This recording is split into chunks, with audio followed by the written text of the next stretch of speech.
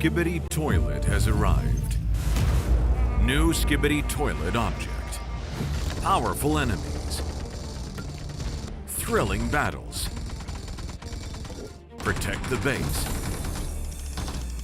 Use WoW's powerful creation tools and build defense towers to your heart's content. Engage in intense battles. Various defense towers. Earn points in battle. Unlock more defense towers. Tons of strategies. Epic battles. Play now.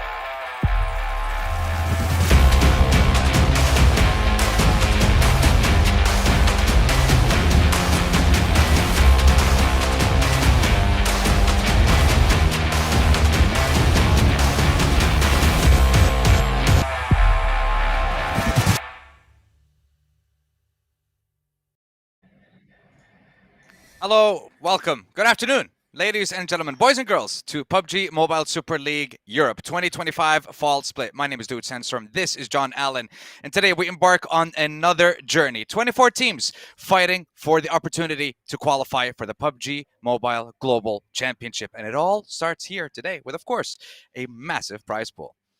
Absolutely. We've got a lot of money on the line. We've got a lot at stake coming through for all of these teams competing. We are going to be splitting them up into groups and stuff like that, but we'll get that out of the way in a minute with some graphics. It's great to be back for another season. Coming into this one, we're hoping that people can change their tune, a couple of roster swaps, that sort of stuff. It's all exciting stuff.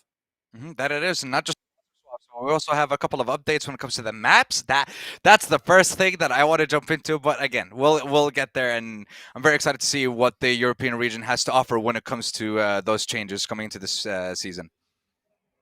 Absolutely, I think that I'm going to be very interested how the new map will impact us. Right, that is a really big element, and we'll be diving into that more a little bit later on. But it's a place for teams that maybe weren't doing so well before to maybe get a little bit of an edge. So we'll be looking out for that, maybe for some newer teams on the scene as well, to have their chance to step into that spotlight. So we'll see what they've got in store for us, what they're going to unload from the can.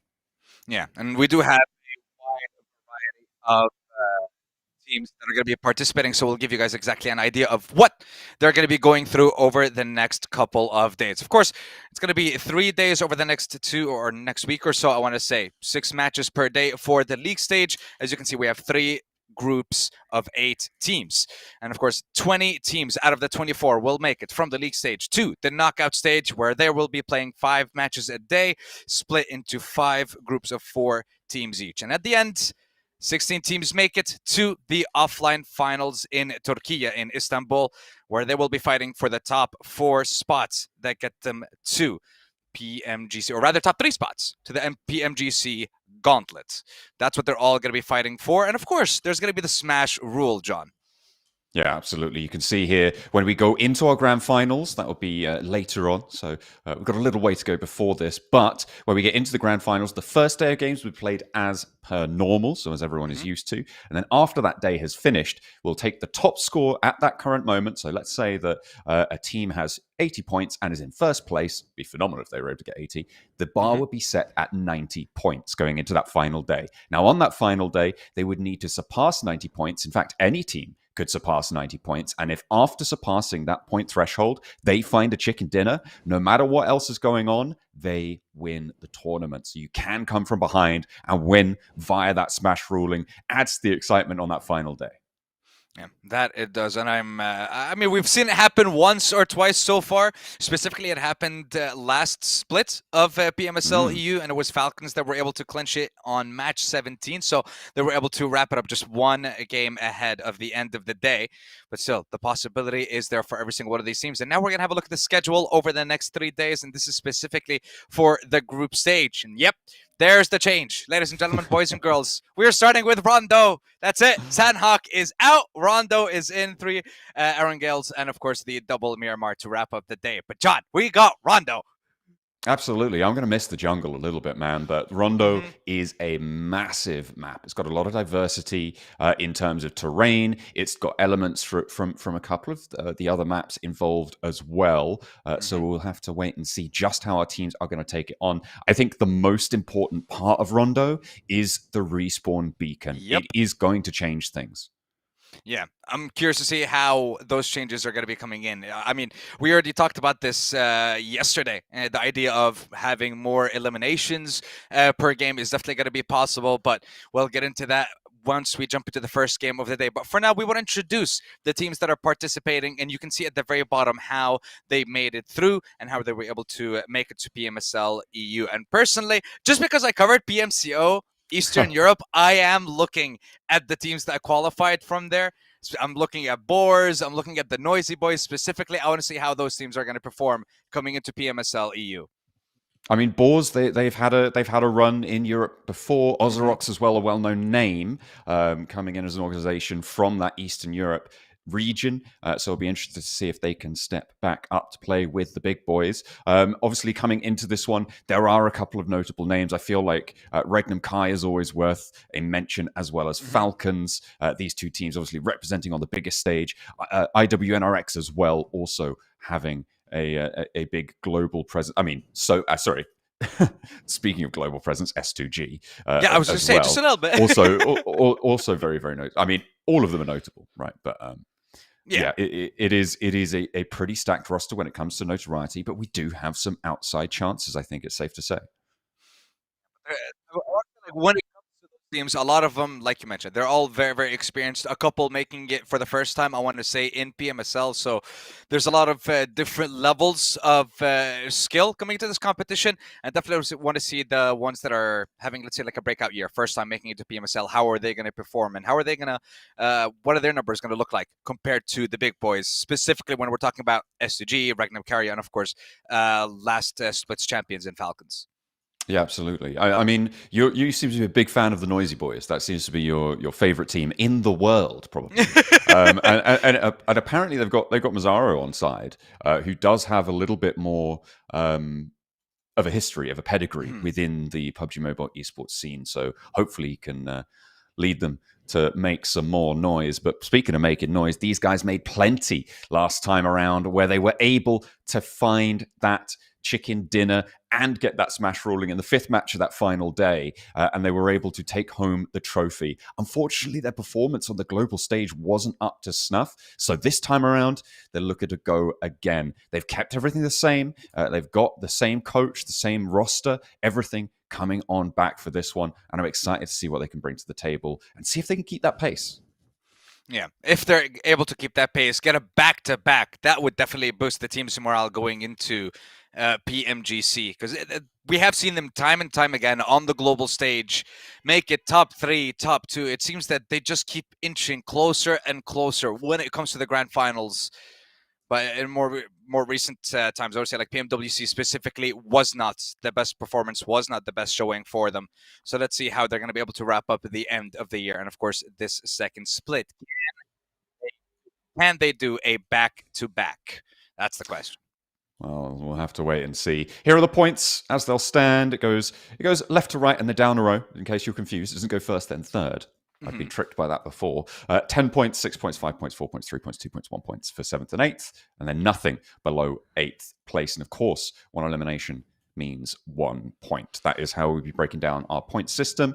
If you've been watching PUBG Mobile for the last while, this is what you're used to. You'll be familiar with it. And this point system is going to be sticking it out with us until the end of the year, and who knows how much longer as well. But you know what? I like it. Ever since we got this point system, things seem to be kind of balanced in a way, and I love the balance I kind of see when it comes to eliminations and placement points sometimes. And definitely love seeing like a massive difference, like 80, 90 eliminations, 40, 50 placement points. I want to see those kinds of discrepancies as well.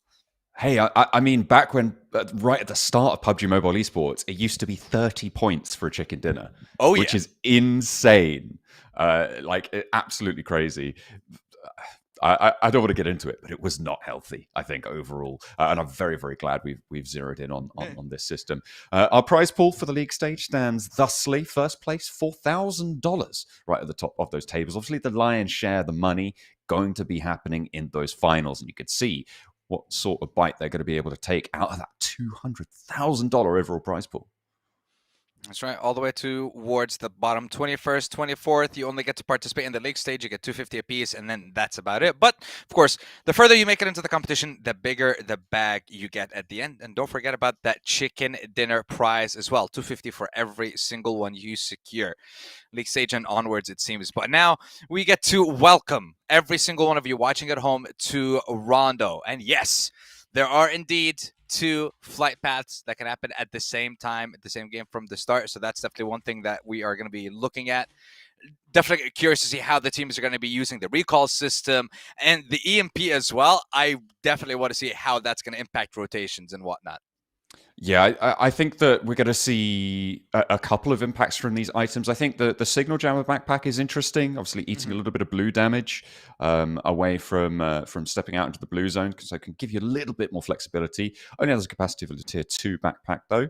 But the big thing is that recall system, right? That recall system is absolutely huge. The bunker drop is also fairly impactful, but I think that it's worth talking about this recall system because it is going to add. I mean, I've been looking at some of the other regions that have already played Rondo in the esports format, and it's adding about 20 elimination points per game to the lobby. So in general, you'll see somewhere around 60 elim points on a standard map, so on your basic Erangel.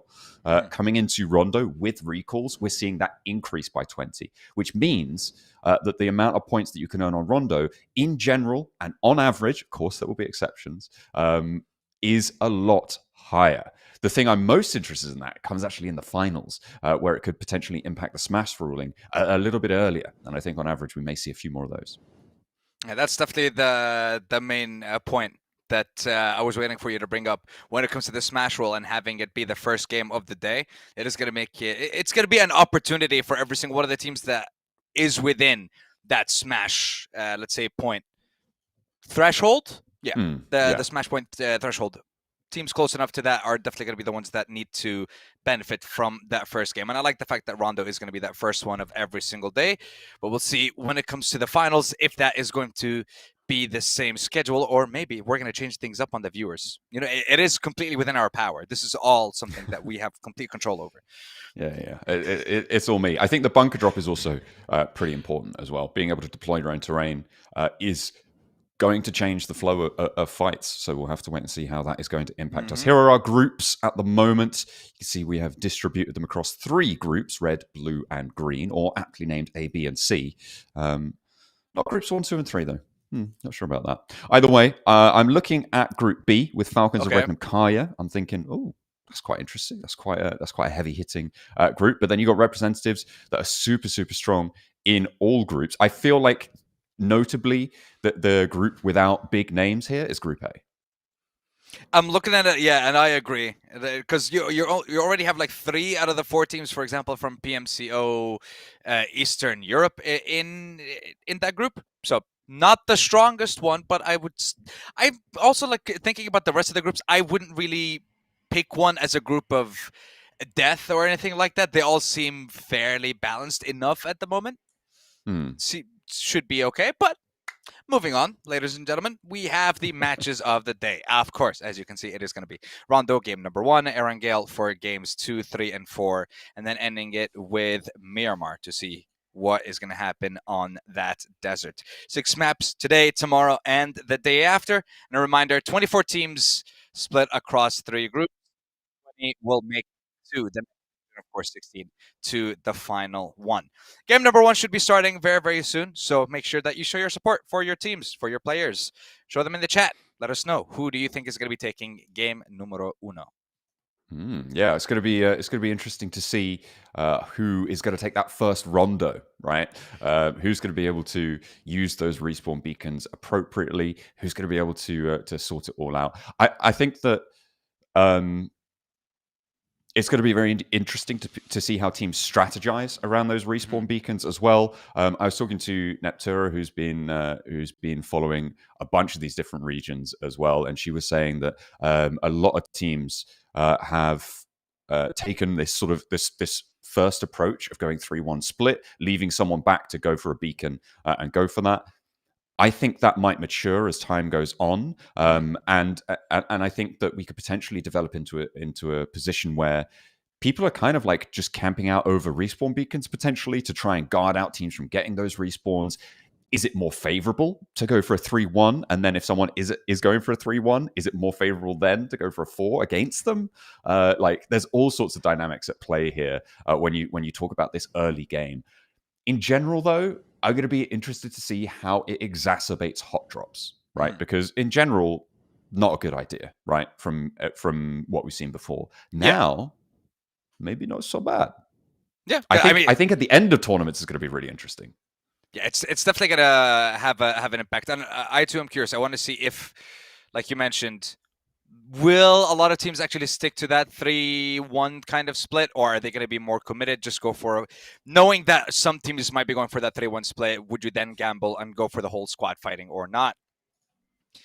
Camping around the beacons as well. That's definitely, I would say some teams might adapt that strategy. I don't see a lot of them going for it, though, considering it's just the one map.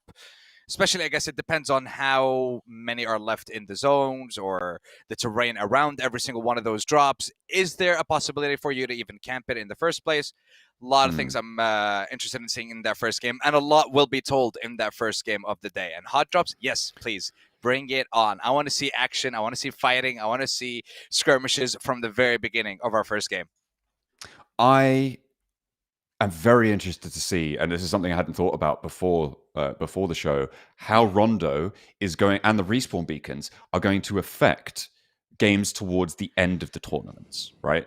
Are we going to see teams in second place who are chasing that first place team immediately go for a 3-1 hot drop, right? Just send 3 of their guys at wherever the first place team is playing and leave a guy on the respawn, right? Because even if you lose, if they're ahead by a certain amount, right, obviously game state matters and tournament state matters, but I feel like that is going to become a real weapon in the arsenal of teams chasing. Whereas before, it was a massive risk because then you just lose 3 players right off the rip. There is still a downside because, of course, you come back with reduced equipment, with reduced loot. But if you go in fast, you might just be able to extract a huge chunk out of this team that you're trying to chase down and get some points in the process. Yeah, you're right, because usually players are thinking, no, can't have drop in this game. Definitely don't want to be losing any players. But now with that risk kind of alleviated, yeah, definitely might find some teams going for the hunt. And you know what? Can we just skip to like day 3 already? I know we haven't even started like game 1. I just want to see all the different strategies. And I think every single day, Rondo is going to be different. I don't think we're going to be seeing the same strategies from those teams every single one of those games. I think they're going to be trying out different ones in the rondos. And the fact that it's only 1 per day, you only get 1 opportunity at it then. Then outside of that, just go back to the regular strategies that we're used to seeing on Erangel and on Miramar. Yeah, it is maybe. Well, I mean, we're obviously focusing a lot on Rondo here because it is the new shiny. It's the new shiny toy. It is. But you're right. The lion's share of these games are on regular season maps that we've been playing for years. So obviously those places will probably see something similar. Wow. I mean, there's all sorts of theories that you could spin, right? If you're trying to maths it out, right? And maybe I'll have to sit down and run some real numbers. We need a large enough sample size, no? I'd say we'd need a couple of games on multiple regions to have a look at those statistics. So the most interesting thing I think that the question that I want to try and answer over the coming months of engaging with Rondo at an international and regional level is it more favorable? Like what's the most favorable split, right? If you go as going 3-1, and then how does that change based on what the other team is doing, right? So if one team is going 3-1, is it better for you to go 4 or 3? And do a 3-1 split as well. Like, what's the best in terms of points outcome that you could try and achieve there? That's the sort of question that I'm quite interested in. And in general, will we see a system where it's like, I don't know if you've heard of a logic problem called the prisoner's dilemma, but I believe so. Yeah, it's kind of like that. It's right, like there is potentially a choice where everyone does better, but no one can make that choice, kind of thing. I wonder if it's going to end up like that. Well, we have a lot of IGLs that are going to be showing us exactly what they're going to be doing in this first game. And I feel like right now we're just being teased. We're just being teased with this first game. Like, is it going to start? Is it? But, well, it will. Don't worry. You never know. Yeah, I mean, honestly, we should, though. And I believe we do. We just like to play with our viewers' feelings. One thing I did want to mention, actually, and this is something that me and you discussed, when it comes to the respawn and the recall mechanic, it is only until the 3rd zone, or once the 3rd zone, I believe, shifts in, that's when you can no longer recall. At that point, it's only towards the start of the game, yeah. So you later into the game, you will not be able to access that functionality, which means that it is purely kind of an early game way to play. It does put a big clock on things like hot drops. So I think that when we do see hot drops, they're going to either conclude faster conclude faster by either one team losing out or one team disengaging, right? And I think there's going to be a big speed up on doing that because you need time not only to respawn your teammates, but to then get some loot on and get into those next circles. So I think that in general, it is going to increase the pace of the early game, bringing it into an esports format. Yeah, definitely agree with you there. Because, again, the risk of, oh, no, we're going to be losing players is no longer there. It's just thinking, okay, do as much damage as possible, wipe out, respawn, run it back, and then we just keep continuing in our first game. But I'm looking forward to seeing the 2 different playing paths and how that's going to impact, I guess, the players, the teams, and their drop locations. Would they adapt instantly from the get-go, or would they still stick to their usual drops, or how is that going to change things up a little bit? I think that for each team individually, it's probably going to be fairly similar. I think it will take like maybe a day or two to get used to, and probably they're already kind of used to it because teams drop spots, right? It's just that having to superimpose two of those maps on top of each other in your mind, and teams will have drop spot locations and maps. I don't think the two plane paths is going to be as big of a deal as maybe it could be, because you could look at the other plane path and know where teams are going to be. The question I want to know is, do they know who's in which plane? Yeah, or do you pick which plane that you're in? You don't get to pick. I think it's just going to be a random. Yeah, so we'll have to. So that might be the caveat there, right? Is you have to then superimpose two maps of possibilities on top of things to see who's going where. So maybe a little bit more uncertainty, maybe a little bit more mid-game issue, but I'm not expecting fireworks in the same way that I'm expecting from the other features. I bet you can guess which one I'm thinking about. Maybe. But you know what I'm thinking about? I'm thinking about. Now, when it comes to Rondo as well, like we know, for example, when it comes to Erangel and Miramar, we know what are the kind of like the weird circles, the most annoying circles for teams and players to deal with. For example, on Miramar, it's the end towards those two islands on the easternmost side. Or it's in Erangel, it's towards maybe the bridges, or if it's a zone that's halfway between Military Island and the mainland.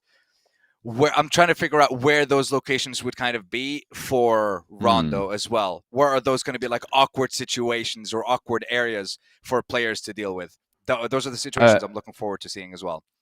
I mean, you've got a couple of the crossings in the northeast that can be a little bit weird if you get final circles there. Generally, islands and bridges are always awkward. I'm also going to be looking at like Jadina City. I think that is going to be a really interesting set of final circles to play on esports. Obviously, a lot of verticality there. The ability to zip up and down will be interesting, and obviously the big bay that surrounds it sort of forces a lot of interesting decisions to be made. I think time will tell for a lot of these things, but those are the two sort of places I'm looking for: those islands on the crossings on the northeast and in Jadina City. Right. Lots of new POIs to discover as well with that first game. I'm looking forward to seeing if we're gonna have a stadium finish in our first game, because that I want to say like that was also kind of fun when we were having a look at it yesterday. But you know what? I believe we should be starting soon TM with that game. I'm just antsy. I just want to get into it and see what happens, because we've seen a couple of different things when the teams were kind of like practicing, getting used to everything yesterday, and we already saw a kind of a heightened number of eliminations already in that first game. Yes, I know it was just practice, but still, it gave us an idea of what to expect in the first game of the tournament as well.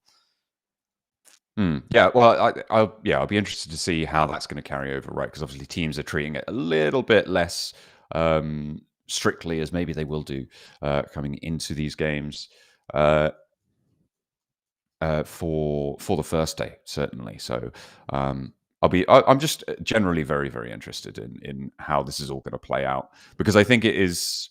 I mean, it's you play 3 maps over the league stage. Over these group stages, you play a couple of times, so it can have a big chunk of those points. And as we said, the point scoring potential on Rondo is a little bit higher. So normally when we talk about maps, we talk about Sandhawk used to be 1/6 of your point scoring potential, right? That changes now with Rondo. I'd need to do some napkin math for a minute to figure out exactly what proportion it is, but it is more than 1/6 because there is that higher point scoring just given to the lobby overall. I'm interested in the distribution of where those points are going. I'm interested in how that is impacted by teams who do and don't go for hot drops, teams who do and don't go for respawns. I think there's all sorts of very interesting statistical questions. And if you haven't gathered by now, I'm a big maths nerd. That's kind of honestly, I kind of just zoned out for a minute or two, and I was like, I was just thinking about what the formula would be and what the fraction would be points-wise for Rondo. I'm like, I like where he's going with this. Let's see if I can find it. But no, we're like you said, need some napkins, need a pen, need to do some math. Yeah, well, I mean, I'll do it right now. I like it. Yeah. Please do find out, because Yeah, it's not a sixth. It should be more. But then where, like, which maps kind of lose the Yeah. percentage, or what's the ratio then? So it's a total in terms of the elimination point potential. Yeah, Because I yeah. don't know about placement point differences.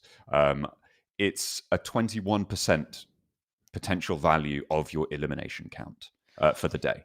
So it's 1/5 approximately, a little bit more than a fifth, to give you some perspective on that, of your total daily elimination potential.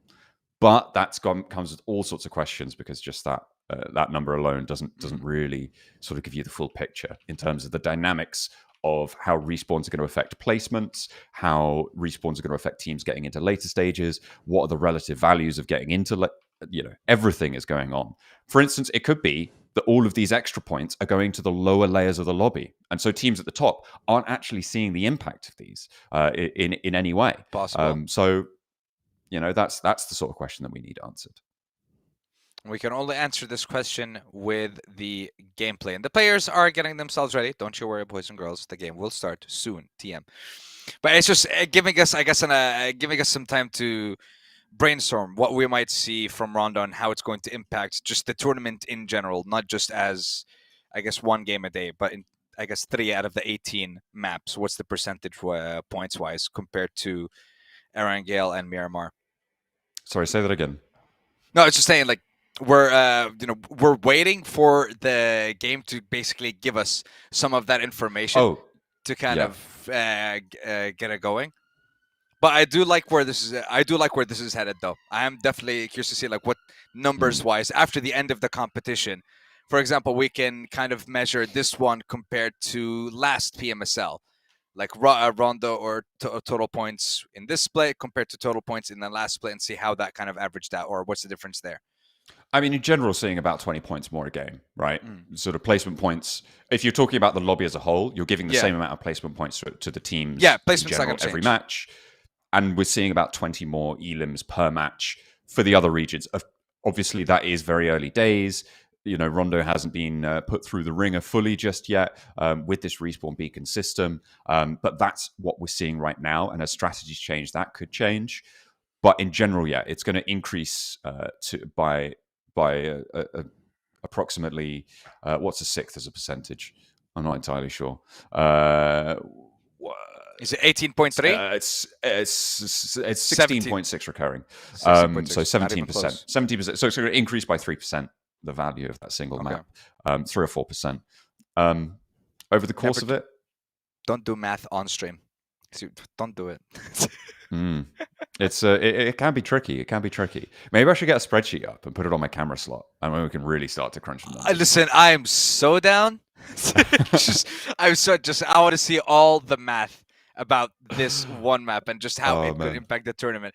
I mean, look, you brought up a lot of valid points. One, the average of like 20 points plus eliminations wise per map, and it being the first map of the day as well, and how it could realistically impact the smash point rule when it comes to the very final day of the grand finals. A lot of things. Just that one simple change has so many different levels of impact. And actually, one thing you mentioned we didn't really talk about that much, I want to say, is the deployable cover as well. I've seen a couple of videos and a couple of situations where the deployable cover was in favor of the team that dropped it, but I've also seen it like on different terrain a couple of times where it didn't really favor them, and instead it helped their enemies get nades on them a lot easier than it would have been without the deployable cover. So there are situations where it will benefit you, and there are situations where it might actually just obliterate you from the game. So just got to be careful.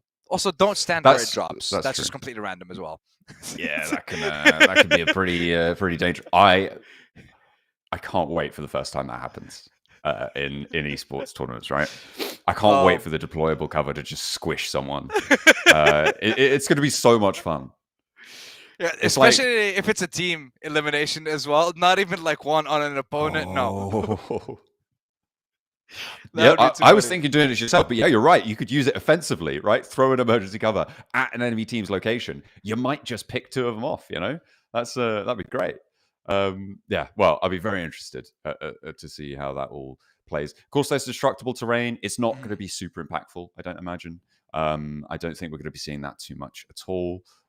In terms of, I mean, it can give you a little bit of a late game divot, right? If you're really, really desperate. So maybe we'll see that. The taser, I don't expect to see that. Highly Maxman doesn't expect to see that as well. I know he was talking about it before. Like, Maxman just hates the taser.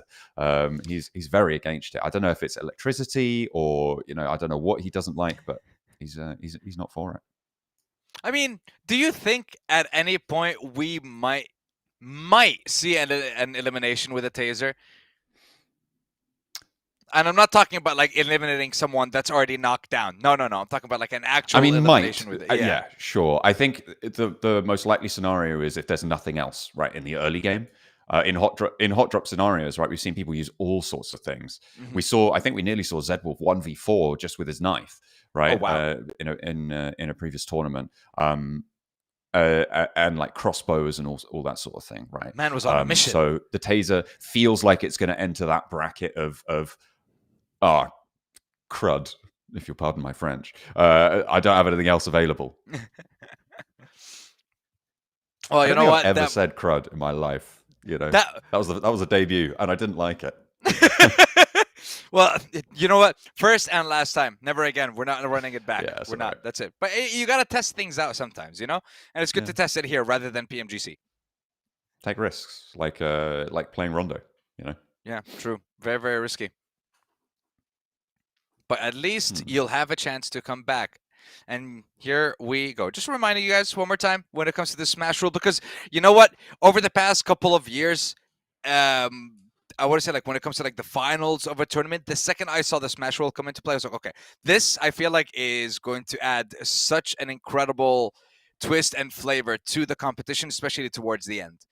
Because it's, you win the game, you win the competition, and it just feels like you end on such a high at the competition and at the tournament. So yeah, definitely happy with this little change when it comes to the point system, and excited to see how it's going to keep improving over the next couple of years when it comes to PUBG Mobile. Because we've seen it at PMGO, we've seen it in a couple of PMSLs already at this point, and we're going to be seeing a lot more of it over the next couple of months as well. And remember, you have to pass that threshold. I'm in favor generally. I think that Smash ruling, if not formed,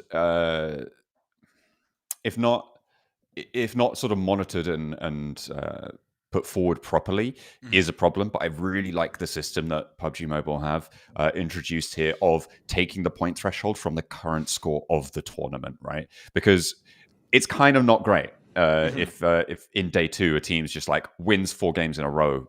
It's happened before, and then all of a sudden they're just like, oh, we've won the whole tournament, the game's over, nobody else can play anymore. We've still booked the whole stadium for a third day.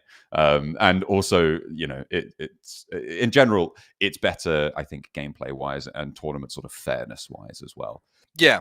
Hype-wise, 100% as well. Like you said, having a team kind of complete the competition, complete the tournament on the second day, third day. So a team comes in, you see 60, 70, 80 points, and you're thinking, okay, I mean, I can try and get those 80 points, but they also have to get 0 points in order for me to catch up. So they just come in with zero motivation to claim that #1 spot. So having that big change, yeah, definitely a big fan of it. And the fact that you can have a team with less points win the competition, that, like, let's say first place can be 130, second place is like, let's say 100, but they're both above the threshold anyways. And second place wins the competition. Having like 20 or 30 points less than first place would be kind of crazy. But I guess, again, that's the twist that this point system adds to the competition. Yeah. I want to talk about one of our teams quickly. Hit and me. I think that the most interesting team right now is Regnum Carya. Okay. First of all, a very successful team in their own right, but they have added Zedwolf to the roster. Now, this is a big pickup, right? Zedwolf, multiple MVP titles. He is an absolute firecracker when it comes to fragging out on the battlefield, previously playing for BWNRX and IWNRX before they renamed. And he has got such an incredible legacy. He's replacing Toshbik on the roster, which leaves Wild, Loxy, Silas, and now Zedwolf. With Silas on side, that incredible IGL talent that we've seen time and time again. I'm really interested to see what this team can do. And I think going into this one, I feel like they're probably my favorite team. I say not favorite in terms of the one I like the most, but the one I think has probably the biggest chance of doing a massive amount of work and coming first, top the tables on this tournament. And they have been a team that's been, as an organization as well, incredibly consistent when it comes to global competitions as well. They've constantly been there, making sure that they reach the grand finals, getting themselves top 8s, top 4s, top 3s in terms of where they end up in the leaderboards. So this team has constantly been improving every single time. And now being in Group B alongside Falcons, alongside Carya, IDA, all those strong teams, I still think they're, yeah, I agree with you. They have to be one of the top performers coming out of this one. And I have to say, like, the Turkish region in general has so many stacked rosters and so many stacked teams. I mean, the fact that we have 8 partnered teams from Turkey, and then we also have 7 teams that are here from PMNC Turkey as well. So imagine out of the 24 teams, there's a total of 15 that are Turkish. That region is just so incredibly strong and has so many talented players. For sure, it's undeniable. It's a very, very impressive region in terms of talent, in terms of names, in terms of legacy, and hopefully trajectory as well into their future. I was obviously with Zedwolf moving. He does stay in the Turkey region, but he leaves IWNRX, and they have taken Swain on loan to fill that gap from S2G, who again have sort of had to find their roster together. So I'd be interested to see how that has sort of changed things, right? It's a little bit of a rotation around around some of the biggest names in these tournaments. So we'll have to see how that is going to impact the dynamics here, and we'll be on tenterhooks to see the conclusion of that. Conclusion of that, and the conclusion of the long wait. And don't worry, ladies and gentlemen, we are sorting out everything as fast as possible so we can get ourselves into that first game. I know you're all waiting and excited to see what Rondo has to offer for its first time here at PMSL EU. It's going to be a lot of fun. That I can promise you. I mean, we have a pickaxe too. So, just saying. That's right. That's the best thing about Rondo. There's a pickaxe. Just the one pickaxe, actually. Only one. You just have to find it. You find it and you win. That's how it works. We are just tell them Sandstorm and John get Allen said so. So don't worry about it. It's in the rules. I'm pretty sure it's in my contract. I'll talk to my agent. We are just waiting for players to get loaded into the lobby. We'll be waiting. Currently, there are 63 players in the lobby to keep you guys updated at home. So there is someone who's being sneaky and not getting in there. We don't know who it is, but we'll probably never find out.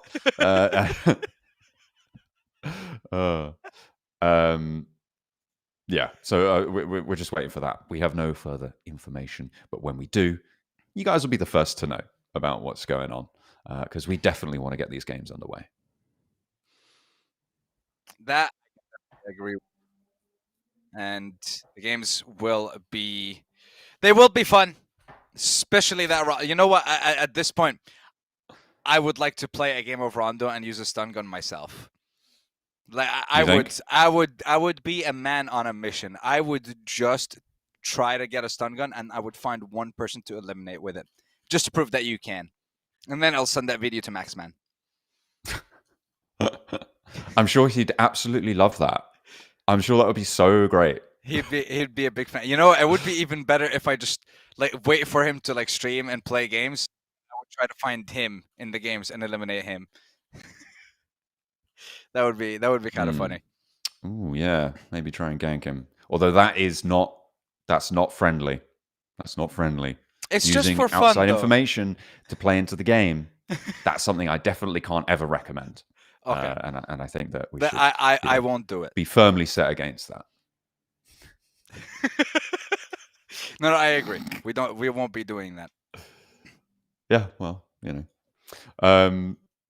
we'll find other ways. I mean, it's probably easier to upset Maxman by being on his team, especially for me. True. All I need to do is play my best, and he'll get very angry. Did you see the man finally broke his caster's curse? Where? I Yeah. didn't. I haven't clocked that. Where's that? Yeah, I saw that a couple days ago. I think for one of the PMSLs, he had a prediction for the top 3, and he actually got every single one of them right. Hey. The 3 he predicted were the top 3. So he was Let's like, "Oh my go. god, the caster curse! It's gone! Yes!" I mean, it'll come back. Don't worry about that. Oh, 100%. Just wait for PMGC. Yeah, exactly. There's no way that it's gone forever. It's just taking a break. Even curses need a holiday. What can I say? That's true. That's true. Yeah.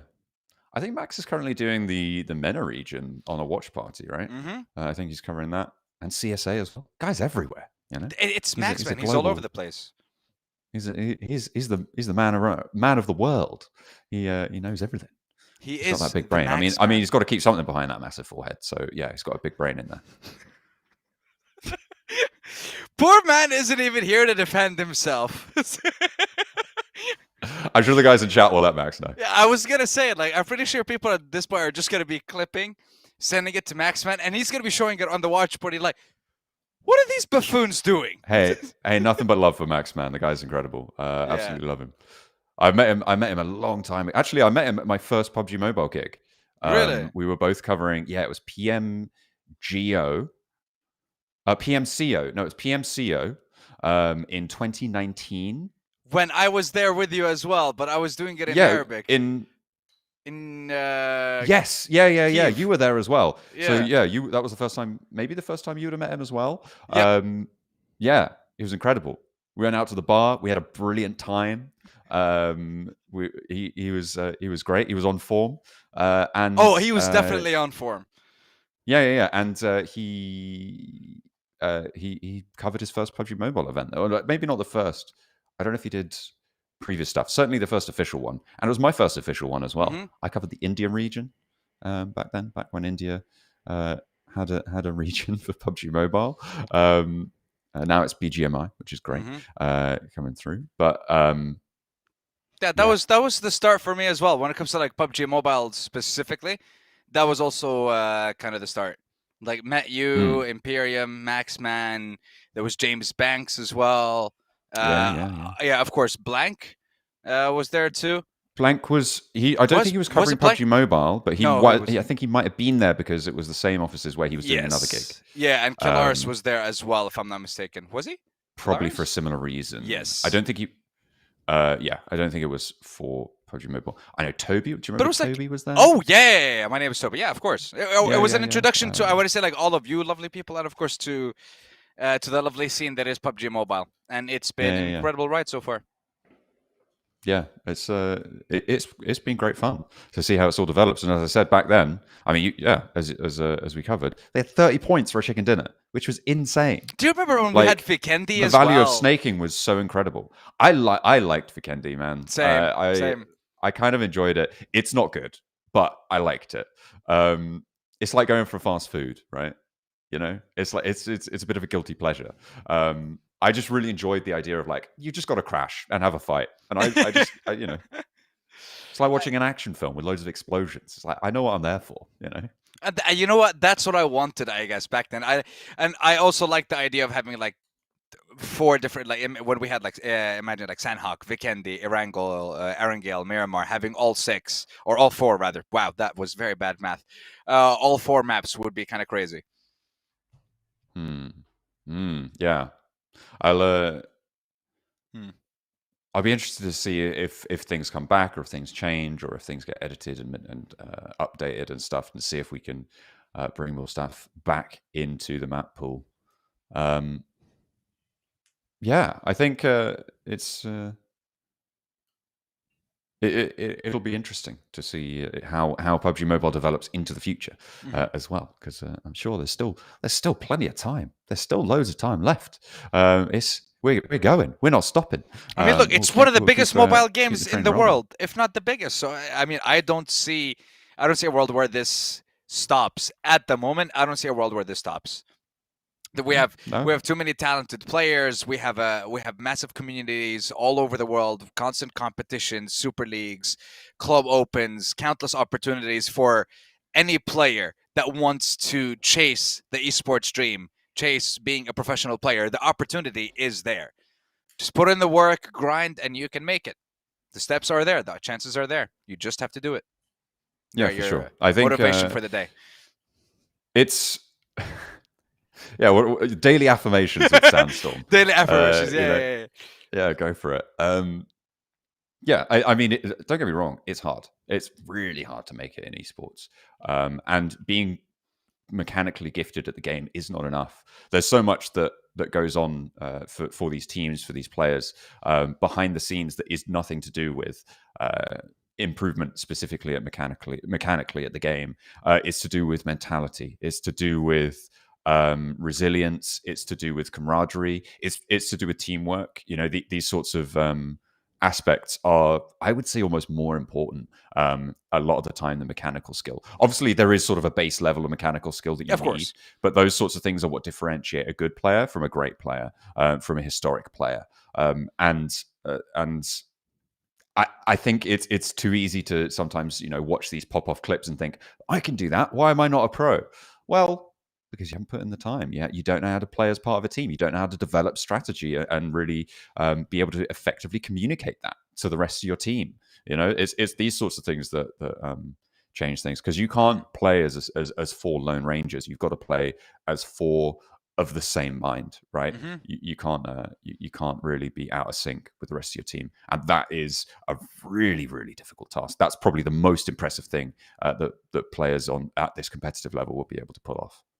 Yeah, and honestly, I props to the IGLs specifically, because they put in so much work and there's so much pressure on their shoulders, because at the end of the day, you're the one that's making the calls, you're the one that's making the decisions, and the repercussions and the consequences, it's all on you. You're the one that made the call. So if you make the right one, bliss, you get so many points, you get what you want. You don't make the right call, it's going to cost you a lot. You're going to have sleepless nights thinking, oh, should I have done this? Should I have done that? There's so much that goes into it that I guess maybe some people may not be aware of, but it is not something that's easy to get into. It requires so much hard work, so much determination. And you mentioned, I would say, a fraction of the things that go into being a professional player. But it can be so rewarding. Yeah, it really can be rewarding. I mean, absolutely. It is not for everyone, but at that top level, there's nothing like it, right? It's even just as a caster to witness those sorts of things as well, like right at that top level, especially at live events, man. It's so incredible when teams that have the support of the crowd and teams that have the support of their fans across the world, when they're able to pull something off, and you can see it in them, right? It's sort of a joy that is unparalleled by like kind of anything else. Mm-hmm. It's victory, it's accomplishment, it's pride, it's gratitude, it's all of those things combined, and it is a heady tonic to see, and even to be a part of, right? Even to be adjacent to that is has those knock-on effects as well. Some of my fondest memories are at those sorts of events, and I can't wait to see more, and hopefully we'll see more and more players be able to have that opportunity. Would you mind running us down one of your favorite memories from those kinds of events? Like, what event was it? Which team or which player was it? There's sort of no question in my mind as to which one is probably my favorite. Okay. It was during that first season of PUBG Mobile. Okay. At PMCO, sorry, at the India finals in New Delhi. Okay. I was there with Jason Kaplan, Alex Byfield, who goes by Snods, who some of you may be familiar with.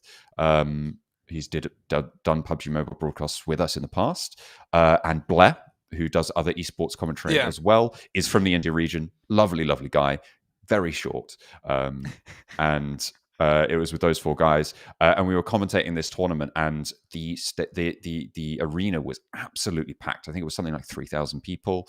and queues outside to get in. This was, when it was incredibly popular as well in the region.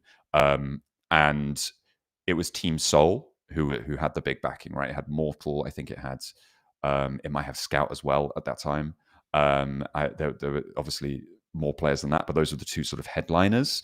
This was slightly before Scout, I think, gained a lot of notoriety. But in general, like, they were able to win this tournament, right? And it was unknown right until the last beat who had won. And then when it comes to that moment, we get the results in our ears. Jason lists off the players and they walk out onto the stage and the crowd just explodes, right? It's like flying. There's no comparison to that sort of situation. And yeah, that's a very special one for me, I think, especially because it was on my rise with PUBG Mobile as well, to my sort of to rise in general across commentary, and I think that there's no, there's no sort of fonder memory I have, because it's not only this incredible experience, but also sort of part of my journey as well. So yeah, there you go. There's an answer. Honestly, that was beautiful. I love that. How long ago was this? When was this? This was 2019, right? 2019. Okay. It finished with PMCO Berlin, which Caloris was at, actually. Yeah, he was okay. there, along with a bunch of other casters and commentators and talent, which was good. Met some very lovely people there.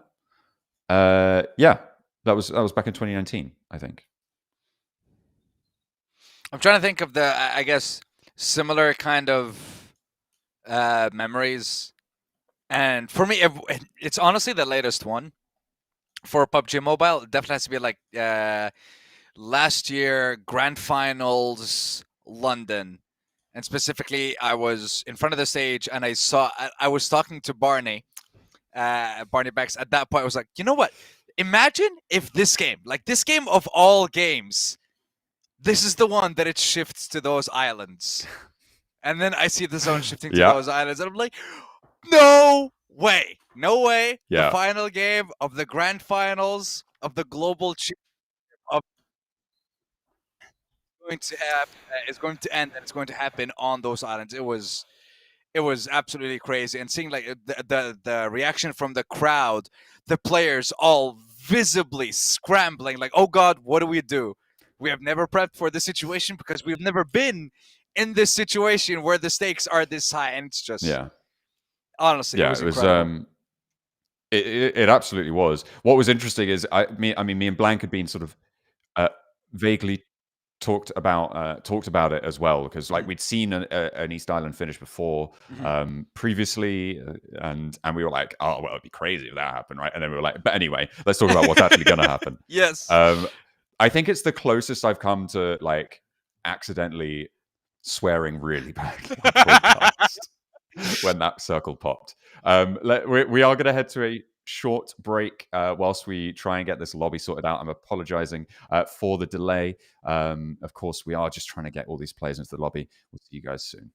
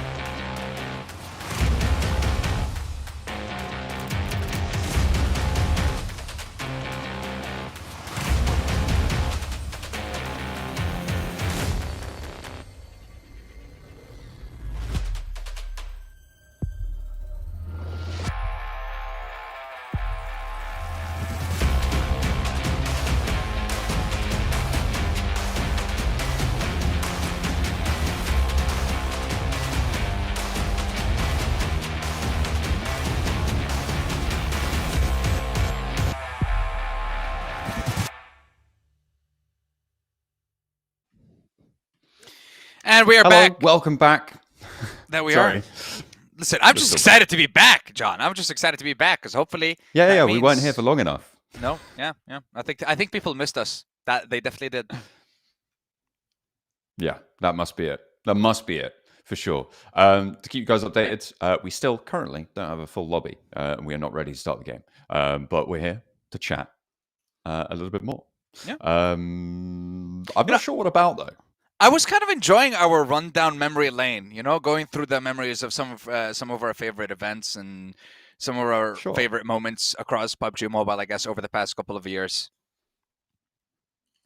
Okay. We had, I want to say, like, we had one of your favorites, we had one of mine, and I want to give this opportunity to the viewers. Let us know what was one of your favorite moments, whether it was I want to say like a nice clutch, a 1v4, or a crowning moment, or something like that. Let us know what have been some of your favorite plays. But I'm trying to think of like other ones coming across my mind right now. And the one thing that my brain instantly jumps to was, I guess, like S2G being crowned champions and then having the grand finals of the year after be in Istanbul. I felt like that was kind of a nice little storyline as well to have for S2G.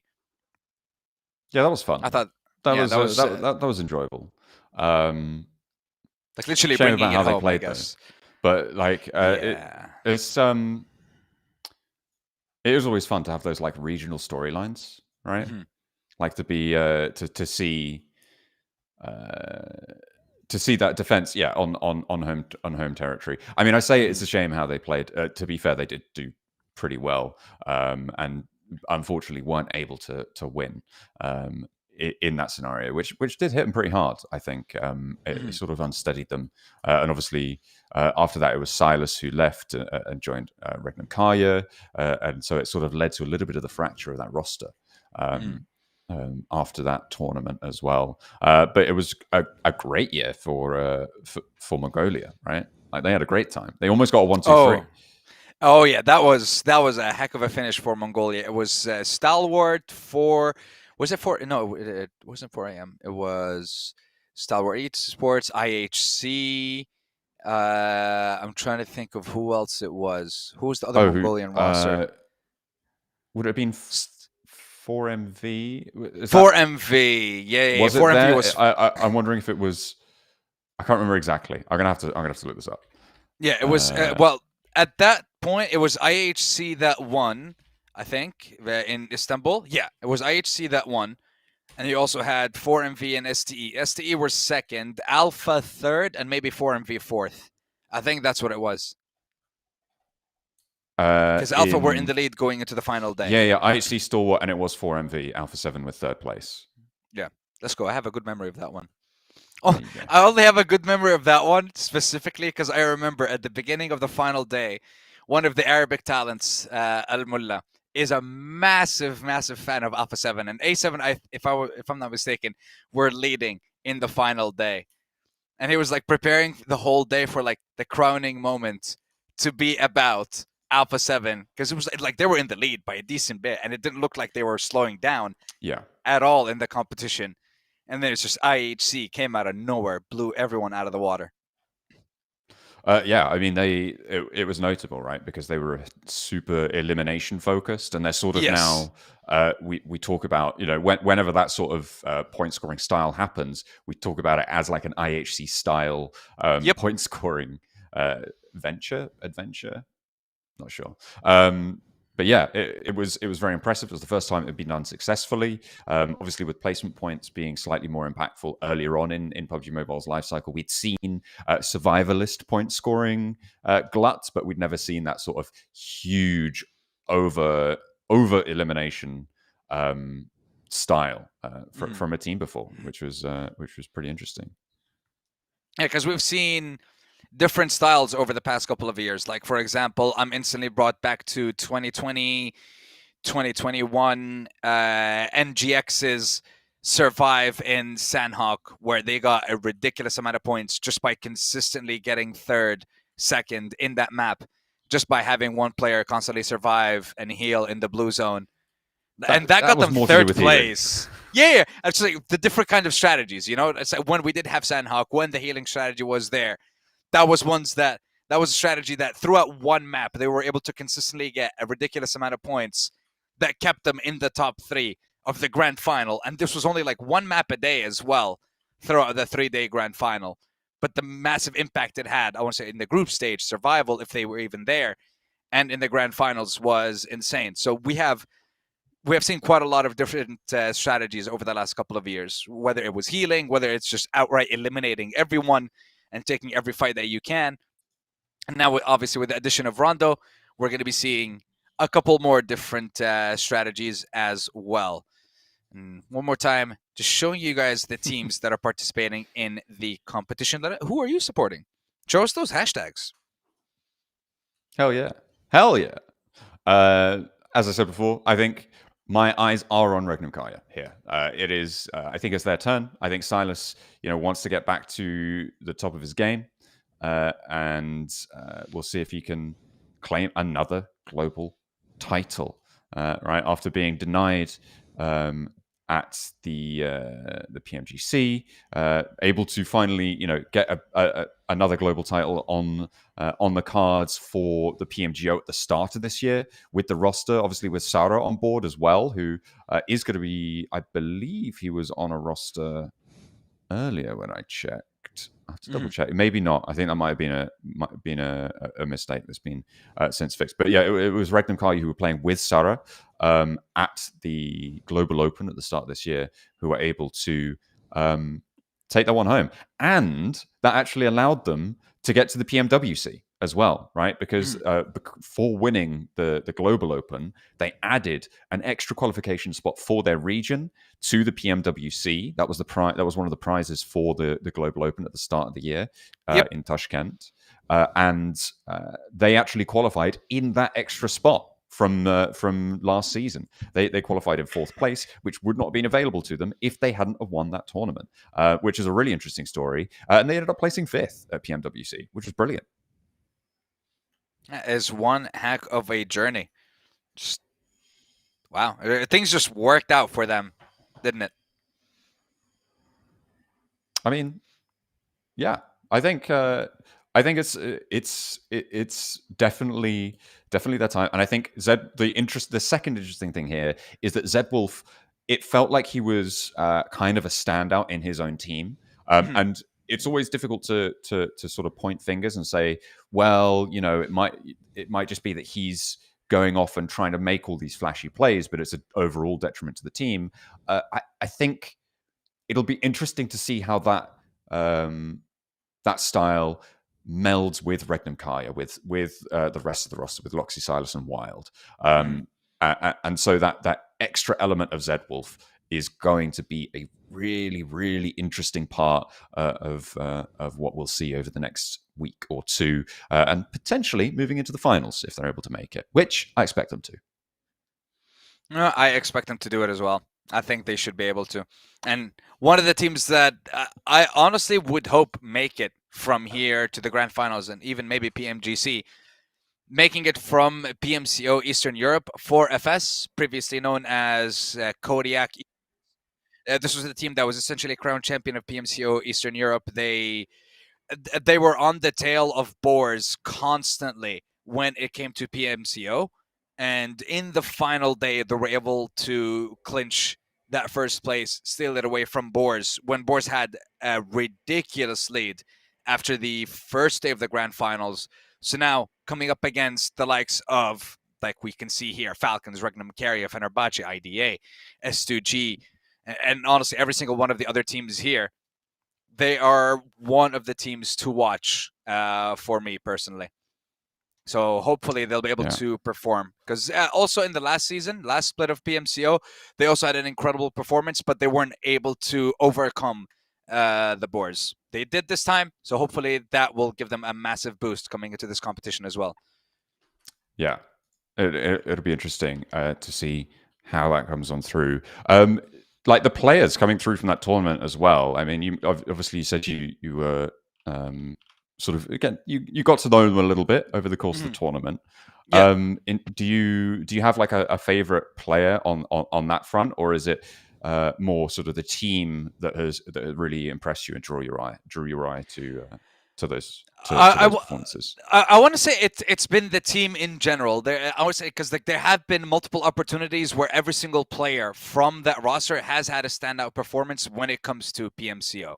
So I wouldn't really pick one of them. I think every single one of them have been able to perform together in fantastic fashion, and they've shown that time and time again, and consistently as well over the course of both group stages and the finals for PMCO. So I think as a whole, they are performing very, very well. But again, experience in PMSL hasn't been there yet for this roster. So that's why I'm still looking at them. And I'm still curious to see how they're going to perform with this current roster. Yeah, we'll have to wait and see. And we are certainly doing our fair share of waiting because we still don't have a lobby, I'm afraid, guys. And I do not have any further information than that. The lobby that we did have seems to have emptied out. We're down to 18 players now on that one. So I don't know if that's going to be the one that gets used. I'm not entirely sure. We are just waiting on any information.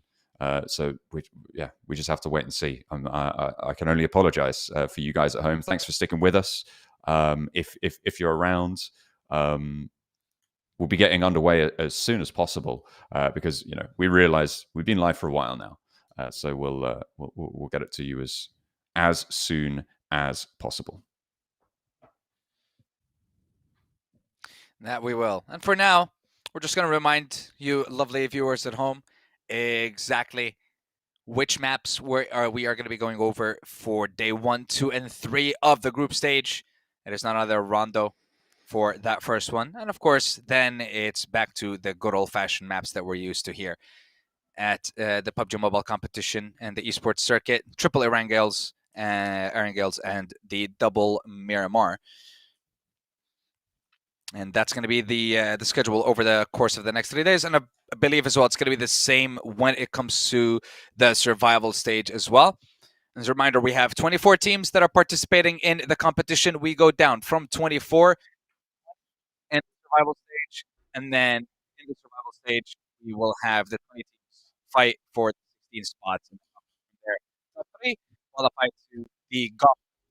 So we have, I would say, like 2 different kinds of qualifying to the PMGC. You can either qualify from points in your region, or you can qualify directly from PMSLs. PMSLs will get you into the gauntlet, and I believe points from your region specifically, that will get you directly into the group stage. So if you're able to qualify that way, it's one less stage that you have to worry about and one less set of games that you have to deal with going into the global competition. So teams that have already qualified, they made it easier for themselves. Teams that are going to be qualifying from PMSL EU, they're just going to have to take that one more step to make it to the grand finals.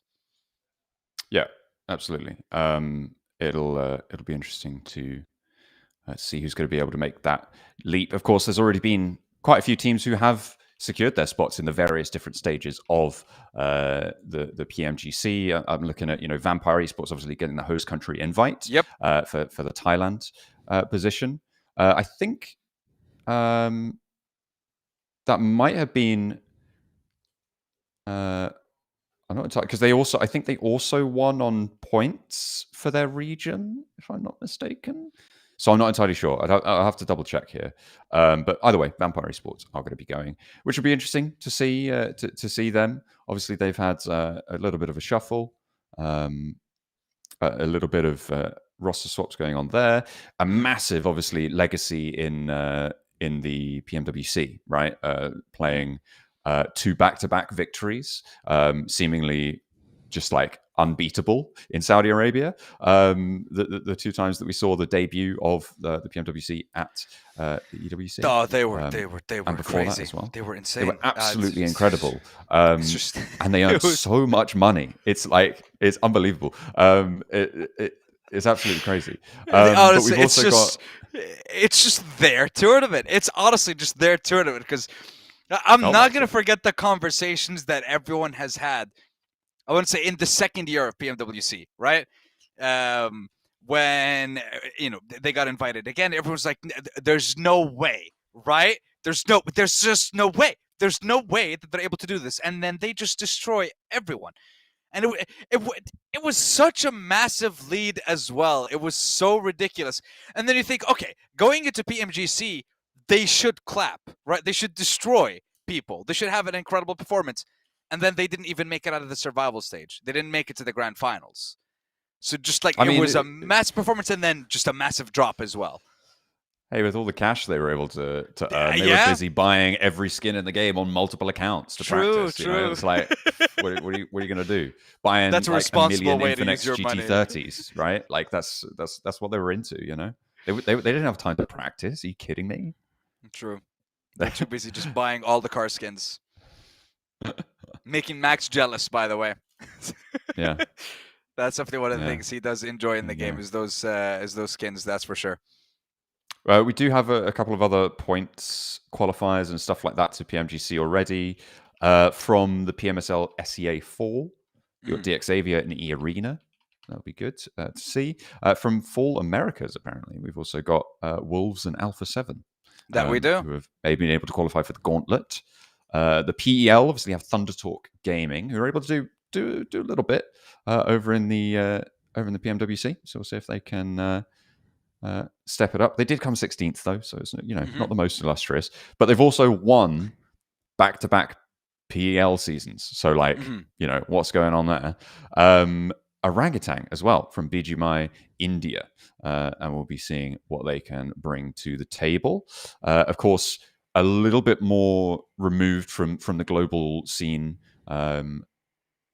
over the last few years, and they are making their way back. In general, the region hasn't had a great result at global stages, but we'll see if they can change their tune with Orangutan. Alter Ego from Indonesia points. Celcom Digi Alliance from Malaysia points. Team Flash from SEA.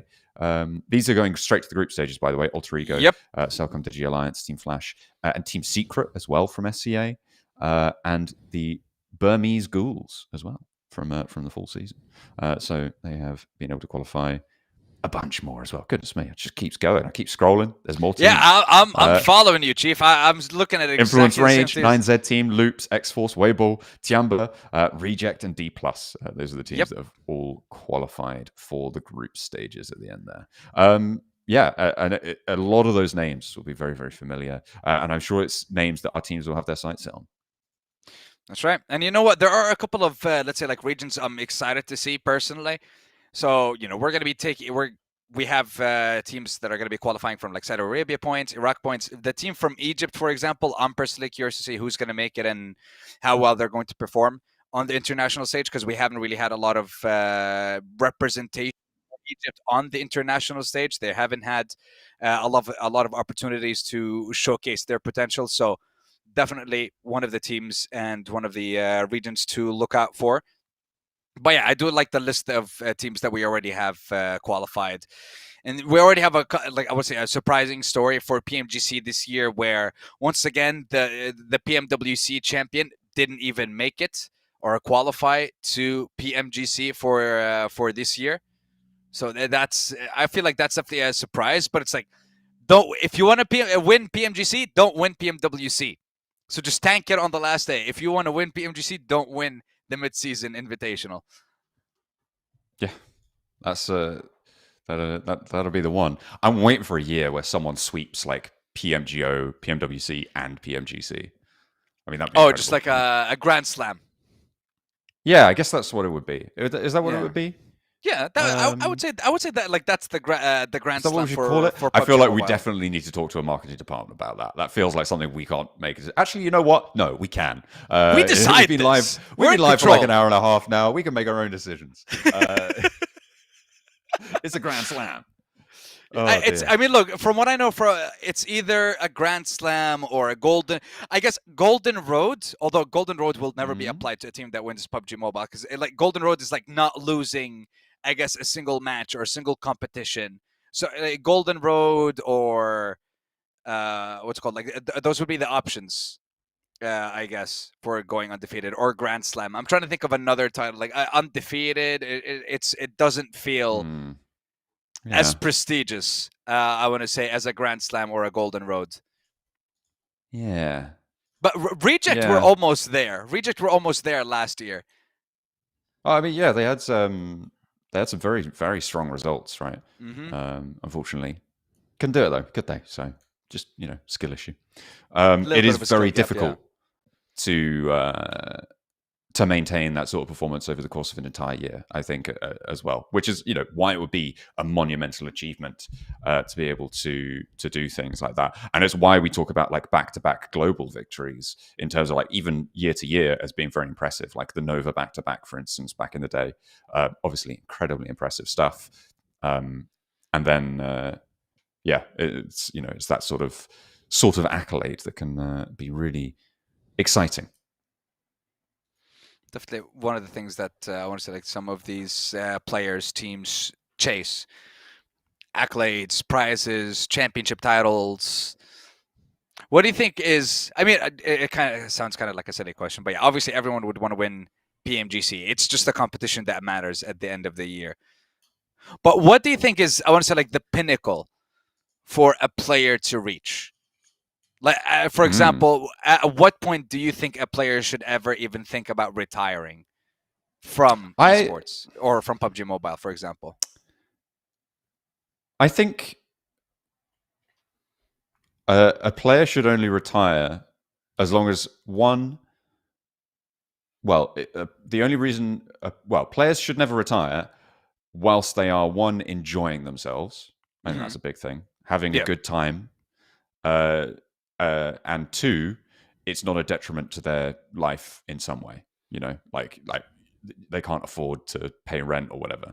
Then you have to sort of make some tough decisions. And it's kind of I guess it's a little bit of a sad topic, right? Like when do you stop doing something that you're so passionate about?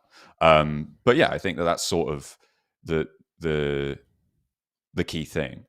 I don't think there's a point where you can say, well, certainly not for the mindset that you need to get to those positions right at the top. For someone like that, I don't think there's a point where they will say, I've done enough. I don't want to do anymore. It's always, what can I do next is the question. And when the answer to that is, I don't think I can do what is needed of me, then I think that's when you can start to think about taking a back seat. But I mean, again, I'm not a pro player. I just don't have the talent. We still don't have a lobby, guys, and we are going to be going to another break. When we come back, hopefully we'll have a lobby. I'm not making any promises, but fingers crossed. We'll see you guys in a few. Thank you so much for sticking with us. Sorry for all these delays. We'll be sure to bring you Rondo soon enough.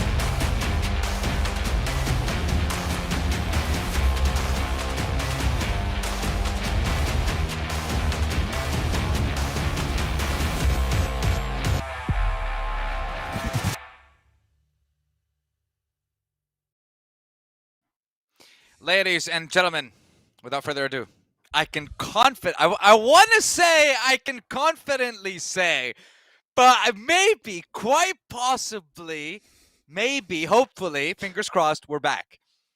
We're back. I want to say we're back, and hopefully we should have our first game. But in all seriousness, ladies and gentlemen, I would like to apologize. But I believe all the technical difficulties that we have been facing over the past couple of hours have been resolved. And again, I say this crossing fingers and everything. And I believe, John, we should be starting and jumping into our first game within a couple of minutes. I know I said that like 3 hours ago-ish, but I mean it this time. Yeah. I lied last time, but I really mean it this time. Okay, I'll believe it when I see it. We're waiting to get the lobby full. We have been told that the technical issues have been resolved, so we're just waiting to press that go button. To remind you, this is the PMSL EU. The first match is Rondo, which is hopefully going to happen, and this is the first day of the first stage of this tournament. So we're just getting all our ducks in a row. I think I found out what the issue was. Blank was fiddling with the servers. They found him back there. Yeah, it was actually Blank. We thought it would be like Maxman or I don't know, but no. Turns out Blank, not too happy. I feel like he's just a fall guy. I feel like he might be a patsy. There's a mastermind criminal out there somewhere. We'll have to figure out. We'll have to follow. It's got to be Max, isn't it? Max has to. No. Is Max even He's capable nice of mastermind moves? No, I don't think so. I think he could think of them, but I think he's too nice to actually do them. Yes, I agree. So he'd need someone to do the dirty work for him then. I have my suspicions as to who it might be, but I'll play that one close to the chest. Okay. For now, anyway. Well, don't worry. We'll bring it out later. We will bring it out at some point. And yes, this first game should be starting in a couple of minutes. The lobby is almost full. We're just waiting on the last couple of players. Hopefully this time they'll have their boarding passes and they'll get into the right chairs at the right place at the right time. And hopefully there's no other planes on the tarmac as well, and we'll have a smooth little takeoff to Rondo. Actually, we'll have a double takeoff because there's 2 plane paths in Rondo, not just the one. So that might cause another delay. Do you think they take off from like different runways or the same runway? They got to be there at the same time, though. Yeah, I mean, it would make sense if it's the same.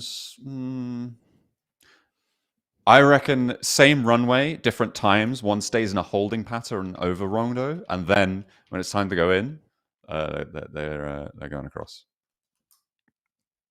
All right, you know what? That's up to the pilots. I mean, in this case, the pilots could be me and you. I could take one plane, you could take the other, and we'll just coordinate. Yeah, I'm definitely qualified. Yeah, 100%. I mean, you do know that situation, like that. It's like you ask a guy a question of, "Can you fight a bear?" or "Can you land a plane?" and the guy will just say, "Like, yeah, I can land a plane." So I ask you this: Can you land a plane?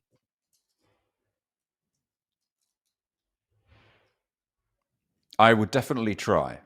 If it fell to me as the only possible person. Yes. I would definitely try. Everyone on the flight incapacitated. It's just you. Yeah. The main extension to that question is: do I have air traffic control helping me? Or not? I was gonna say yes. You do get the phone a friend situation. Yes. Okay. Then I reckon it's a 50-50. Okay. I think that we'll take it 50-50. We'll take it 50-50. It also depends on the plane, but like if we're talking like a passenger jet, that's real difficult. Yeah, there's a lot of buttons on that bad boy. So many. Yeah, but I think landing is one thing, stopping is another thing. That's true, actually. Yeah, that's true. Like you could land, but you might be able to get on the ground, but then what? Okay, wait, hold on. I see a magical number. Magical number, and that number is 64.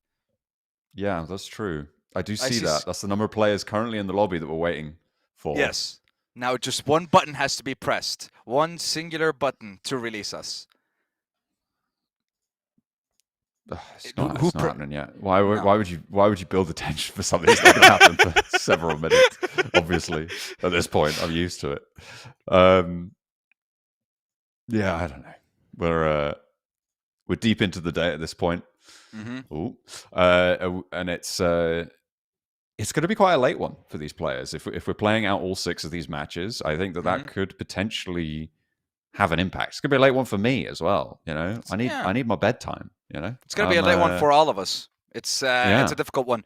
But I want to say, like, this is also one thing that kind of happens in tournaments as well that we forget to talk about. There are unfortunate situations and circumstances where we do have technical delays and stuff like that. And honestly, that can impact a player and a team's performance, because you come into the competition, you come into the day, you're ready.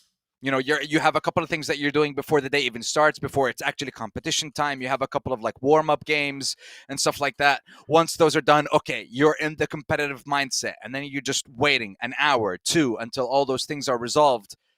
And then I feel like you kind of relax a little bit too much. So someone on the team, their job is to kind of like hype the players back up.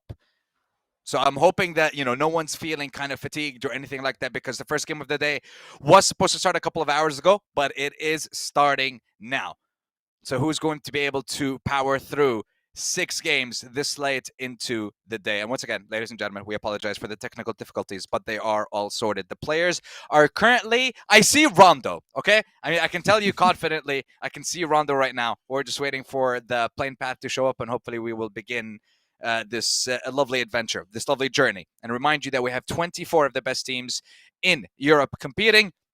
It's going to be 3 stages, 24 to 20 in the survival stage to the finals of PMSL EU. Top 16 teams from those 20 will make it, and they will be playing live in Istanbul, in Turkey, over the course of 3 days for the top 3 spots that get them into the gauntlet for the PUBG Mobile Global Championship. This is what's on the line. These are the stakes for this competition, and of course the $200,000 prize pool for the entire competition and all 3 stages. Yeah, absolutely. It is still all to play for. Hopefully they can keep their spirits up. Still waiting to double check that everyone's made it into the game as well, because of course that can be a little bit of a hurdle. Sometimes, you know, there's random drops, there's all sorts of things that have been seen before, have been known to happen. So we'll have to wait a little bit longer just to double, triple, quadruple, maybe even sextuple check. How'd you go in there? Thought I was going to say quintuple. No. Yeah. Skipped a number. Yeah, I thought you were going to go with that one. But we have confirmation. That's it. Game is ready. Let's go! Ladies and gentlemen, here we go. About dang time. First match of the league stage for PMSL Europe. Our first match of Rondo in a regional competition is officially underway. This time, we just have one plane path. I decided to stick with John for the first one, just to kind of get used to the lay of the land. But yes, get used to it, boys and girls. Rondo is officially in the map rotation for PUBG Mobile 2025. Let's take a look at these hot drops. So that's what we're going to be looking out for, of course, with the respawn beacons added. Those hot drops a little bit less of a risk, although still can be fatal if not pulled off correctly. I'm looking down towards Rinjiang, and at the moment looks like we've got 2 teams dropping on down there. Yulin as well could be a little bit of a mess with 3 teams dropping around that location. I'm seeing over towards Neox Factory a little bit of a scuffle, but we've already seen our first fight break out. I think that's over towards the western side of the map there. You can see the Elim feed lighting up, so we'll see just how many more we're going to be in store for in these early game situations as the fight in Rinjiang pops off too. And we have our first circle, and I'm looking at ASG's, a little bit of a split. They got 2 with FVG as well. So instantly a couple of fights happening there. Maybe a couple of teams as well going to be meeting in Test Track. Mayran also has 2 teams around that area as well. But we're going to be focusing on the fight in front of us right now. Farvoice Gaming. They already got 1 of their eliminations. They already guaranteed 1 of the players. But FVG does not have all angles. And they will lose 1. Actually, wait. Yeah, they lose 1 in the trade. But it's a 2-for-1 so far. But remember, of course, those respawn beacons. That is such a game changer for this game, right? Even though they've lost Real, they can bring him back, right? They can bring him back into the team and play on as 4, which is what I was talking about. Those hot drop scenarios are a lot less risky in this spot. We still got 16 teams, and they'll be able to get res. So both ASG and XS will be able to pick their teammates back up. And you can see that has to have already happened, right? Because there's also already 2 elims on the tables in our second and third place teams as well. But only 2 players are out of the lobby. And you can see how those elim points are going to start to add up here in Rondo. Yeah, bit by bit. And that one thing that we're definitely going to keep track of is when those recalls and respawns come in already. A few already have, it seems, because we're now back up to 63 players. So a couple of recalls already done and dusted. We're going to be seeing a few more eliminations, and I like this. I like seeing a couple of skirmishes, a couple of fights early on. And we see one now, quite possibly, between the THENOISYBOYS and XSLAY Esports. THENOISYBOYS, first time here, I believe, for some of those players in PMSL. Show us what you got. You qualified from PMCO Eastern Europe. What can you do now against some of the best in Europe?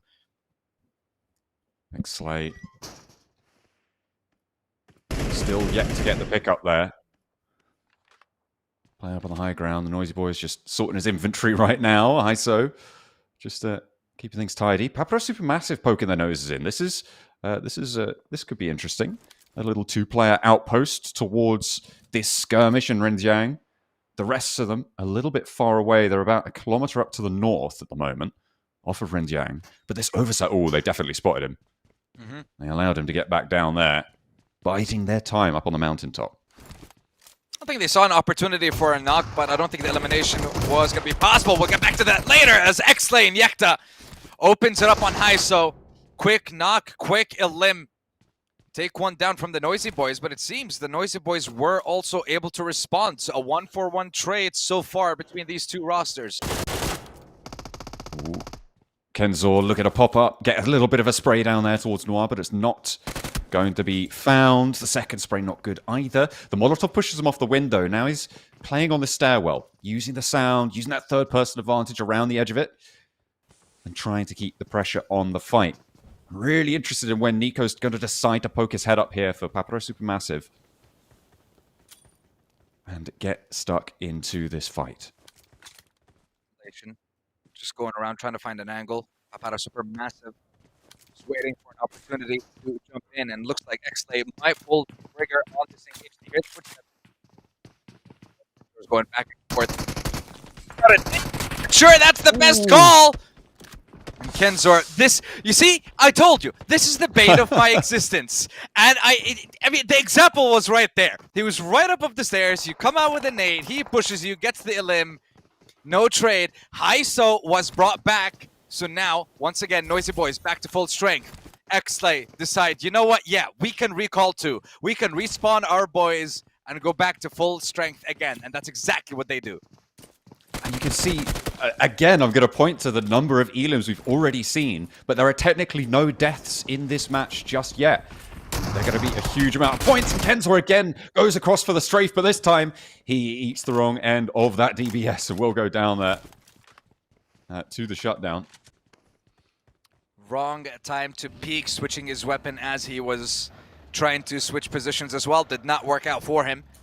But yeah, we already have, like you said, what, 2, 6, 8 eliminations so far. Still 64 players. So wait, the THENOISYBOYS just got their player back again. Yeah. It seems that's yeah, exactly. And it's going to add to the tally once more. And I'll keep talking about it because it's the most interesting thing for me about Rondo is that 100%. These early game engagements happen and you can go for weird early 2-2 splits, feel a little bit safer, try and third party these engagements, all sorts of things. You can get really fresh with it. And the early game is completely different here on Rondo, which I'm excited to see how that will continue to develop. The circle has come through and we're going down southwest.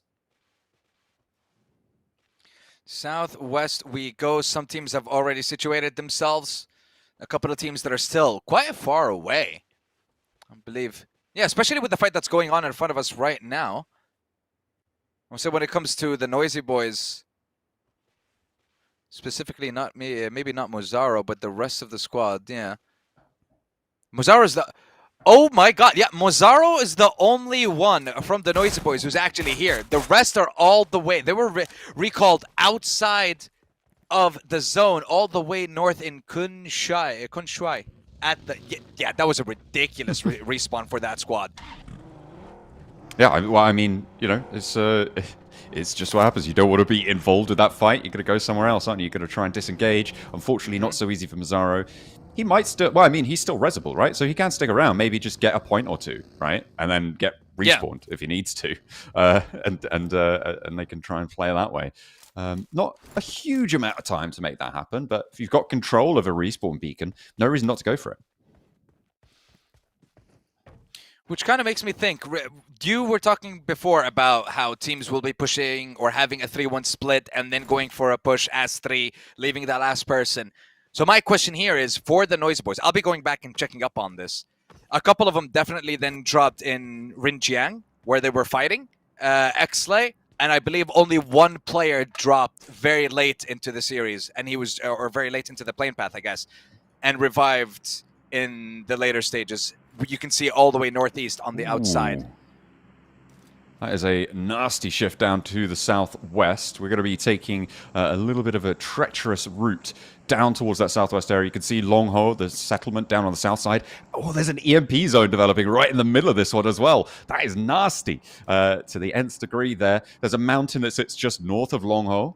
That could be interesting to try and take early. So we'll see if anybody is going to go for that. I think that could be one of the more dominant positions, but it is going to be vulnerable to the other sides of that very same high ground. That it is, and Mozaro still just ruining XSLAY's game and their day. Getting another knock, and he actually managed to finish the elimination as well. Yekta and XSLAY now looking to get some revenge. They need to get a trade here. It's a 3v1 scenario. But we instantly switch over to Fenerbahçe as they secured a knock and an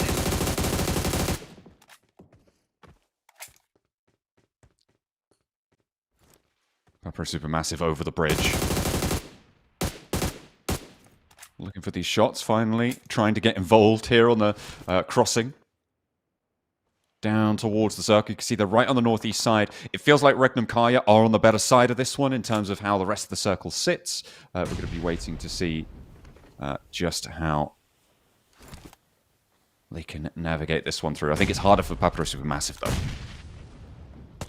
Might be a little bit more difficult right now. See one of their players like in the far end, and Regnum Carya split up, focusing on Nico at the moment.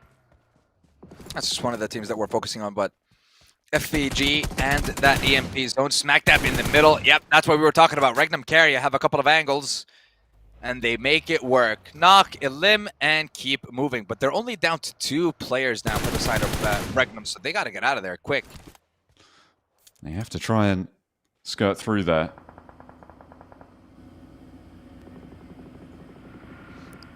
Towards... Try and make their way on through. The BOARS now, moving on the northwest side in our new vehicle as well, the Pico bus. Able to get on through. Obviously, it is disabled by an EMP zone, should they come across one, but looks like the road's clear for now. The addition on Rondo, obviously, not going to be able to play that one normally. Narvalo getting back into the mix at the moment. We do start to see a few of those elims sticking, except for not Papara SuperMassive. They'll be able to pick their 2 players back up. I imagine Regnum Carya are going to be pretty keen to get their 2 up as well. The question is, do they have a respawn beacon available to them? I don't think there's 3 at the moment that I can see, or 2 rather. There's 2 that you can actually use at the moment. One is in Longho, and the other one is, I think, right in the middle of Rinjiang. Those are the 2 locations at the moment. Those are the only beacons that you can use, or the recall stations rather. And one of them is technically just outside the zone, so you can use it. But I think Team Kara at the moment has 2 or 3 players focused on that area to deny any kind of recalls. So I don't think we're going to be seeing any more players come back now, because I don't think any of those teams are in a position to do so. I mean, yeah, it's Beşiktaş, it's Regnum Carya.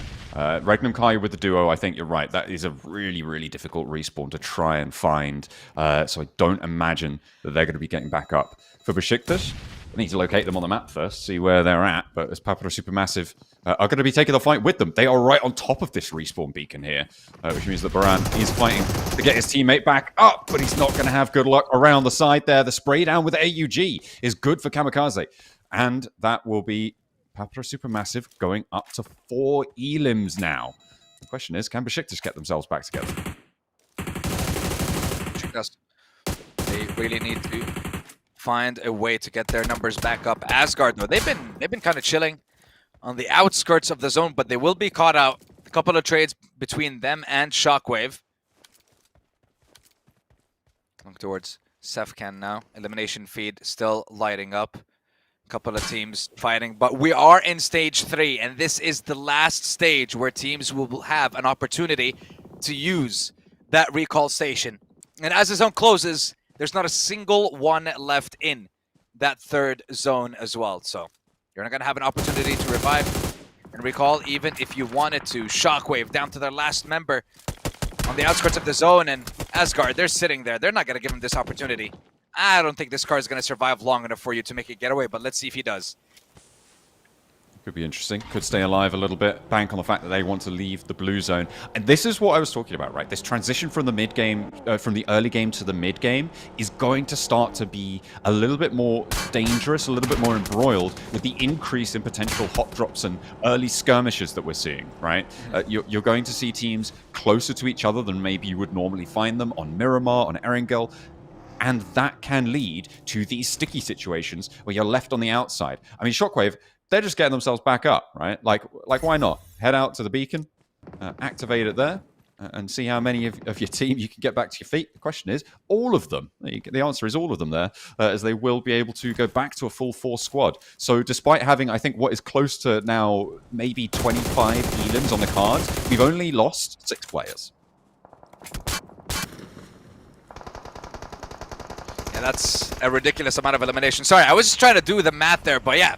Insane amount of eliminations, and still a ridiculous amount of players left alive. But now those numbers are going to start to dwindle bit by bit, as the recall beacons will no longer be accessible in a few short moments. And just look at the minimap. So many players! And they all have to get into this tiny zone, but only so many will be able to do exactly that. SHOCKWAVE, after getting back to their full strength, they are down 2 players, but they will be able to get the revives on both of them. Yeah, I mean, they dropped straight back onto the fight, pretty close and embroiled with it. They wanted to just try and bolster their existing position.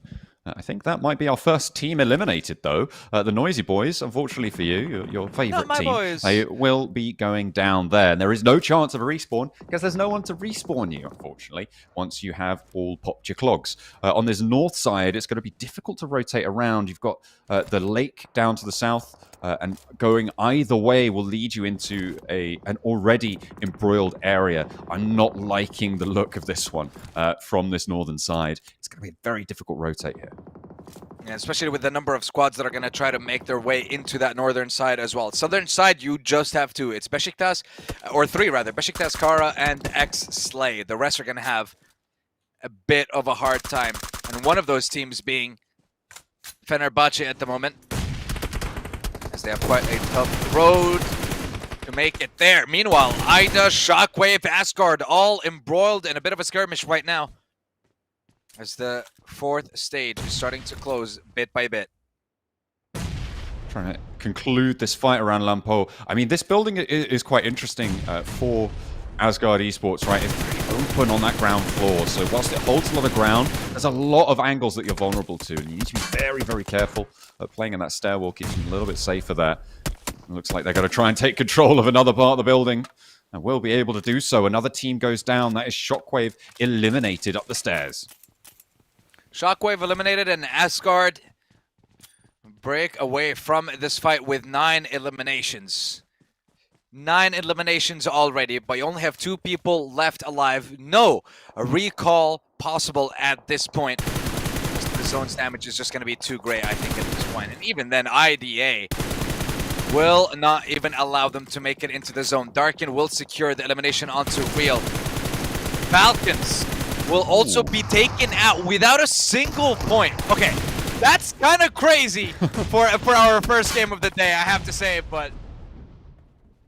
Yeah, well, you know what? You win some, you lose some. And it looks like Falcons not very happy on Rondo this time around. Well, hopefully they can do a little bit more, but there's still plenty of teams vying for control. This compound on the south side that we're on board with, very important for these next phases of the circle. The only compound that sits a little, well, not the only compound, but certainly the most predominant one. It is counterposed by the hills a little bit up towards the north. And currently, this compound is under contest as Carya potential to lose one more here as CEO's going to try and res out in the open. This is a big risk here against Ozarox. Yeah, and if Leon peeks for just a split second, you can take down 2 from Carya and put him down to just 1 player left, and the nade comes in. A little bit of damage, but still not enough to stop that revive, not enough to take that position away from Carya. And the thing is, most of that compound won't even be in the zone. You will still have the walls to give you some kind of cover. Meanwhile, IDA get taken out finally by a couple of nades. Switching back one more time to Carya. Can they hold their ground? Have to wait and see. CEO wants to push on forwards. Already done a little bit of damage. There's their opener. Another spray that comes on through. Brilliant knock to find that. And that's Lewis chiming in for the engagement. But CEO can't turn the corner. Not effectively either way, but Marceau's there to pick up the mantle. Is he going to go for the push? Is he going to try and stop this heal? I think he might do. Drops the Molotov on top of the box. Forces the peek out wide. And the burn is on. Ozarox toasted on the open flame. I love the way that he played it there, making sure that he wins that 1v1. Not allowing for an opportunity for his comrade to be taken out as well. Perfectly played. And now we switch our POV to XSLAY one more time. 4 players, 4 eliminations to their name at the moment, but they are not in the zone. It's 160 meters away, and there's a couple of squads that may stop that push. How will XSLAY find a way? As SuperMassive beat them to the punch, and they instantly get into the zone. But they also jump into a fight, I believe, with Beşiktaş. This is a really difficult position for XSLAY. Sure, they've got the numbers. They don't really have the greatest of meds or supplies. You could see that they are a little bit lacking on that front, and they've got a ways to go. The hills on the north side of this next circle are so important, and this southeast side is chock-a-block. You could see Beşiktaş crashing in there and trying to get something done against Papara SuperMassive, but they're being denied entry, denied access, and now Zeptimus is the last to stand, and he's trying to dig himself a hole. I mean, yeah, we almost found a use for the pickaxe, and that I will take. But let's see if he manages to actually dig himself out of this situation. He's stuck between a couple of teams. He's the only member left from his squad. And you definitely do not want to start your first game with a goose egg. And 0 points. Let's see if they manage to change things up. XSLAY managed to finally make their way into the zone as well, next to Papara SuperMassive. But they are going to be losing 1 or 2 of their members. Yekta and Yusef will both be taken out. Now they're down to only 2. This southeast side, they're all sort of waiting in a way to get over the top towards this central position, towards the central circle.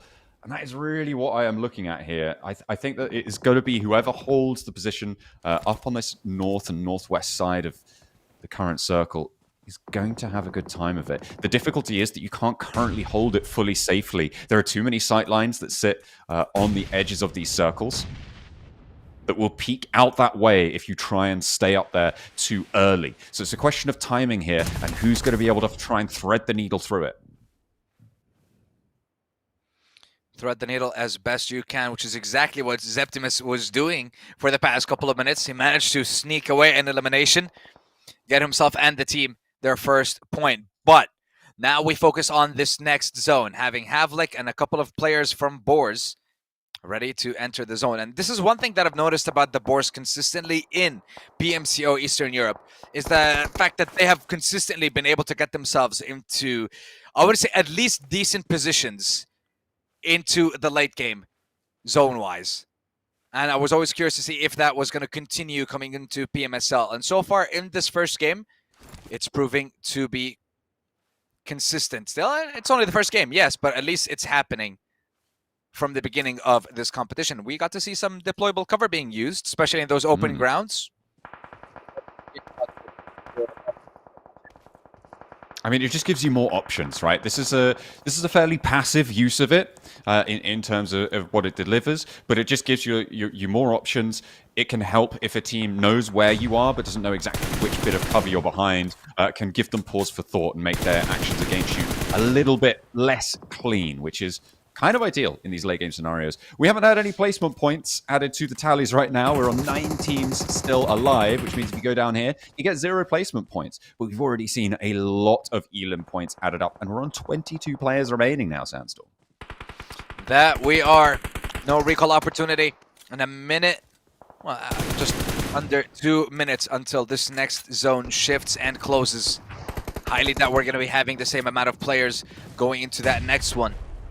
For FS, Miramar showing his name in that elimination feed once or twice, but we focus on Carya and the fight between them and BOARS and Marso. Ooh. Lovely nade by Kvik, and now it's only CEO that's left from the lineup. Kvik will also be traded 1-for-1. Fenerbahçe get taken out, and now the numbers start to dwindle once again.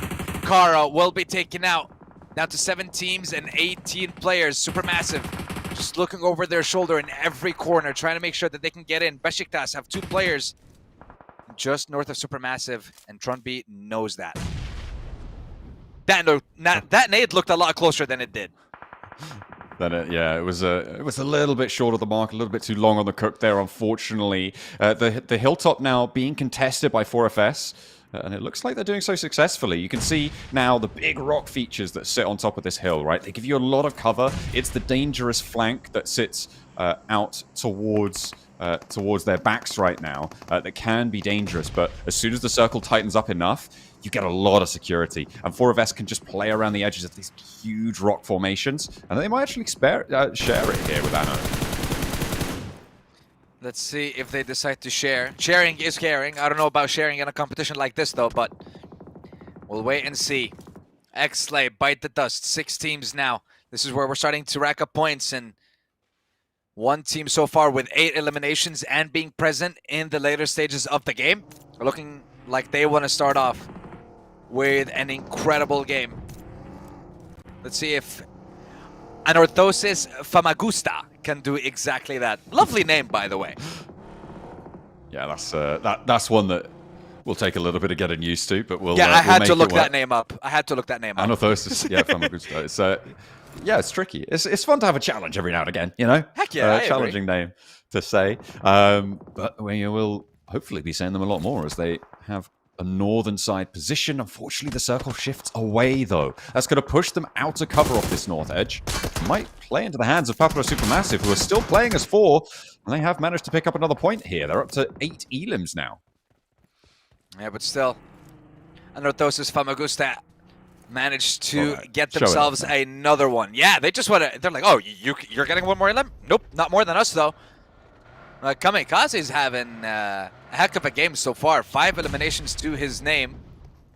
Starting that race for the MVP with an absolute banger for himself. Miramar as well having 4 for the side of 4FS. Default almost taking down Nico.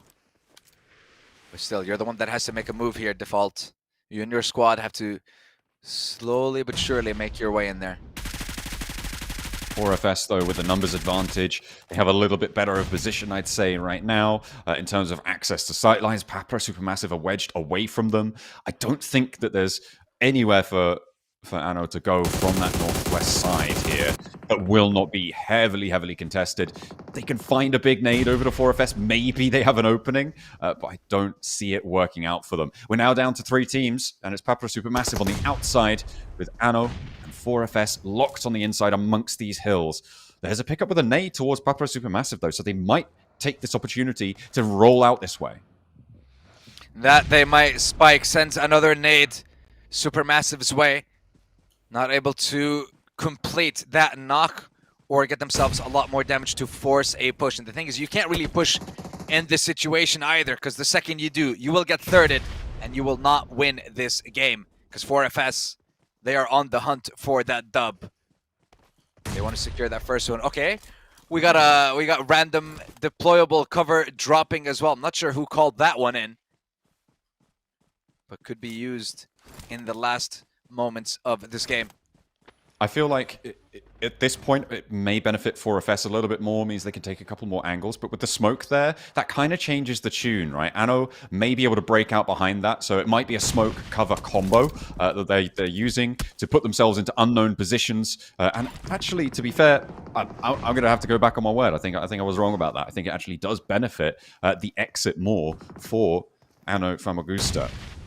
Getting on out of here, because now their positions are a little bit more unknown. There's a little bit more danger for 4FS laying a foot, and you can see they're not going to be too happy with it either, as they lose 1, lose 2, and all of a sudden the numbers are changing. And 4FS losing 2 is huge, and the fact that SuperMassive decide we want to take advantage of that more deployable cover being thrown. It's a 3v3 v2. Entonces Famagusta still not able to get a read on 4FS, but Lost decides, okay, that's it. I'm pushing with this S12K. Couple of pumps, still no knockdown just yet. He does have that backpack to give him a little bit more time in the blue. He goes for the push. S12K will be getting that elimination. T will get knocked down, but looks like SuperMassive, this is your game to lose. And it's a 2v3, but I think it's actually a 2v2 because a couple of players are still knocked on the other side of Anorthosis. Spike almost takes down Kamikaze, but yes, it is a 2v2 as SuperMassive lost one of their players and Kamikaze is trying to heal, and it does have the cover. And Orthosis, default, trying to find an angle here, going for the push. They want to get this chicken dinner. They've had the high ground for such a while now, but they're going to have to try and descend away from it. Tries to pick up the point and pays the price. Unfortunately, it's not going to play well. Kamikaze now up onto the top of the rock, playing as 2 against the 1. They know where Spike is. They've spotted him, and he's back to the blue. Stage 9, it's going to close down all the way as we enter our 30th minute here on the clock. Spike crawling his way forwards, trying to keep a low profile, but his number's up. Might be able to thread a needle here. Doesn't have any nades available. No cover, nothing like that to try and find, and instead looks like he just wants to confirm a point for his team and make sure that he's in the best possible scenario. And the information is given. Kamikaze spots him out. Spike is down, and Papara SuperMassive claim the first chicken dinner of the day and the first Rondo of PMSL EU. And I have to say, an incredible number of eliminations that we've seen from the beginning of the game. And instantly, John, you can see the impact of the recall mechanic. Yeah, it's really, really big. It actually makes a lot of the game involved in fighting where it isn't before. It adds a huge number of points to the lobby as well. I'd be interested to see the distribution of where those points went in terms of, if you place 8th, how many of those points do you get on average? If you place 6th, how many of those points do you get on average? That sort of a difference is going to be really interesting. And I wonder how many of those final teams were involved in early game hot drops and resupplies, and revives from the recalls. We'll have to wait and see. I'll be crunching numbers. I can tell you that much for free. Listen, you're crunching numbers, and I'm doing research on like how teams dropped from the beginning of the game, as in which teams dropped as a 3 and hot dropped the location, tried to take a fight from the very beginning. Because that's definitely something that we're going to be seeing a lot of in Rondo, and specifically with the Noisy Boys. They're the team I want to see or look at regarding their drops and who was the last player or who was the one player that was playing on his own very far away from the rest of the squads. But I did like that strategy. We're getting a little bit of a read, and this is something that we discussed. We just needed a little bit of data to go on for the map of Rondo. We managed to get a little bit of an instantly from this game. We noticed, 14, 15 eliminations at the beginning of the game? Well, within like first 10 minutes maybe, when the recall ability was still there. So yeah, the numbers are quite high elimination-wise. Yeah, I think that's definitely a fair assessment there. And in general, it seemed to hold about true that it was 20 elims or so added to the total. Of course, the maximum, if you don't have any recalls, the maximum elims you can find in a single match given to the lobby is 63. That's if everybody gets eliminated and 3 of the players of the winning team also get eliminated and go to another. So the maximum is 63. Here, I actually don't know what the maximum would be, but it is a lot. It's not quite double, I think, but it's getting there. It's certainly over 100. I would wager. So we'll have to wait and see. But generally, what we're seeing is that the number bumps up to around the 80-point mark for those elims, and I wouldn't be too surprised if that one went a little bit further. It seemed quite hectic at the start. It really did. There was a. I'm looking at the early stages of our first game. There's only, I would say, like one team.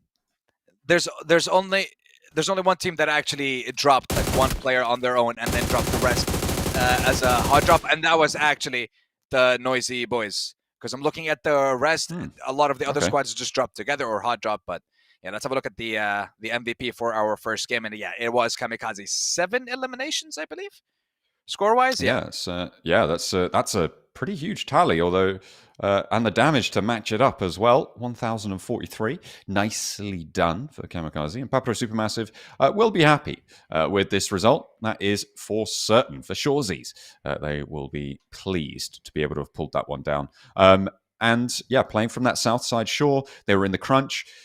They were able to fight through it and do so admirably. That they did. Well played to Papara SuperMassive. And we were tracking their, I want to say their rotations from zone 3, 4, 5. They had quite a lot of teams that they had to fight to claim the position that they ended up in. So it was a very well-deserved, well-earned victory at the end of our first game of the day. Can Papara SuperMassive keep it going over the course of the next 3 days and make it to the next stage of the competition? Let's have a look at the rest of the statistics from the match. And Kamikaze is there with the most score, most damage as well. And then we get to see a couple of other names. I can tell we had a couple of teams maybe, or a couple of players equal on grenade eliminations, but maybe he had most damage for the side of Real. It's always difficult to find those nade eliminations. So it's interesting that there is only one as our maximum. But yeah, that is a little bit interesting here. Obviously, it's a very big map there, and blue covered quite a lot of it. 14.3 kilometers. Very nicely done. And in general, I feel like our first experience into Rondo kind of delivered what was expected, right? Those early game embroilments sort of rolling over into a bit of a messy mid game. At one point, we had 9 teams alive with, I think, 21 players in the lobby, which was pretty incredible. And that was around stage 4 or 5, which, I mean, that's a very, very low player count. It's the sort of chaos that you used to see on Sandhawk, right? And so it's interesting that we're seeing a very similar thing happen on a very different map.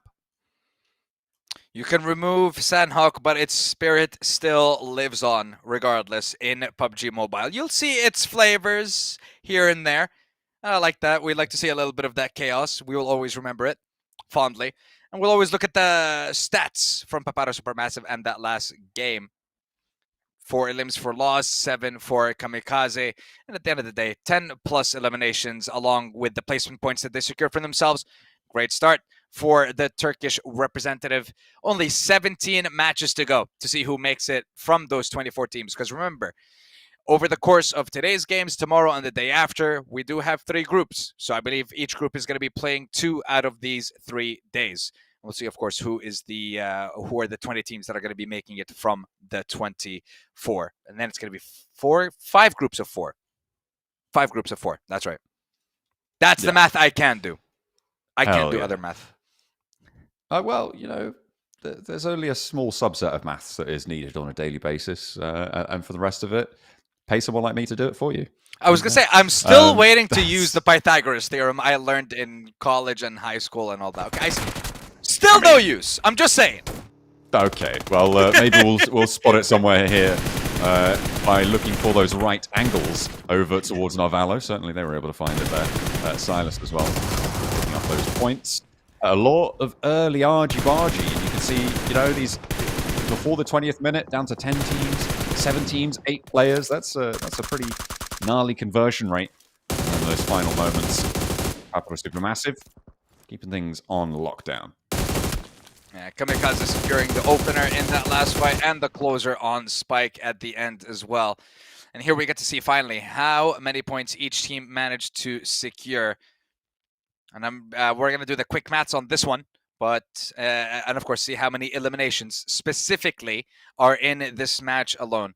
See how much of an impact the recall mechanic had. But yeah, great start for Supermassive. 13 eliminations, 11 for Anno and 4 FS, previously known as Kodiak, with 7 eliminations, 12 points, and the third place. Asgard, though, 9 eliminations, 0 placements. That's what you like to see. I mean, that's what you go for, right? These early engagements, you pick up a bunch of points, and that's going to do very well for you. At the moment, this lobby has, what is that, 70 plus 76 elimination points here total. And so we're looking, around that sort of bar that we were talking about before, around that 80-point bar for total eliminations, a drastic increase over what we usually see, which generally ranges anywhere from 55 up to 63. It's that sort of area. You just add about 20 to that, which means around 75 to 83 is where we're thinking these elim counts are going to be falling on average. And so that will sit on 76, just inside, actually. So lower than I was expecting. It's only the first game. We'll get a couple more in over the next week or so and have a better idea on the average amount of eliminations that we're going to be seeing. But let's have a look at our top 4 gunslingers. And of course, this is important when we're talking about the race for MVP of the entire competition. And every single one of these players, I know it's only the first game, and those names, those faces will be changing over the course of the next week or so. But for now, these are the names at the top of this list. And Havlik, BOARS, not the best of performances, not the best of starts that I've seen for that roster. But hey, at least positionally, that is there consistently. Now I want to see the rest of what I'm used to seeing from this squad again over the course of the next couple of games. This is the first time I've seen them on Rondo. And I think this is the first time that they've played Rondo competitively as well. So definitely still just a little bit of a test. Yeah, I think so. I mean, these early top 4 stat pages are always a little bit interesting. They can really show anything, and it's more a representation of how that last match went than general performance. We'll wait to see players start to solidify themselves towards these top sides. Of course, we'll be looking out to see how a couple more of our teams are doing. I mean, notably Falcons doing pretty rubbish in that match. Regnum Carya not doing so great either, having a pretty poor time. I think it was actually Falcons the only team to get 0 points in that match, which is not what we expected going into this one. Yeah, but I mean, remember, the thing is when we're talking about Falcons specifically, and I want to say, like, not just them, any team at this stage, your goal is top 20. Your goal is not first, second, third. Yes, there is a prize pool, obviously, for a higher placement in the league stage, but the focus is to always make it towards the very end. And of course, we only get to the very end with the help of our lovely sponsor, the INFINIX GT30 series, the official phone for PMSL Europe 2025. Every rank push, every clutch moment, it's not luck, it's preparation. And that's what this phone is. I would show you mine, but it's not within distance. The real challenge is typing that hashtag with the right number of R's. That's how many R's? 5? Well, 6? I'm not gonna. That's not my job. I don't know. 7. I'm not there. No, I'm not even gonna try. Like, if I'm to count it properly, I'd have to like put my finger on the screen, like 1, 2, because they're so squished.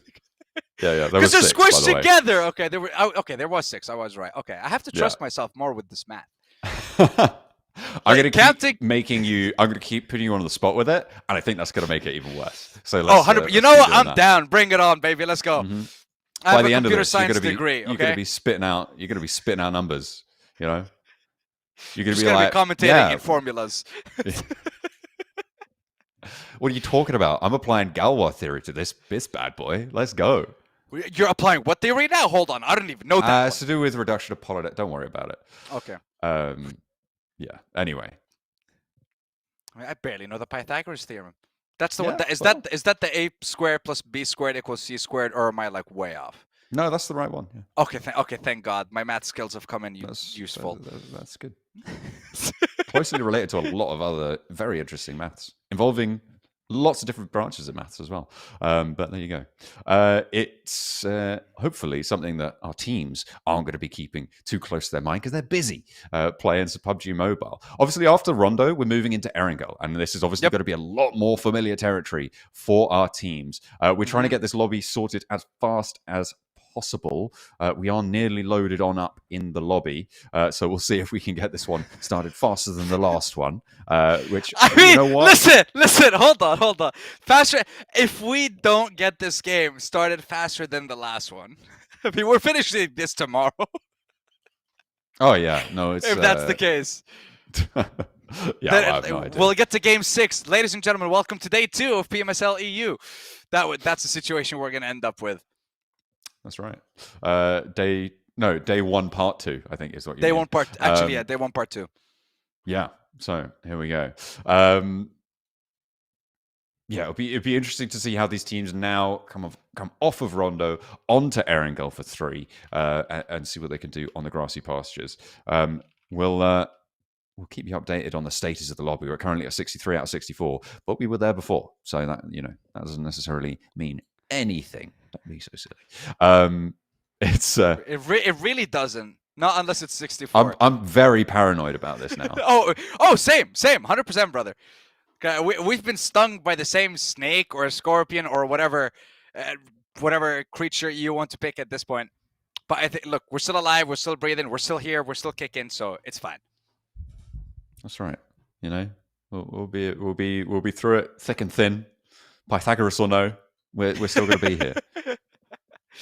That's true. But you know what, ladies and gentlemen, since we've been here all this time, once again, I would like to thank you for your patience. I'd like to thank you for staying with us this whole time. And don't forget, we still have 5 more games today. That's right. It's going to be a long one for this evening. But it is a very important one because every single one of these players is fighting for something, whether it's a cash prize, whether it's making it to the next stage of the competition, which is the PUBG Mobile Global Championship. They're all here to fight for something. And your support means everything to them. So make sure that you're out there on the chat supporting your team. Throw up that hashtag. Let them know that you're here, that you're watching, and that you are giving them your full support because everything matters to them in this second split of the competition. We're getting towards the end of 2025 as well, the end of the esports year. So everything matters. Everything's on the line for these teams at this competition. Absolutely. It's their last chance for 2025 to step up with the big dogs. And we'll have to wait and see who is going to be able to make it all the way up and towards the gauntlet, as well as on those points. I mean, that is going to be an interesting race to keep track of as well, as I stall for time to pull up the points tables overall at the PMGC. For the qualifiers, we are looking at PMSL Europe points, which currently doesn't look like I can find the table for. Oh well, I'll have to find that during at another time. But either way, it is going to be one of these teams, right, looking to try and take home the points total, which will qualify them nice and safely into those group stages, which I'm sure they'd be very, very. Oh, no, actually no, it goes. Does it go into the point stages or does it go into? It goes to group stage, yeah, from the points. Yeah, it goes to group stage. Points is group stage, PMSLs is gauntlet. Right, okay, yeah. And of course there's 3 branches of this points table as well, right? It's Turkey, it's Eastern Europe, it's Western Europe. So there are 3 teams that will be qualifying through that. And that always causes shenanigans, right? When you're talking about those tables and the overalls, like who's qualifying, who isn't. Oh, I don't know, because they might get the points thing, but then they might not. Anyway, let's head over to Erangel and get ourselves a little bit more settled here as we go over the grassy pastures from up towards South George over towards Novo in the skies. Nice little plane path to get us back to reality, back to normality. That is Erangel, our bread and butter.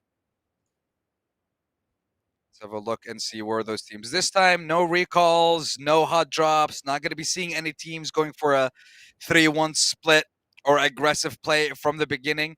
Or maybe we might, but I highly, highly doubt it. On you for this game specifically. I've seen you in Erangel and Miramar quite a lot.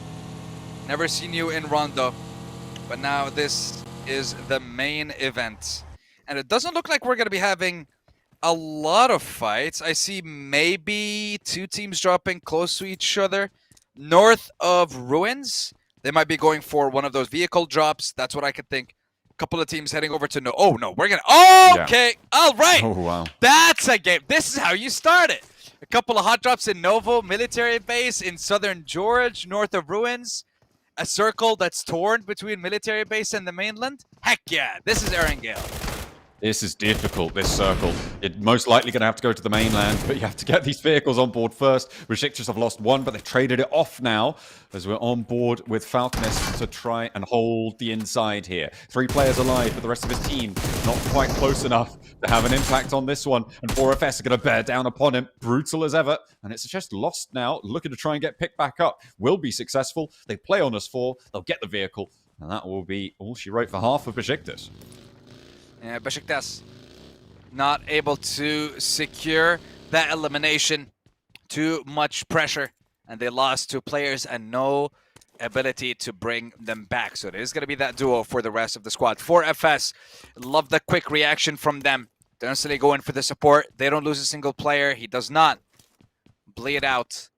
And they will keep going as a full 4. I'd say it does look weird having... like board as is, and think that this has only been 1 game. At a quick glance, the math is too much for it to be like this is only 1 game. Points-wise, that is. Yeah, I think that's a pretty fair. It certainly isn't what we're used to seeing. Yes. That is for surezies. It is notably impacted, and I think what's interesting is that it's kind of everywhere that it's been impacted, right? Normally you see a lot more zeros on after the first match.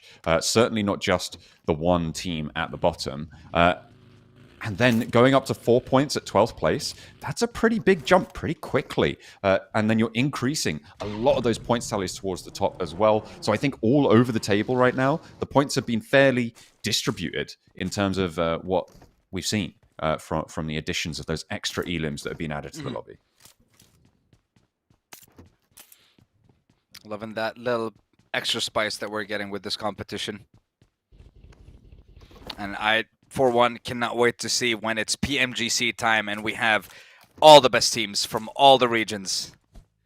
And then seeing how those different regions kind of deal with it when they go up against each other. That is a long time away from us for now. We still have a month or 2 at least before that conversation can begin. The conversation for now is we have domination from the Turkish representatives at the top of the leaderboard. I'm loving seeing 4FS. Yes, I know it's only 1 game, but I want to keep seeing them up there. Noisy boys, come on boys. I want to see a better performance this time. It's what we're all hoping for. Well, all is a strong word, but certainly a lot of us are hoping for. XSLAY trying to hold off their compound now around the quarry. Pretty solid spot that they've got for themselves here. Nice and defensible, but Ozarox are maybe not on the doorstep, but inside the door instead. Blue, I mean, if someone steps in this door, they're toast, right? It depends if they scout this location or not. He goes in, and immediately... Oh, he sails wide! No way! Blue whiffs that! What are you doing? Ozarox lose 1 to a massive slip. Not a slip you want to suffer at this stage.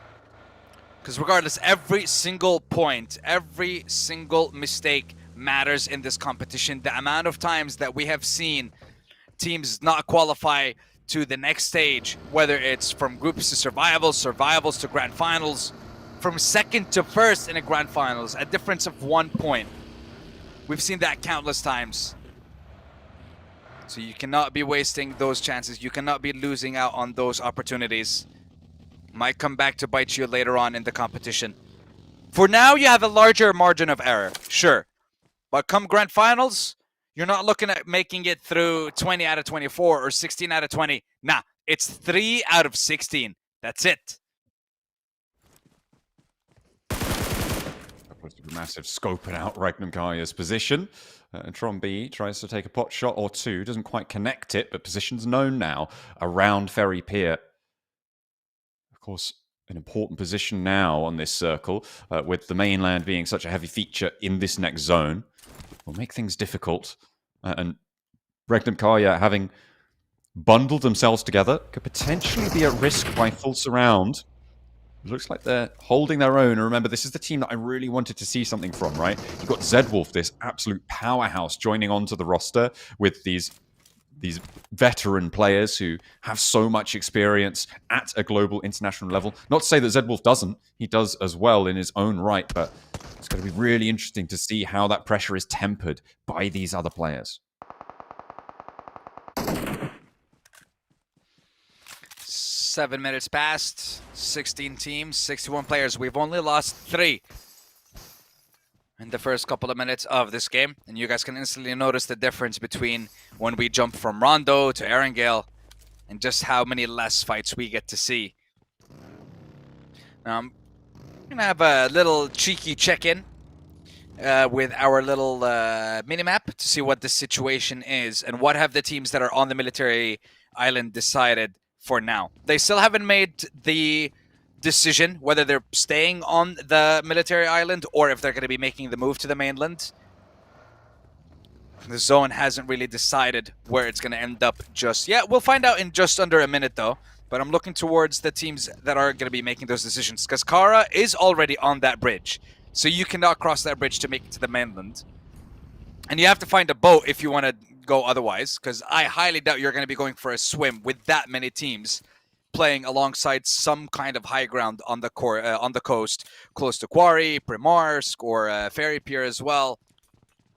So this zone shift is going to dictate whether these teams, I believe, will make it into the next zone or not. And one of them is the THENOISYBOYS.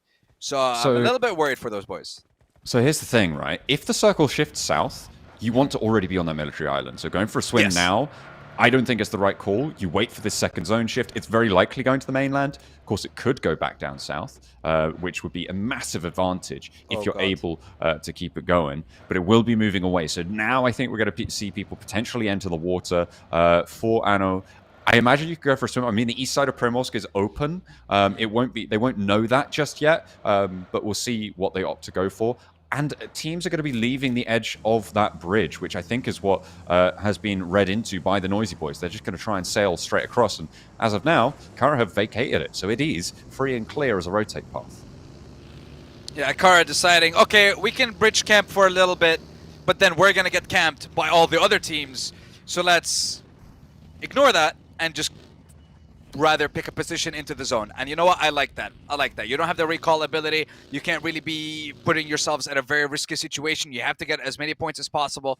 So yeah, sacrifice the maybe 4 points you would have been able to get for a better position. But looks like Zewolf might not be giving them that opportunity. Posers, yikes. That's a lot of damage. It felt like Zedwolf just didn't know what to shoot at there. He was aiming this way, that way, everything that was moving. It was like, I want to shoot, I want to shoot. And Regnum Carya were like, chill out, bro. We haven't got a team shot. He's like, I'm going to shoot him. And then eventually he went for the shots over towards the player who was stationary instead of two of the players who were dashing across the screen. It just felt like a dog waiting to be let off the leash there, but finally they gave him some ground. Unfortunately, the THENOISYBOYS are here to play. We'll see if they can hold it out. Unfortunately, the first is not so good, and it looks like Regnum Carya have lost Wild. There is an answer, but again, it's traded off. An aid on the outside and takes the enemy very, very low, but they've already lost 2. What can they salvage from this? Because they've got no points so far in the tally.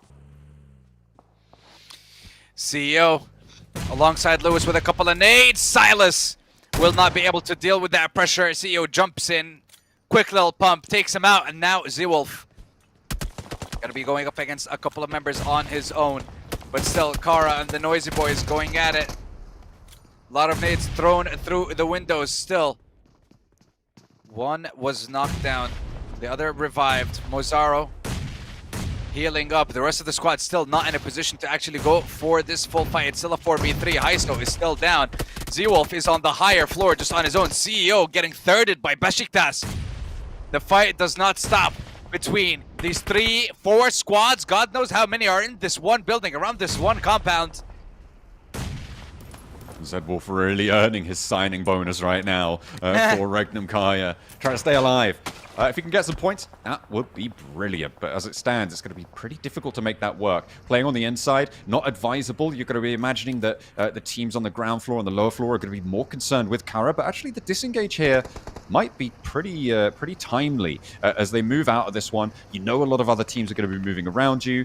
And instead, you know what? You've extracted value. You've already taken a little bit of a toll on the team around that position. As the circle shrinks away, they are going to be able to get closer towards the circle a little bit more easily. And as we move up towards Quarry, we're looking at teams like BOARS, who are slap bang in the middle, could potentially have a good game here, as well as up on that ridge line of the Quarry that surrounds it on the south edge. Let's see if they can turn that position into a fruitful victory towards the very end. They're very close to Falcons as well, Snowix and his previous roster. But we'll get back to that later as the fight here continues. It's going to be Zewolf on his own, 1v4. Gets the knock on one, gets flashed. No one pushes. Still flashed. Guys, it's almost 9 p.m. here in Ireland and the UK. We do not want to be flashed right now. Please, thank you. That is, yeah, that's not cool. But it looks like there's more fish to fry as well across the way. We'll have to wait and see if Zedwolf can weather the storm. In the meantime, Papara SuperMassive being torn asunder by Ozarox, who lost a player early, but it looks like they'll fight on with 3. Zedwolf can't hold the stairwell, and finally, overwhelming send up the staircase. All of the Noisy Boys want a piece of the pie. They're all in that box, rummaging around. What goodies have you got? It's not Halloween yet. You can't go trick-or-treating. 4 of them just running for the loot. They're all loot goblins. That's like me and my teams, bro. I swear. Same. It's like, have they got a cheek pad? Oh. So, yeah, listen, I need that. Yo, give me that 4x, dude. You already have one. But I need a 4x on my DBS, bro. Like, come on. Oh, you see, this is why it's good that PUBG Mobile does not have friendly fire. I eliminate every single one of my teams. Heartbeat. Oh dear. Yeah, grenade coming, but I can just shoot. You're not gonna see that. Yeah. It's always a scramble. Looks like the Noisy Boys are bringing Pug Life into the PMSL. We'll see if they're able to make that work for them, because they have managed to hold their own on this engagement. They're on to 3 elims. They're all 4 players alive. The downside is, though, that they are on the southeast side of this circle, of this set of rotations that will be in the very near future. They'll have a tough time moving forwards, I imagine. I'm looking at the Falcons' position. I feel like they have probably one of the strongest spots right now. A little bit isolated towards the north, some solid positions, a decent split to hold right now. They're forcing other teams to fight around them for the moment. They have the compound control. They've got that outpost out to the west. I don't think there's a lot not to like about the Falcons' spot. Yeah, at the moment, they do have that factory right next to Quarry, so complete control. No one's going to be invading them just yet. And they also have a duo playing right outside of it to scan for, I want to say, the position that BOARS currently have. It's just a lot of scouting. They got their first point so far. Unfortunately, they will have to move. And instantly, the second the zone shifts, Falcons decide, okay, let's reposition. And let's see where this reposition is going to be. Are they going to be crashing onto BOARS? Is there a specific compound that they're going to be going to? Are they going to be playing on the coast, or where will the decision be? Okay, that's crazy. They've gone straight through. Yeah, and no one shot them during the rotation. They make it there with all their squad. I mean, BOARS weren't quite ready to take those shots, and Falcons go a lot longer on a rotation than I think anyone really would have expected. They make it to this shack. They now put themselves down in a valley. This is very, very dangerous. They are very central, though, on this circle, which means it's likely that they'll be in until at least stage 6 shrink, maybe towards stage 7 if they're lucky. So they could have a good time surviving. They've also managed to get themselves off the mark. They've got a point on the boards, and that is guaranteed. You can't take that away from them, unless there's an admin decision. I don't think there will be. They've got a point. Incoming admin message. Nope. No. It's fine. It's fine. Actually, it was Sorry, guys. Quick, mathematical anomaly. in the leaderboard. Falcons should actually be 0. No. They got their elimination. They got themselves a good position now. They just have to hold on for dear life in that shack and all the nades and mollies that are going to be coming their way when the rest of these squads pull up. But it looks like 2 of them went for a higher ground, so they might be changing up the play a little bit, or they might just keep a 2-2 split. 2 in the shack, 2 in the higher grounds. See how they play it off. But just a quick mention, SuperMassive out for the count, and so is 4FS. So top of the leaderboard is up for grabs. Nade over the top there for the Falcons. Boys How have they managed to get up on the top of that hill? Okay, all right, a second Raz. A little bit further south, they gain a little bit more high ground, and they've earned a whole bunch of points for it as they blast away the enemies down the hill. Yeah, they bombarded the Noisy Boys and took them out of the game. It looks like here Falcons will be gathering their strength and maybe just playing on the high ground and ignoring that shack for now. They might come back to it later, but we're going to be focusing on XSLAY and their fight versus Ozarox Esports. Rogo will be taken out instantly, though, and Leon will be the next to follow. XSLAY secure 2. They don't lose anything, and they're almost full health on every single member. So this fight looks very, very clear-cut in their favor. And Ozarox down to 1 player left. I mean, you say it's a fight, but I don't think that's the term I'd use. It is a bit of a wash on this one. I mean, even an MG3, that'll be a little bit of consolation on the inside, but like, what are you going to do with that bad boy? Come on. You gotta have a little bit higher aspirations. Maybe keeping the rest of your team alive would have been a better choice. Unfortunately, they're down to 1, and that is the way the cookie crumbles. Carya are here to play as well from the south side. You've also got to worry about teams on the out looking for those third-party shots up towards the north. You've got teams looking out from that quarry location. Leon finally gets flushed away, and that is XSLAY up to 3 points on the match. XSLAY now looking to get themselves that 4th and final one from the side of Ozarox. Bad boy playing with the nades. It's a 1v1. I love the way that the production is just teasing us. They're like, you won't get to see the damage. Boop. And then they disappear. But, I mean, 4v1. You really shouldn't lose this. Yeah, go on. Go on then, MG3. No, okay, he's done. He had a good go, but that was going to be it. The next circle came through whilst we were watching that put down unfold. And it is going to be Carya now crashing into the compound on the east side of the circle. It's a hard south shift. This is, again, great for the Falcons. That crazy Raz across the circle is going to pay off. They played that terrain very nicely, and it is going to work out for them. C4 popping on the outside there. And XSLAY going to continue to put pressure on. Carya feeling the burn as the lead tumbles down their neck, and 2 of them have gone down, but they finally have an answer. Marso, a little bit worse for wear, as Carya try to keep things together, but it is just him now remaining on the door frame. Finds 1, won't get the flush. So a long-range third party. The long-range third party to save XSLAY in the final moments. My lord. They did not expect that, but we're going to be jumping back to that fight one more time, because now Fenerbahçe think, okay, we want a piece of the pie as well, but it's all on Yekta. Not anymore. Nate takes him out, and XSLAY will be eliminated. 9 squads, 30 players left alive. Falcons sweeping towards that southern side as they get engaged upon by another squad, but our focus is one more time on Asgard, as they're the ones that are feeling that pressure alongside Anno, if I'm not mistaken. So there's 2 squads that are going to be coming towards the Falcons, and this is going to be a lovely sweep from them, picking up 1 elimination right after the other, with no one to contest them at the moment. Falcons are racking up elimination after elimination without losing a single member. The fact that they've been able to take this high ground down on the southwest side is incredible. The Falcons have played a blinder on that rotate. They managed to find a meat grinder and put its teeth over towards the south side, getting picked up by the hovercraft there as Redox gets knocked. Koa, though, is getting taken down, and finally someone is taking them to task for the crazy rotate that they're able to make work. The high ground is contested now as the hovercraft displaces Falcons on their forward position. They're just going to give this one up, and you can see they're just going back down to the shack. To be fair, they've already got 7 elims, a couple of placement points. This is a decent game. Decent game and a decent start, despite it being a little bit of a late one for the Falcons, but hey, better late than never. And Anno were the ones that made them suffer by taking out 2 of their members, but I believe Asgard in its entirety were taken out by the Falcons.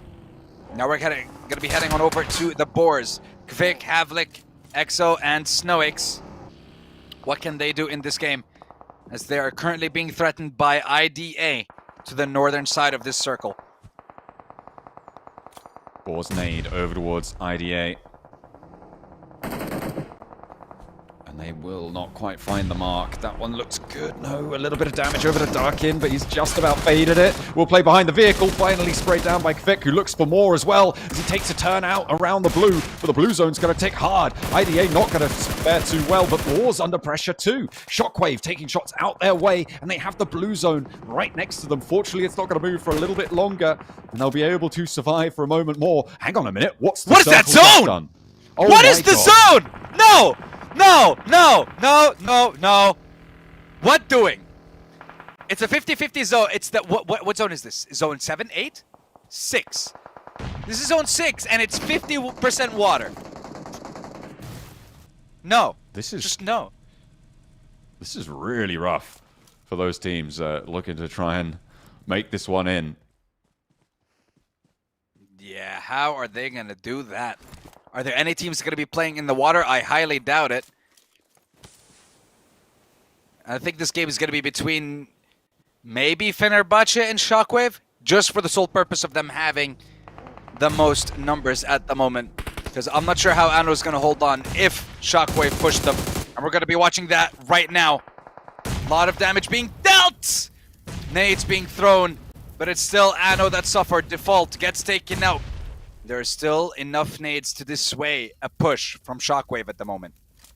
I bet they wish they could deploy those emergency cover players right now on the beach to move on out. It would be ideal time to be using something like that. Give yourself a little bit of cover to play around. You can see mad dashes are having to be made, and it just doesn't work out, unfortunately. That is going to be another team eliminated. Farvoice will not be able to play on into this one.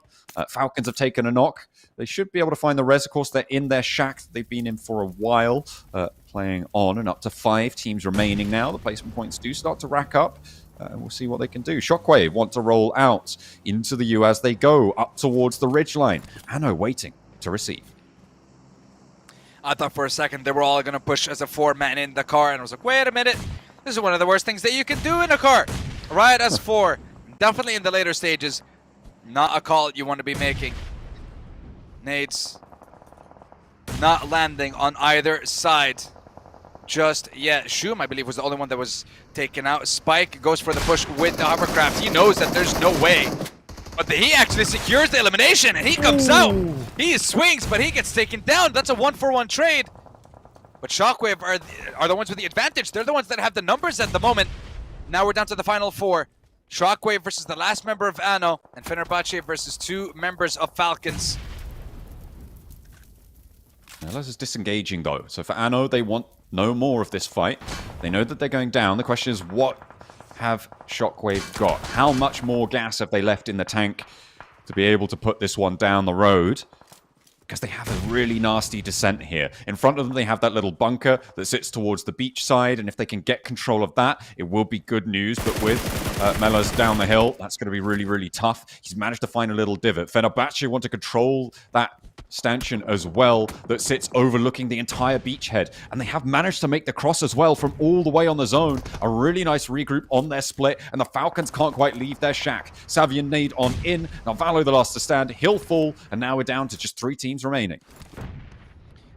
3 teams remaining, and I cannot believe that Milas is still alive, and the fact that he traded one of the players from SHOCKWAVE, and SHOCKWAVE were suddenly down to 1 player. It was a 3v1 between them and Anno, and they were not able to finish it off. And now Lux with the high ground.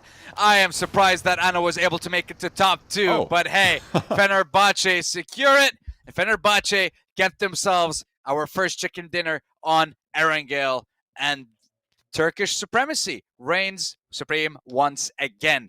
First 2 chicken dinners are Turkish so far in PMSL EU, and it could continue like that because the Turkish teams seem unstoppable so far.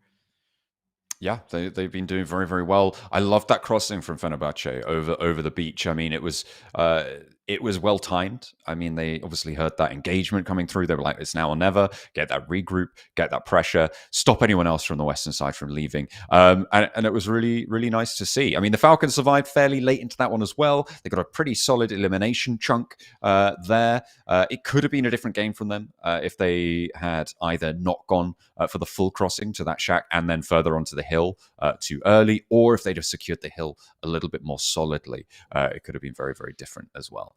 So we'll see if they're able to keep these performances up, because it still wasn't a lost game from them, right? I think they got double-digit points there, so a good result. A good result at the end of the day, and that's what matters. And again, the goal is top 20. It's not a difficult one at this stage, so I think getting yourselves maybe one chicken dinner out of the 18, you should be fine. I mean... Yeah. Well, unless you just get like nothing on all the other games, which I don't know how that's going to be possible, to get like a win and then nothing else. That would be a challenge, actually. I mean, you definitely could do it if you were trying. But yeah, it's not ideal. But you're right. I mean, the name of the game right now is not being in the bottom four. Sure, there's some money on the line for being higher up in the tables, but there's not much more than that. I think unless you're competing for points totals on the PMGC points, then it does start to matter. But other than that, you kind of just want to find your feet. And so I'm willing to give a little bit of runway to these teams yet to set off the mark and get a little bit more pace. Yeah. And I would say especially with... What's it called? Especially with when we're looking at the point system. But you know what? We'll get back to that later on. I want to focus on our lovely MVP for our second game of the day, and it's none other than Lux from Fenerbahçe. Looking towards the end, for me, that's why I said it looked like SHOCKWAVE or Fenerbahçe just due to their numbers. That massive number advantage at the end, because everyone else was just solo or duo players. The Falcons duo was in a shack. There was no way to make it out of that one alive. No, I mean, unless they kept control of that hilltop earlier on, which unfortunately they got plinked away from fairly convincingly, wasn't going to happen for them, which is a little bit unfortunate. But here we can see our match stats. Generally, 759. It's good. It's not immense, but it's still pretty solid. I feel like a lot of those late game circles, there were a lot of different areas where there was fighting going on. You can see that 5 eliminations being the highest elim count here kind of stands to that as well, as we see Lux taking that title with the 5 elims. Yeah, we will see quite a lot more eliminations as we have 4 more games left for today. We got 2 more Erangels, and then, of course, the 2 Miramars to wrap up that first day. Loving what I'm seeing so far from a lot of the teams. I'm liking what I'm seeing from the likes of SHOCKWAVE, because I remember last split of PMCO Eastern Europe, they were also one of the teams that were competing there, didn't have the best of performances, but now seeing them here in PMSL, seeing them perform, taking a couple of fights, making some good rotations. I'm loving what I'm seeing from these teams. And the fact that you have all these qualifiers that lead into PMSL. You can have a team that has just started their esports journey and they can make it into a tournament like PMGC. And it's something that can come to fruition within a couple of weeks. PMCO to PMSL to PMGC. The path is there. And I like seeing all these new rising stars. I mean, yeah, it's that's one way to spend a couple of weeks and book a ticket to Thailand. It would be very, very impressive. I mean, miracle runs like that, few and far between. I'm not expecting it. I'll be honest. I'm not expecting the pace to continue. I think that the strength that a lot of our veteran teams show is in revision, research, and development over the course of a tournament. So when you're talking about teams streaking out early, sure, that might sometimes be these new... I don't want to call them upstarts because that sounds derogatory, but it's sort of that kind of vibe, right? These new guys on the scene coming through. Sure, they might be able to come out the gate swinging. Not a lot of players have seen them play before, right? And not a lot of IGLs have played against them before. But as soon as they've got a couple of games under their belt, they're going to read you like a book. And it is a really terrifying experience to come up against that sort of pressure in these scenarios. And looking into day 2 and day 3, that is when it's going to be a real test for these newer teams. Yeah, and of course, and I want to say if these teams manage to make it to the grand finals of the competition, that's when you're going to see the true face of teams like Beşiktaş, like Falcons, like Regnum, Carya, like S2G. Because right now, remember, 24 teams, then 20, then 16. It doesn't matter where you end up. So we are still not seeing the very best that these teams have to show. Because there's no need for that right now. There's no need to show everything that you've worked on for the past couple of weeks, the past couple of months. We're going to be seeing that when it comes to the grand finals of PMSL EU. That's where we're going to be seeing the true faces of all these giants in this region. But for now, what matters is making it to that top 16, well, 21st and then 16. And from then on, any team that makes it to the grand finals, that's where the true test begins. Right now, this is all just proving grounds at the end of the day for these teams. Yeah, I think it is a little bit, there's still a little bit of warming up to do. I mean, obviously, Regnum Carya not really having the impact that we wanted, unfortunately. I mean, Zedwolf was on show there, right? Like, he had a really decent shot at holding that attic, but couldn't quite hold off in the end against the Noisy Boys. But in general, their push hold, not super favorable. It was a difficult circle, sure, but they're the sort of team that should be able to handle that. So a little bit disappointing there. Fenerbahçe, though, topping the tables now with 29 points overall. 3 teams in that 20-point margin as well, with Papara SuperMassive taking that first chicken dinner up to that 23-point side. I feel like this front page, the only team that I maybe would have expected to be here was Falcons, and of course we've still got an entire group that is yet to play, right? So you know, S2G, for instance, haven't been up yet to bat. Yeah, Galatasaray, I want to say BW and RX. We still haven't seen those teams just yet. But you know, I agree with you 100%. You know, Falcons would definitely be a team you'd expect to see in the top 8 at the end, not just of now, but I would say like at the end of the day. You're still talking about the reigning champions from that last split. But let's look towards that second one. Regnum Carya, 2 games, 2 points only. I want to say that's a surprising performance from one of the contenders. But again, still too early to tell for the squad. It's only been 2 out of the 12 games that each of these teams and each of these players will be playing. Yeah, it is. It's not ideal, but they've still got a little bit more leg room for themselves. Of course, not many matches to play though, so having 2 duds in the pile is not good news for Regnum Carya. Pleased with Fenerbahçe though. I mean, this is a team that has been sort of playing second fiddle on the Turkish scene for quite a while. I mean, the organization did very well back in PMGC 22 or 21, I think it was. They were able to do very, very well. But since then, it's sort of been the rest of Turkey has overshadowed them. So it's good to see them at the top of the tables once more with their current roster with Lux, Razy, Simple, and Savian. I think that they do have a fair shot at maintaining towards the top side, but they have fallen short of the mark before. So we'll have to wait and see. I still think like there's a lot of opportunities for every single one of these teams. It's not, I want to say it's not a difficult task to make it into the top 20, but at the end of the day, there will be 4 teams that are stuck there. That is the way the cookie crumbles. Teams will be eliminated. We will be taking the best of the best and challenging them time and time again until we get to the absolute best teams that PMSL Europe has to offer. And the thing is, I'm looking towards, I'm trying to find out, because we don't have a clear idea we don't have a clear idea about the teams that are qualifying through Europe points, Turkey points, and stuff like that. That's going to get clearer towards the end. And it's 100% guaranteed that you would much rather qualify through points rather than through PMSL, because you're removing one of the stages that you'd have to play then in PMGC. So I definitely want to get a little bit more information on that and find out a little bit more and see like where these teams lie in terms of points-wise per region. Yeah, we'll have to see how it all pans out in the end, though. I mean, that's what we're looking for towards the end of this tournament. It's going to be interesting where they all end up. I think we may have another game fairly soon, which is looking pretty good. I'm happy with this. I mean, you know, we've got to turn it around somehow, and we got to run it back. Hopefully, going to be going into another Erangel next. We didn't quite get a military circle. It felt like we were getting teased with the military circle. during that last match.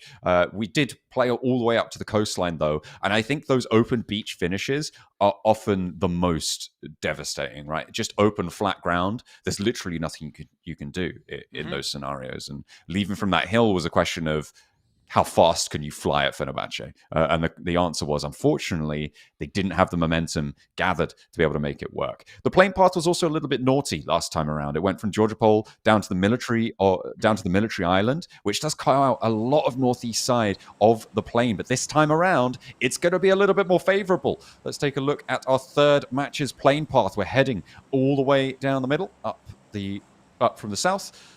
To the north edge of this one, and it should be a lot more accessible all the way across the map here. Yeah, I feel like it's a very even split pathwise for the plane in this game. Let's see how that's going to affect the drops of the squads. No hot drop towards Ferry Pier or Primorsk at the early stages of this game so far, so that's a good thing to note. Military base is always going to be the home of the Noisy Boys when it comes to this competition. FVG decide, okay, we're just going to take the northern coast. Looking towards some of the other squads, we'll get a clear idea in a few short moments as to if there will be any more hot drops. Okay, again, the zone with, I want to say, a decent amount of water here. Yeah, I mean, it's certainly a non-zero amount, right? Like, it's fairly significant. Not devastatingly so, and I think that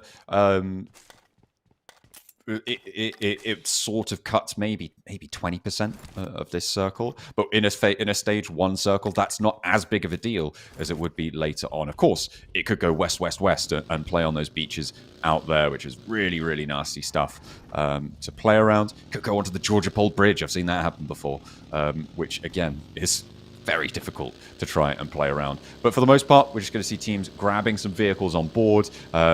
Yeah, FVG, they drop on that north side of the island to get vehicles and move over towards Novo, but they have the longest rotate ahead of them, potentially, depending on what other teams do. So they'll have to try and make their way and do so convincingly. Let's see if they manage to do exactly that, but it's still a long ways away. A lot of them, I'm looking towards the zone now and possible locations for some of these teams to rotate to. Thinking Beşiktaş might try to maybe go north to George, since not a lot of teams are there. It should be quite a lot of open area for them. Again, they're going to have to scout to find out that piece of information. I'm also curious to see if there's any teams that are going to be claiming the high ground on the mountainous side south of Georgopol. That could give them quite a lot of information. It could be handy in the later stages of the game, if you have the loot for it. Because some teams just kind of rush that a little early and then forget, oh, by the way, guys, I have no scopes. So what do? I mean, yeah. There's no EMP zones, so scope's pretty useful. We'll see. We'll see what they're able to loot up. South George getting pretty packed now, actually. Quite a few teams close by. I mean, you do have fairly distinct looting locations on board for it, so it shouldn't be too much of drama for the early stages. It's the second set rotations that are going to be interesting to watch pan out. I also wonder which side of the river teams are going to decide to go for. The majority of the landmass is on the south side of the river, but it's a solid possibility that we're heading up towards shooting range, that we're heading up towards North Georgopol. So teams may opt to hold around that area. And what that means is when there's indecision in terms of where the circle should go, oh, bit of a mistake there from Lation, but he darts out the way in time. What that means is holding those river crossing positions can net you a lot of eliminations, but can put you under a lot of pressure on the flip side. Speaking of flip side, ULF out in the open, having a terrible time of it. On it over bumper. He's trying to dodge bullets and his own car to survive, and he still does. Not sure how, but hey, him and XSLAY still have a chance in this fight between them and IDA. Emre sees as Rita gets knocked down by ULF and Lashin. The 2v2 at the moment. ULF peeks, Darkin takes him down. Here comes Yekta to the rescue. Push on in. Ooh, nicely found there. Darkin able to put the nail in the coffin there. And Emre, with the biggest biceps in the business, able to pull his teammate back up to his feet. No brother. Not today, he says. And last shot! Ooh. Okay. Trying to escape. Not gonna happen as Darkin once again knocks and eliminates Yusuf. IDA still survive as 3. Meanwhile, XSLAY have 1 player left to go at the moment.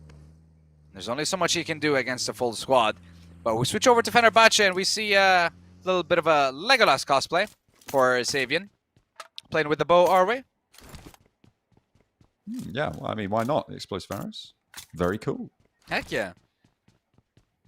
See what you can get done. I mean, for my money, I'd take a rifle, but, you know, each their own. And it can be useful. We'll have to wait and see if it's able to be deployed or if he's going to swap that out when he finds something better.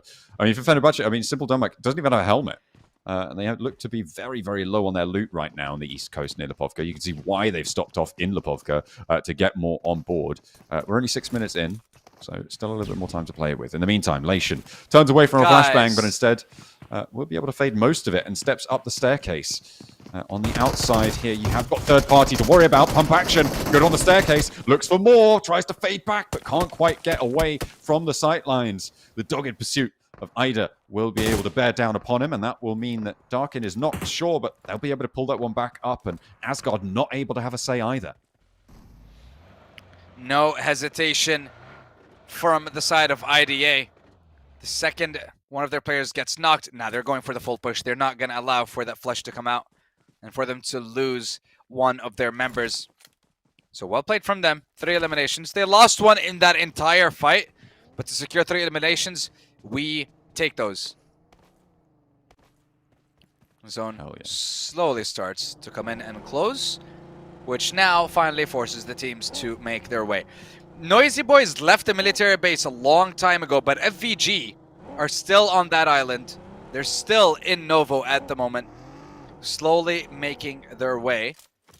Beşiktaş, I remember talking about them a little bit early on, and I was hoping that they would take that north side of George Pool once they were done with Severny. They're a little bit late on that rotate, and Regnum Carya has it, but we'll get back to that later as Beşiktaş catch out one of the members from Ano, but they're not going for the finish. They're just... I mean, it's a little bit risky to full-on commit out to that position. You can't get the sightlines until you're fairly close by. You know that they're rotating in convoy, and immediately as soon as you expose a flank, they will step up and take that. So you have to bide your time a little bit, try and find an angle, and eventually pick up that point. There's no huge rush for them if they're willing to just sit there, and I feel like that did just come on through with that flush for them. So they'll be happy to let that one wait, let that one sit just that little bit longer, make sure that they're that little bit safer. There's no respawns in this map. You do need to give it a little bit more regard, maybe. That's the right word. Although I don't think it is. Respect? Reverence. One of those. The first zone, really? Sorry? You're giving that to the, like... To not overextending yourself, because you can't go for those recall beacons. Oh, 100%. Okay, yeah. That I agree with 100%. I was like, hold on. Okay. This man talking about the damage from the first zone? What? No. We're now looking at the circle shift, and it's zoned back towards that river. Regnum Carya leaving their position on the north side is quite interesting, going further out to the east. I mean, if you allow more teams to play out to your west, sure, you can pen them in a little bit more, but this 2-2 split may be a little bit too much of a risk here for Regnum Carya. We'll see if it works out for them. You can see Beşiktaş currently unlikely to move super quickly from their location right now. I think they may wait for either deeper into this circle or early into the next circle to plan their next rotation, because you just don't know where this circle's going.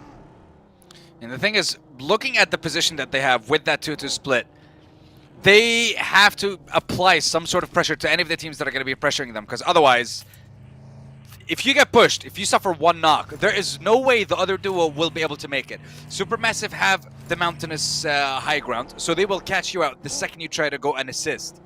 So I think they have to make a decision, and soon, on whether they want to keep that 2-2 split or if they want to group up on one of the 2 locations.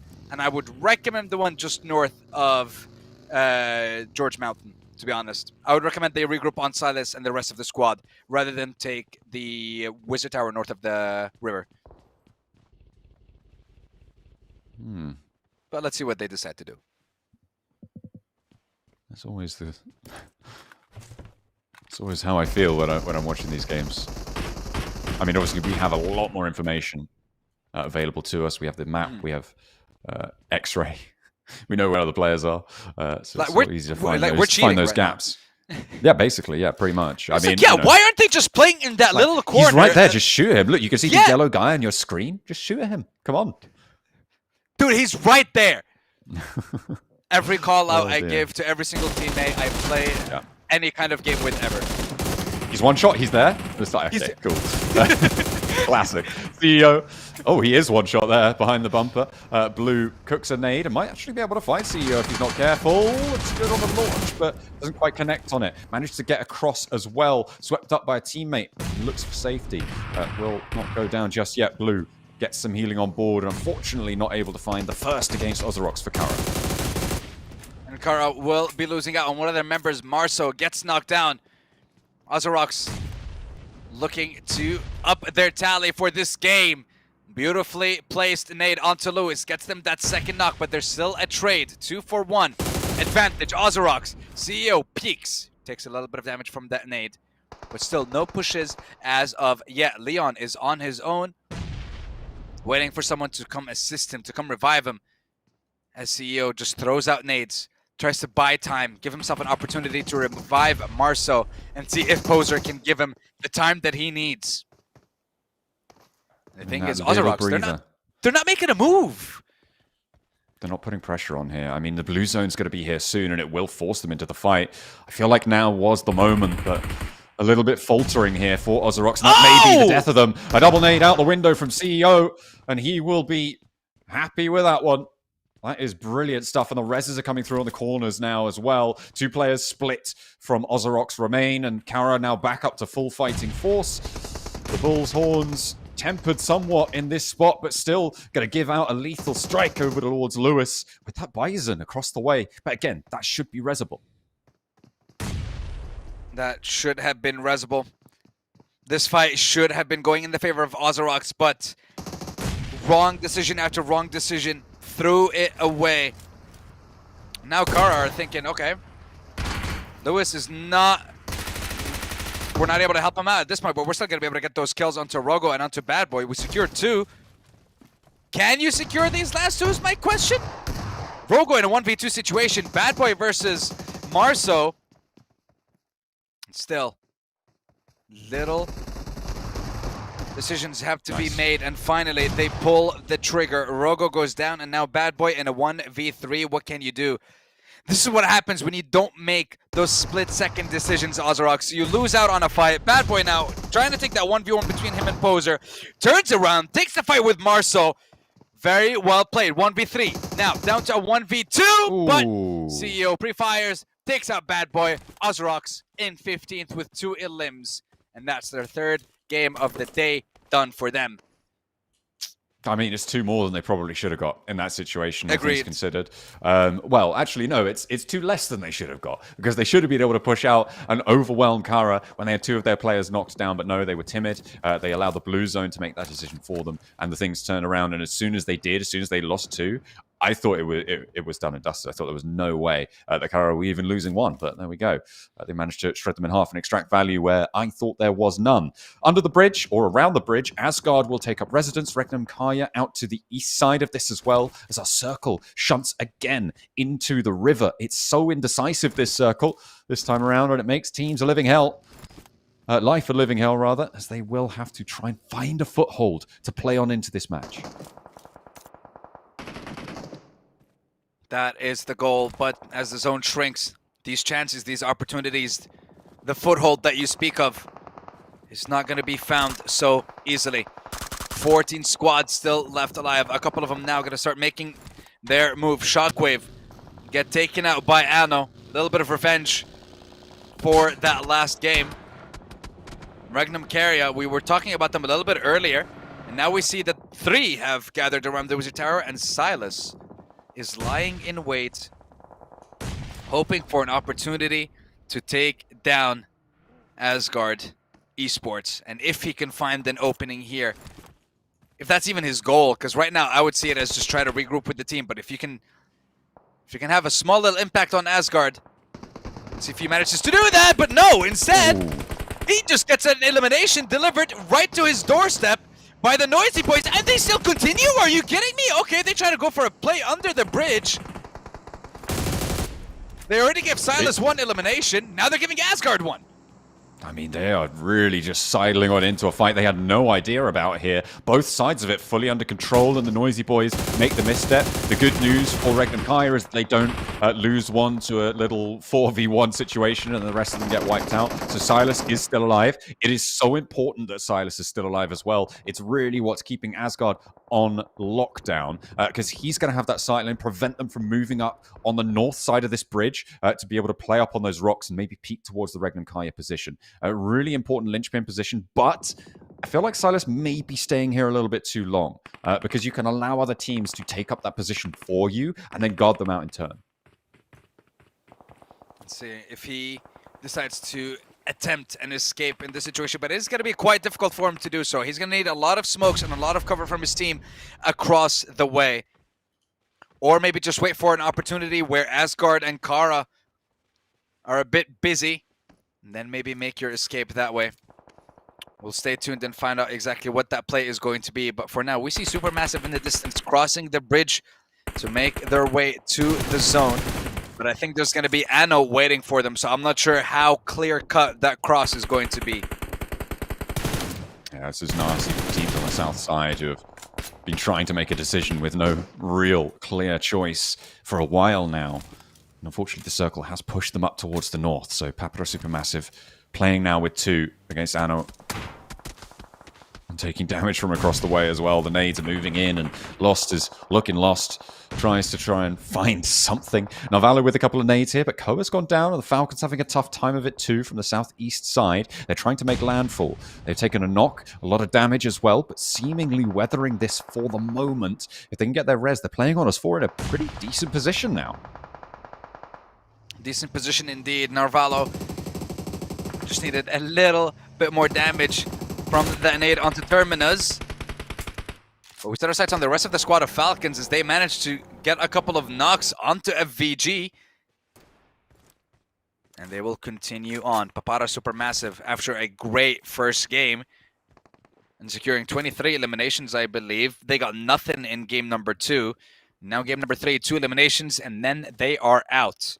I mean, hey, as long as you're in the top 20, that's what you need to secure. But we'll change that conversation once the stakes are higher. And oh boy, wow, what a zone shift. Yeah, continues to go all the way up towards that north side and really will affect the dynamic around near that riverbank as well. You're talking Regnum Carya, Falcons. These teams need to get a move on now because they are cut out of this next zone. They'll need to push further north, and that could be very, very tricky to make work. Fenerbahçe defending their position on the north side, but that's made all the more difficult by Beşiktaş, the counterpoint across the way, as well as bearing down upon them. BOARS looking to try and run through them. BOARS trying to hold their ground, while Havlik trying to hold his ground against the entire lineup of Fenerbahçe at the moment. Simple Domak will secure him, but Beşiktaş will steal the elimination by blowing up the vehicle and taking it away. We move once more to Asgard and their fight between Carya, and the fight with Carya rather, as Silas is just waiting in the wings, but the rest of Regnum Carya need to move into the zone, and they can't without Silas first. Nades coming in from Akron. A little bit of damage, but still not enough. And Akron finally gets spotted by the likes of Anno. Now, the question is, will Real also be spotted out here? And what's Silas doing about everything that's going on as well? He's been there for a while, and he's definitely going to have to regroup now. No decision really on that front. It's just a question of which direction, when, and how is he going to make that move. I don't think he's got a vehicle. I think he might have a buggy down by his position to try and run across. So he could go through the river. That's always a possibility. With the oversight of his team across the way, could have a little bit more success here. But a south rotate coming on through as well for the teams up on that northwest side. Anno try and make their camp in the line of fire. A poser here, but he stepped up immediately to by Silas, who takes the shot straight on across. We'll be all too happy to add that one to the tally. Still, a pretty nasty rotate down to the south. The Falcons got picked away as they tried to move up from that southeast side too. And there was just no clear way for them to make it across. Let's see. Looking towards the likes of 4FS at the moment. Model T20 and Lost.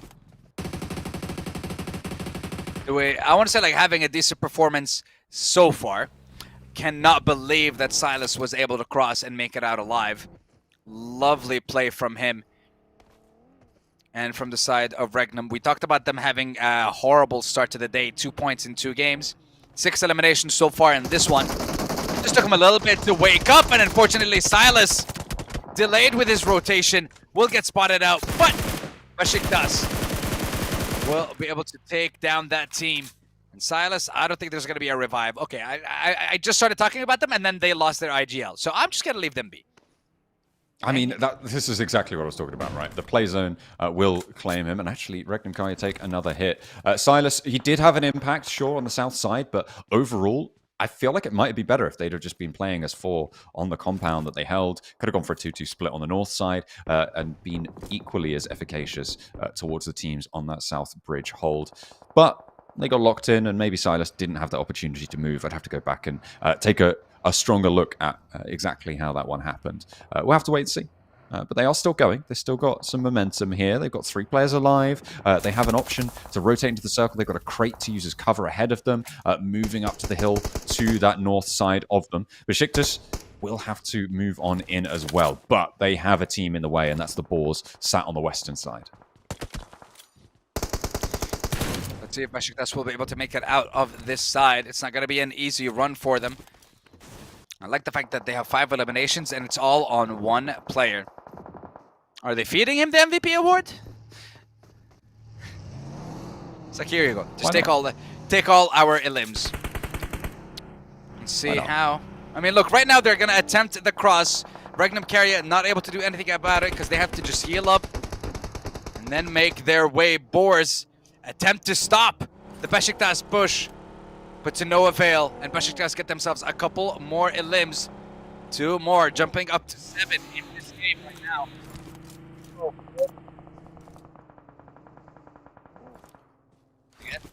Let's see here, John. Absolutely.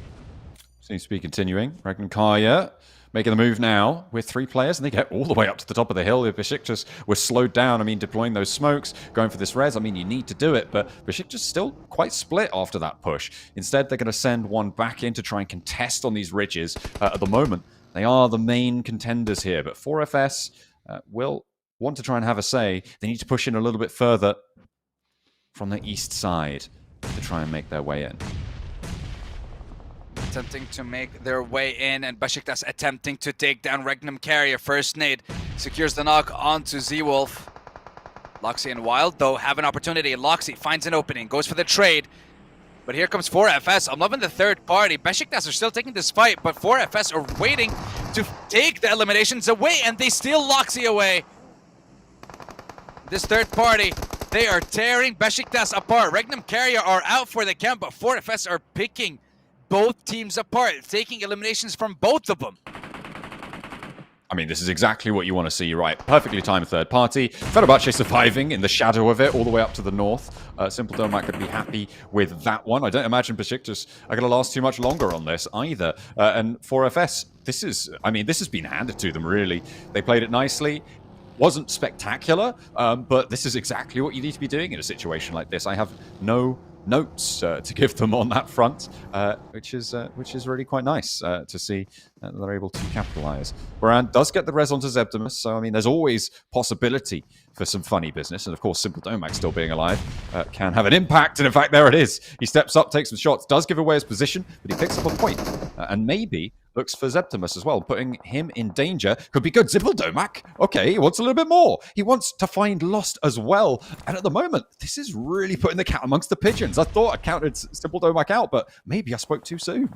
He does have a couple of players from the side of 4FS stepping up to him. He does have Miramar making his way. Lost will be able to get the revive. So, I mean, look, very nice attempt, but you're outside the zone. You're on your own in a 1v4. I don't think it's going to happen, but still, well played to be able to apply that much pressure as the last surviving member. I think he would have loved to secure that elimination, but the fact that he already stole one away from Beşiktaş is perfect. Oh. And 4FS are like, you know what, that's it, we're done. Just rams that car straight into him, secures the elimination.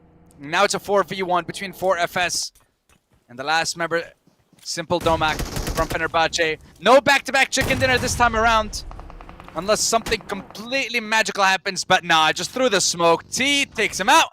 4FS get themselves that chicken dinner, and they secure the third game of the day. Very well played. This is exactly why I mentioned them and BOARS as two of the teams to watch from PMCO Eastern Europe. They are definitely looking to improve, and they're looking to make it to that next stage of the competition. They want to prove themselves here and now in PMSL, and this is one way to do it. Game 2 and 3, sensational from this lineup. Yeah, absolutely. I mean, 4FS, they capitalized perfectly on the opportunity as it presented itself. So really nice stuff. As well as Fenerbahçe. They are continuing to stay towards the top of those tables, and second place. That's the best way to do that, right? Even Simple Domak taking a point away. And those points really do matter. A little bit less so in these games, so should be kind of all right. I can't remember exactly where we had the bubbles prediction at last season, because it was the same threshold on 24 match. It was around 5 or 6 points, somewhere in that boundary. So if you're able to get up to 60 or so points, 60 and 70 points, then you're going to be looking fairly safe to be out of the bottom 4 at the end of your 12 matches played. Even that might be quite high, actually. It might be even lower than that. But yeah, if you're able to get up towards 70 points, I think you should feel fairly safe in terms of qualifying. And to be able to do a huge amount of that in your first couple of games is brilliant. It's really, really good. I'd say it depends on if the leaderboard is going to be top heavy, but so far that doesn't seem to be the case. We haven't seen a team that's been dominant in the first 3 games that we've seen so far. Couple of eliminations, and then they seem to be taken out. But hey, this is what I like to see, because for the first couple of days of I would say PMCO Eastern Europe grand final, 90 points, massive lead, and then it kind of died out with the rest of the day. But this time around, that doesn't seem to be the case, and it's going to be a lot closer. This competition is a lot tighter than PMCO Eastern Europe was. Now having a look towards T, the MVP for that last game. He didn't need any assists. He can do it all on his own. 6 eliminations with 513 damage, surviving towards the very end of that game. And I have to say, that was kind of a quick Erangel. It was 25 minutes. Yeah, it ended fairly soon. A lot of that is due to the river crossing situation, right? Yes. A lot of teams trying to get across from that south side. The north side actually resolved itself fairly quickly, I think. Not a lot of teams opting to take that rotational path there, which all sort of played into it. And a lot of teams were going for that river camp kind of gameplay, which all sort of fed into a fairly early Erangel finish. Although, I mean, we did get quite late into the zones, but yeah, it's interesting to see. Let's take a look at the stats from 4FS, and you can see there fairly meager damage numbers coming through from the roster, but 6 elims for T.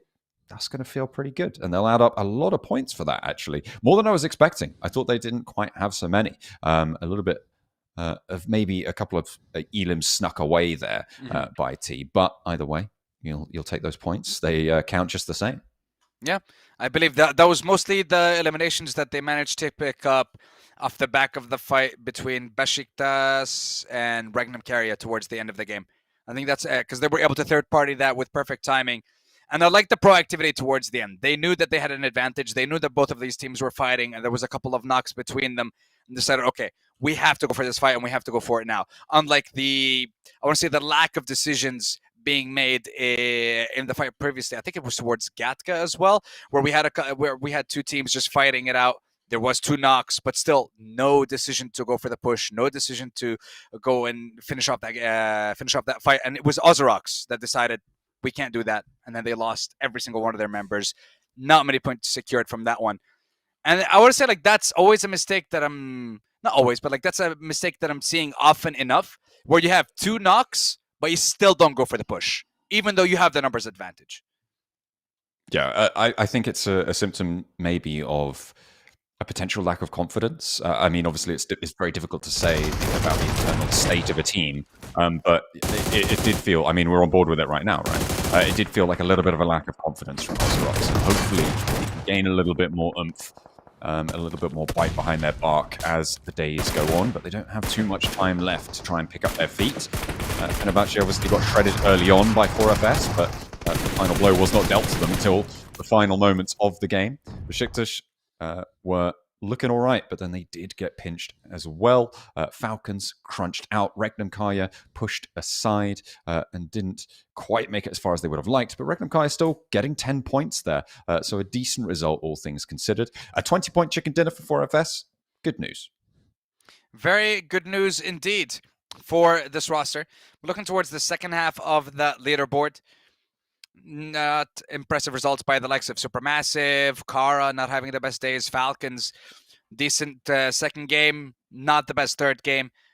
But hey, what matters, cross the threshold, cross the line for top 20, and we'll see what your actual level of skill is for every single team when we make it towards the grand finals for PMSL. Because right now, this is all just about showing us what you can do and if you can make it above the top 20. And looking towards the amount of points, keep in mind that each team is only going to be playing 12 games. I would honestly put the qualification threshold to about 40, 45. If we're talking about like bottom 4, I think 40, 45 is going to be the qualification threshold. That's what I'm looking at. I think 70 is way too high. You think? Yeah. I'll have to go back and double check my numbers. I mean, it might be. You are the mathematician here. You are the mathematician. I can't remember. That might have been for the knockout stage that was more towards the. I can't remember exactly. I remember thinking of an average points per match that you're going to be looking at, and then multiplying that basically, which was my metric for prediction. Fairly naive approach to it, but it seems fairly functional. And yeah, so I mean, yeah, you might be right. It might be that Fenerbahçe have done it in 3 matches. They just need to coast a little bit and get a couple more. But I think they probably want to get a little bit more done, right?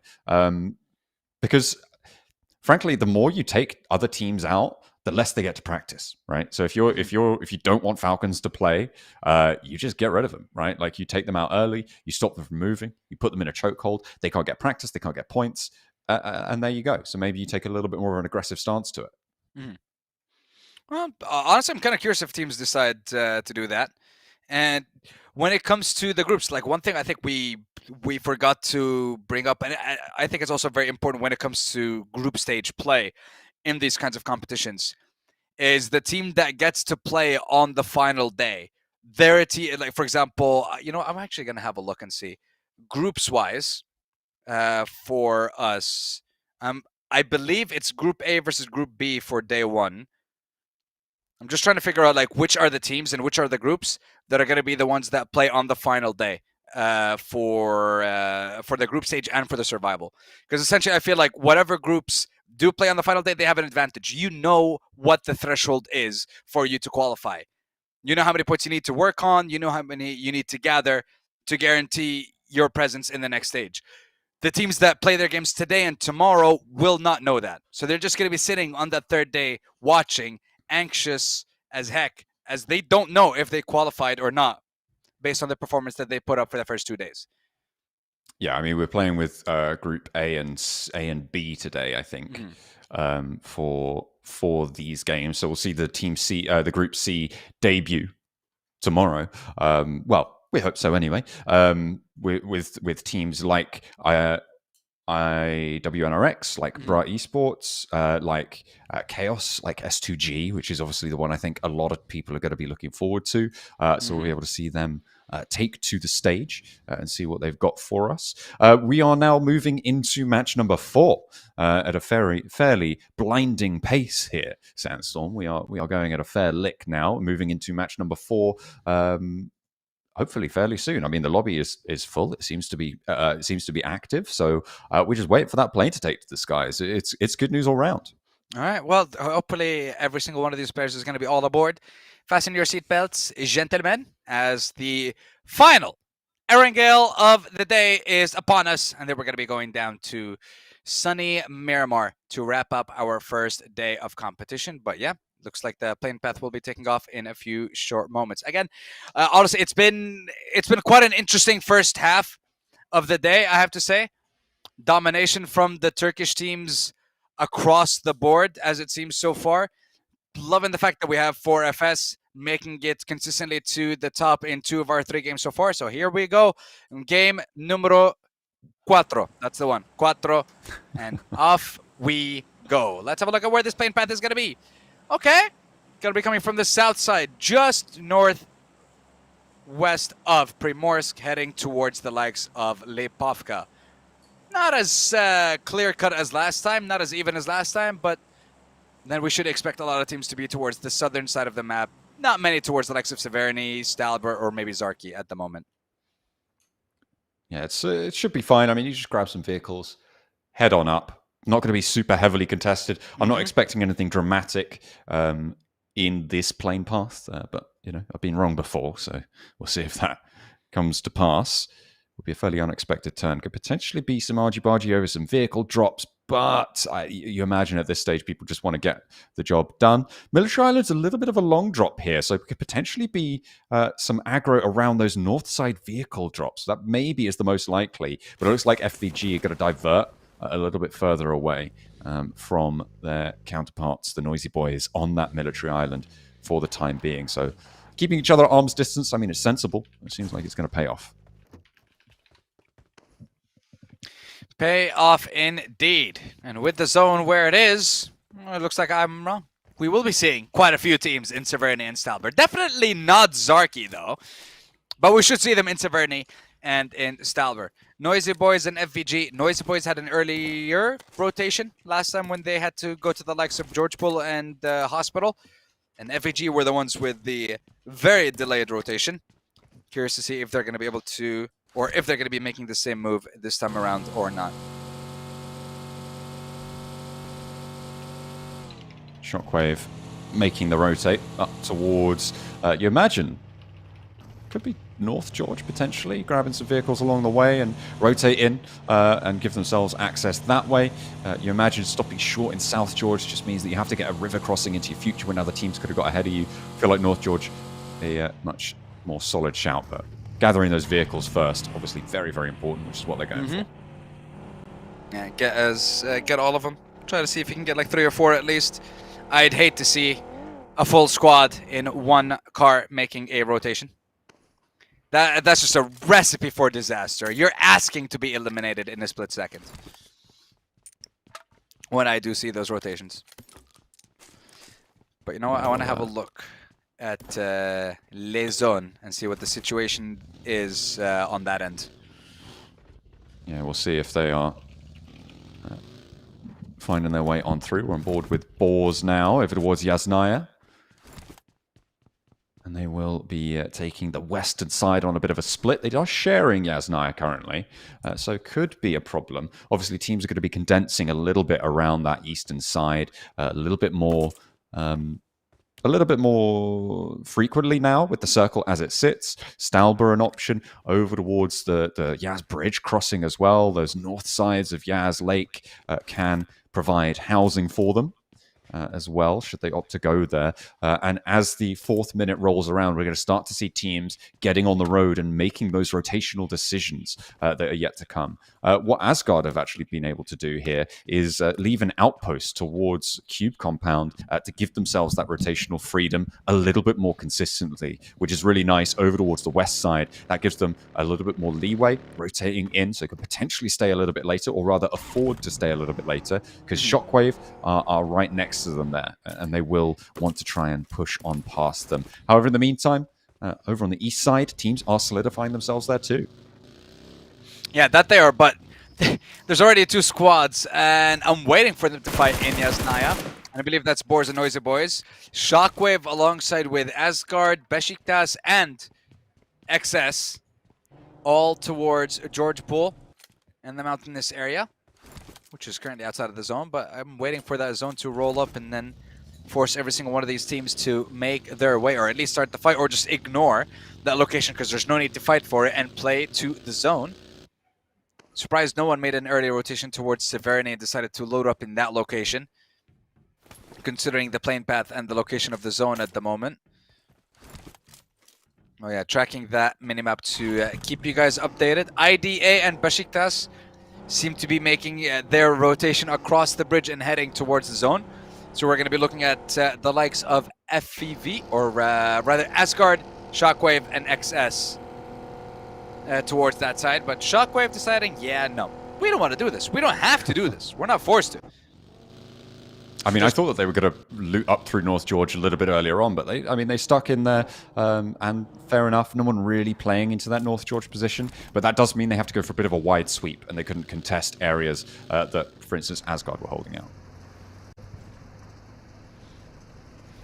Well, they I mean, I want to say, like, they would have had the time to loot up. Hindsight 2020 on our end. Again, we can see everything, and they can't. That is true. It's an information game. A lot of maths in that film. You hated it. Actually, so, since you love maths so much, what's your degree in? Is it maths? Look, so I don't have a degree. I mean, look, you don't have a degree, and I have one, and we're both here, so... Yeah, that's true. I did study maths and then computer science for 4 years, but I don't have a degree. Because I left. When did you leave? I left to do esports. I left in 2017, I want to say. So, like, would that have been, like, your final year in uni?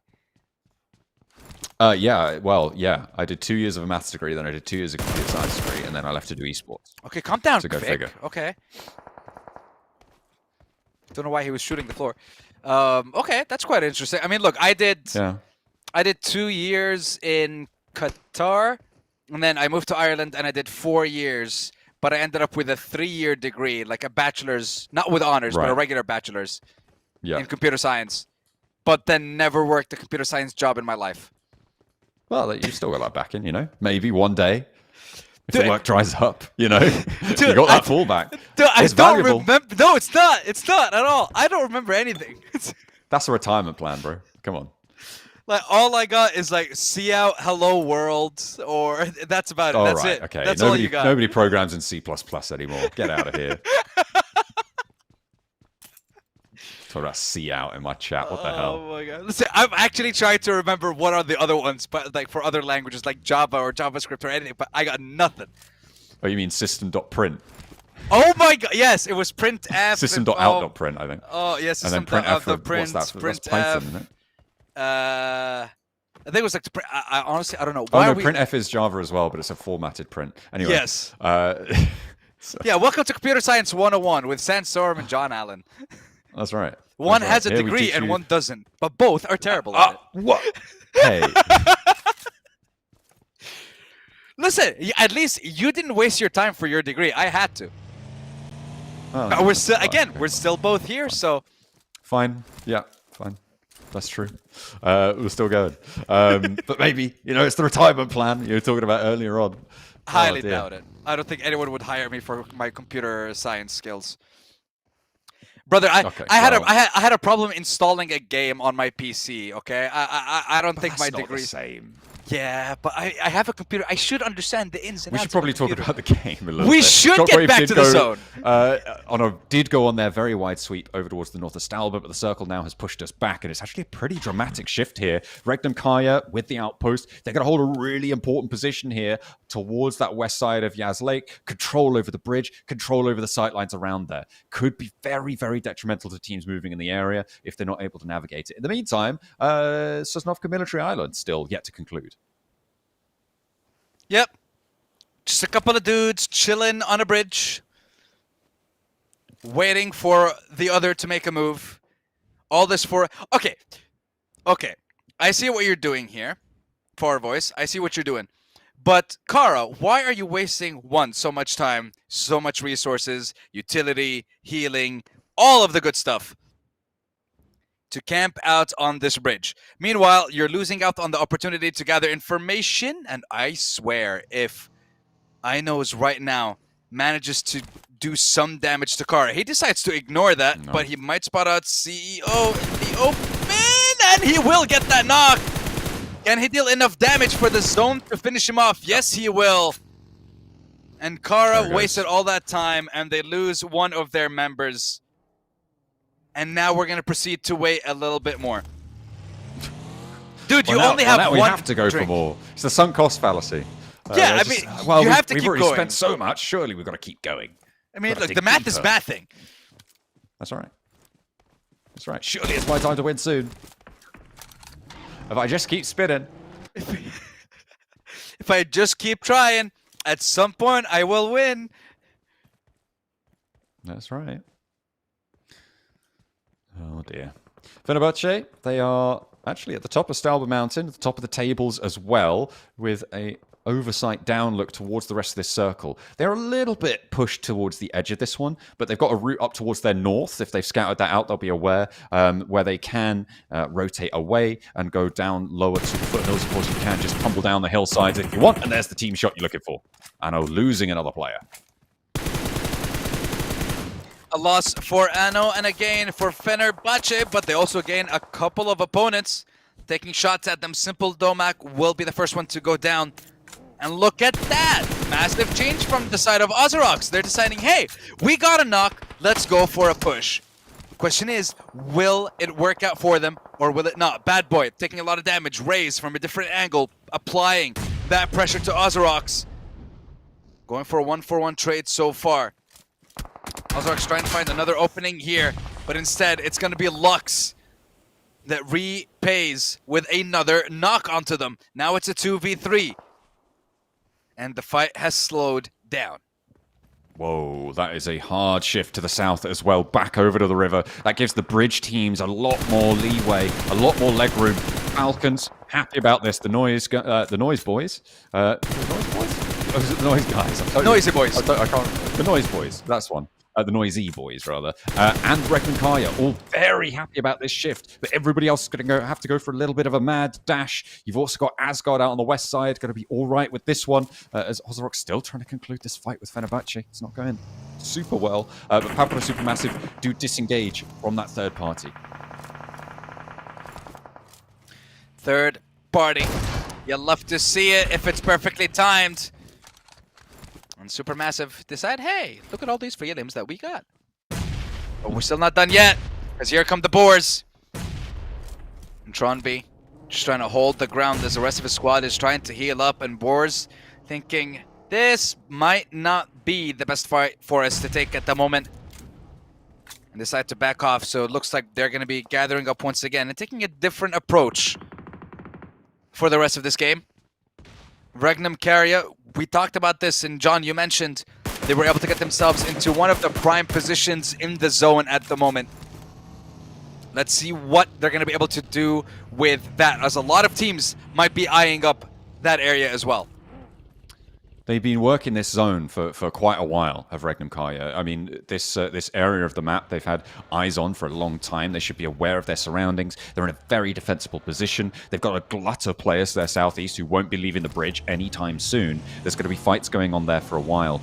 I really favour Regnum Carya's chances of jumping up these tables on this match. They're opening the bidding now. They've got their first elim for it, which is obviously very good news. Fenerbahce will be tumbling down and going a little bit more north-leaning on their rotate, which is the more open of the two paths that they kind of have to choose from.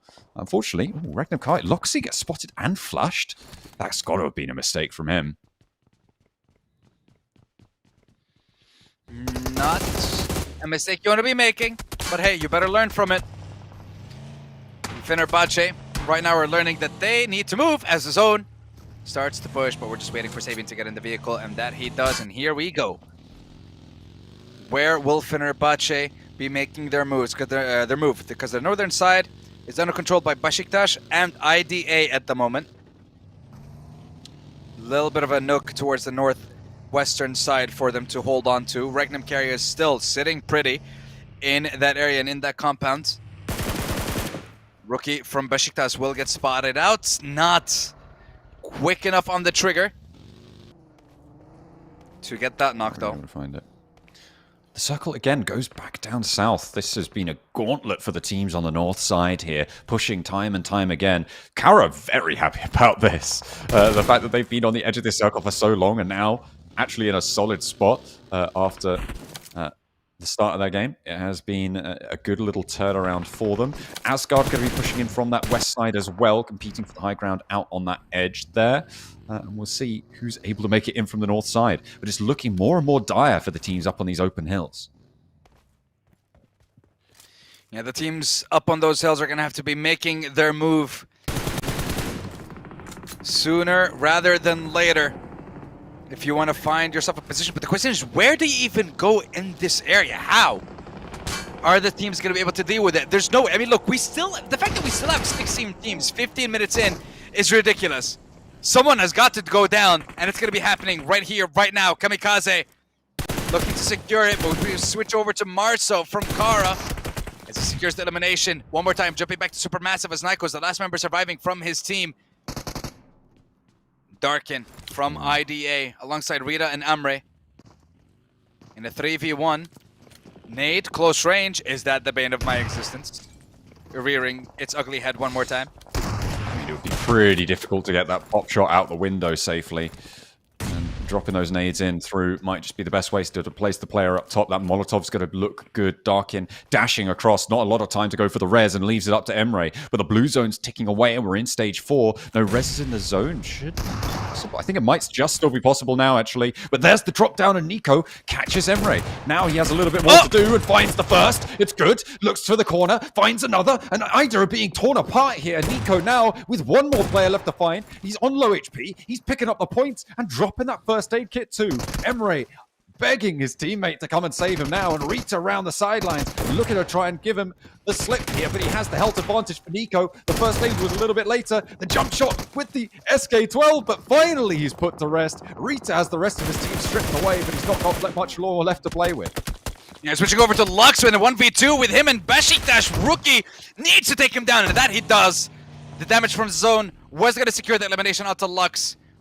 Beautifully played, I have to say, by SuperMassive in that 1v4. Doing so much. My lord, he was so close to a 1v4 and eliminating every single one of the opponents. But still, coming out with 3 there and delaying them from going for that push, sensational. You've done everything that you possibly could in that situation. Now, we see the teams. I said 16. I mean, there was no way we're going to have every single one of these teams survive into the next zone. Rookie from Beşiktaş. One more bullet will take him out, but he's still alive. Maybe going to the embracing arms of Regnum Carya, and that's exactly where he goes, as Zwolf will pick him up. And now we switch over to the Noisy Boys and BOARS. Nice-o taking a nade right to the face. Mozaro with the quick smoke should be able to get the revive, and Noisy Boys will be able to hold their ground here. It's a very satisfying sound, isn't it? Yes. And the fact that it's instant too. Yeah. Well, I mean, yeah, that's the big addition, right? It's really helpful, especially in those tight scenarios when the blue zone's down your back. And speaking of being under pressure there, SHOCKWAVE taken down with a nice fadeaway step back spray down coming on through. That is unfortunate to be able to not being able to find that one. Everybody on the bridge has to leave it now, and it's going to be interesting to play around this next circle. There's this ridgeline that sits on the path that leads down from where all of these teams are playing, but it's on broadside right now. Once this fight on the northeast side concludes, then it's going to be a little bit more viable to play around it. There's also that bridge that Carya hold towards the south side of this circle, and they can play around that riverbank as well. I cannot believe that Carya are in the position that they are in now, considering the position that they were in earlier.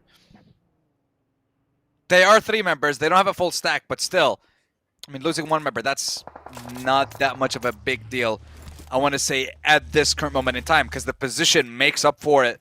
But if you hunker down under the bridge, where do you go from there? What's the play after that? I mean, sometimes it's not about getting to the end, it's getting as far as you can, right? And making the best of it. And that's generally what you see from bridge play. But you do also see instances of teams above fighting it out and ending up torn to shreds, and then it's just a question of moving up and finishing the match out. It can sometimes play very, very well. We've seen it happen before, and we'll see what more they can get done. I'm a little bit disappointed in Regnum, Carya. I talked about how they were in a great position, and they've just been getting picked off one by one in a very, very defendable compound. No one's been crashing onto them, so they have just been stepping too far out. It's not what you want to see. They still have two players, sure. Zedwolf and Wild can absolutely frag out their minds, but I'm not holding my breath anymore on their location. However, teams around them, no one's looking super healthy as the Noisy Boys, if they can get Kenzor back up, will be the healthiest team going. This would be a very much needed game as they are currently sitting in last place.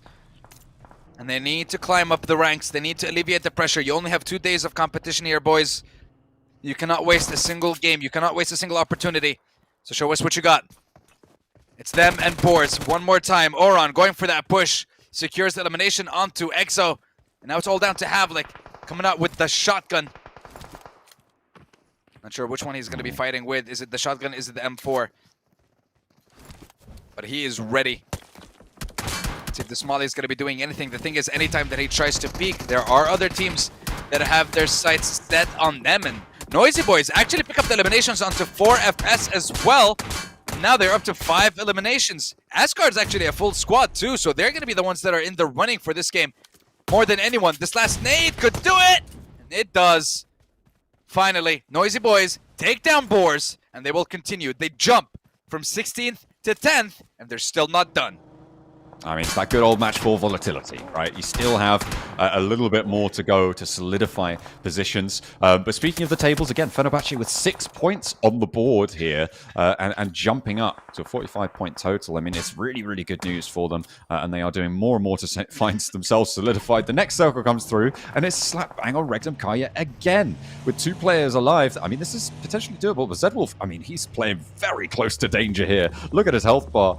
Yeah, I feel like you have to hop out and go for a little bit of a heal here before he can rejoin Wild in the middle of this circle, who is playing on that ridge line that I highlighted earlier. Oh wait, no, hang on a minute. No, he's down further towards the river than that one, so we'll be playing off against. Or is he actually? Hang on a minute. I think he's much closer to the middle on the high ground. Right in the middle, yeah.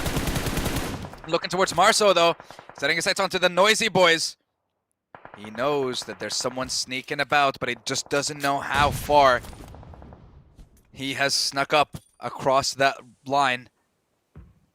More nades, no damage. And Marso! Hyso finds that angle and finds that knock. Poser should be there for the retaliation. But he's not able to find the angle. Now he's the one that's being forced back, but he's the one that has to cross. He's the one that has to get into the zone, but doesn't seem like there's a way for him to do that. Regnum Carya now trying to regroup those 2 players. Wanted to guard out the teams from the east side. Asgard have been biding their time. They're up to 4 elims now. It's really Ozarox who have been shredded for a long, long time. We have yet to really extract value out of this match on 0 elims, very low HP. All the way on the southwest side. Could have a tough time of it. But I have to maintain for now. Lewis moving in onto the south end of that ridge line that sits just above that path and playing along it as well. So Carya looking for their foothold there. Speaking of Regnum Carya, they have finally been reunited. Zwolf has been able to make his way. So now they're in a decent position.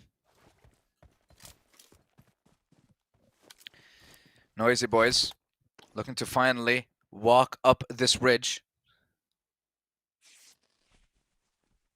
Once Hyso has healed himself up, he only has like a couple of meds as well, and then he's going to be completely out. No more heals, no stims, nothing to assist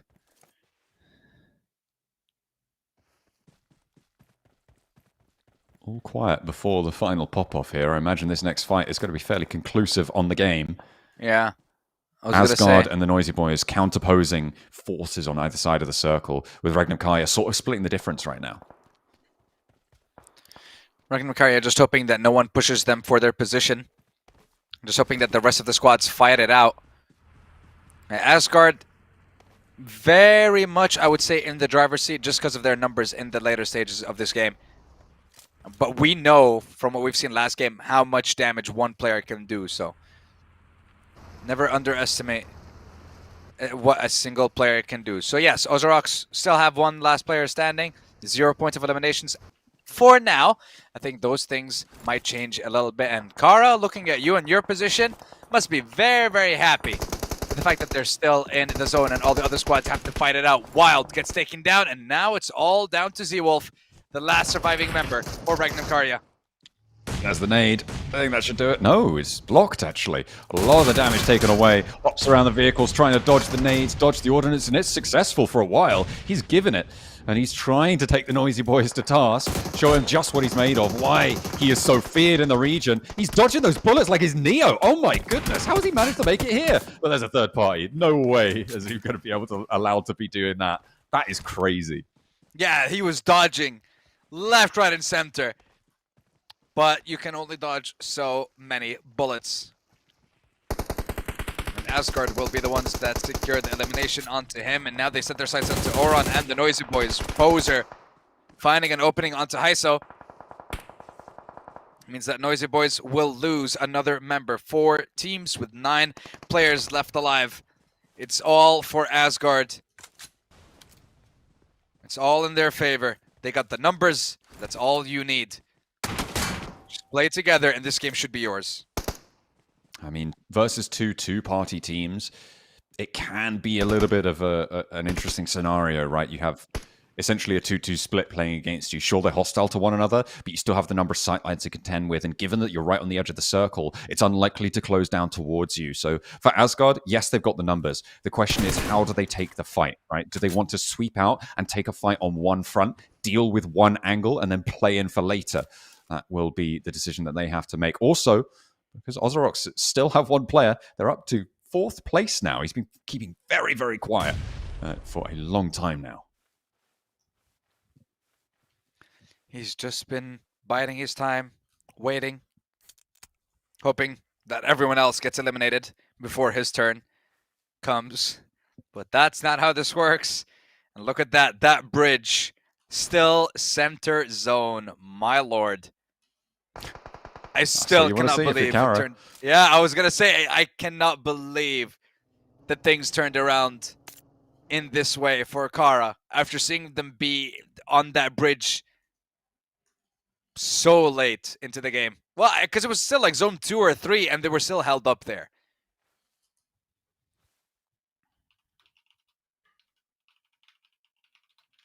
Now they're going to have to be forced back down closer to the water, but still a chunk of this ridge in, which could change things up. There's a loot crate as well in the mix as a little bit of cover. I believe that the circle on the minimap is slightly offset, giving a slightly false perspective. The south side is not in of this next circle, which means it won't be just centering up straight onto the bridge there or onto the water. So we're slightly further north than that. Asgard, though, they're going to pull the trigger on their rotate. They've made a decision, and it looks like they're going to flank out towards Kara. Actually, they've pulled short, and that might expose them to both flanks. I feel like this might be a bad choice. And there's the nade coming in from the last player of Ozarox. There's another knock coming on through, but it's over towards the Noisy Boys this time around, and a second comes through from Rogo from Ozarox. He is taking Asgard to task. Do they even know where he's coming from? I have no idea, but a third nade! Ozarox have just taken Asgard's wind out of their sails, and now it's going to be all up to what Kara can do in the midst of it all. The nade over the top could be the end of them, and I don't believe it! Ozarox plays spoiler in a massive way. What did I say like 2 minutes ago? Never underestimate how much damage one player can do. He took out 3. The game was supposedly theirs. And Rogo robs it all away. And now it's a 2v2 between the Noisy Boys and Kara. A chicken dinner here essentially guarantees you being in the top 20. One chicken dinner out of the 12 games that you play, along with a consistent performance in the rest of the games, is more than enough. Poser, again, finds the opening onto Oron, takes him down, and is one step closer to that chicken dinner.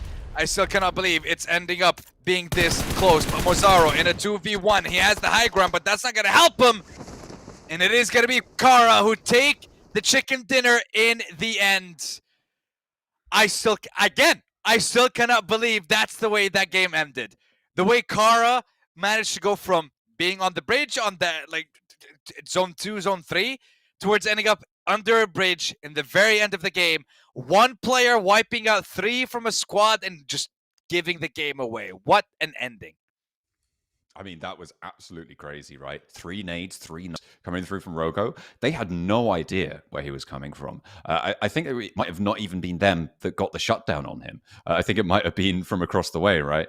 From coming through. I'd have to go back and watch that one again, because that was absolutely nuts that he was able to do that. I wonder what it was like from his perspective, because that is crazy. I also have to question how many elims he was able to go and get for that as well. I wonder if they all were credited to him, despite having a massive impact. No elims before that. We'll see if they go to him. But I believe we've got a short break before we come back with Miramar. We'd be going at a fair pace, and we've been non-stop since game 1. So we'll see you guys in a few minutes where we come back for the last games.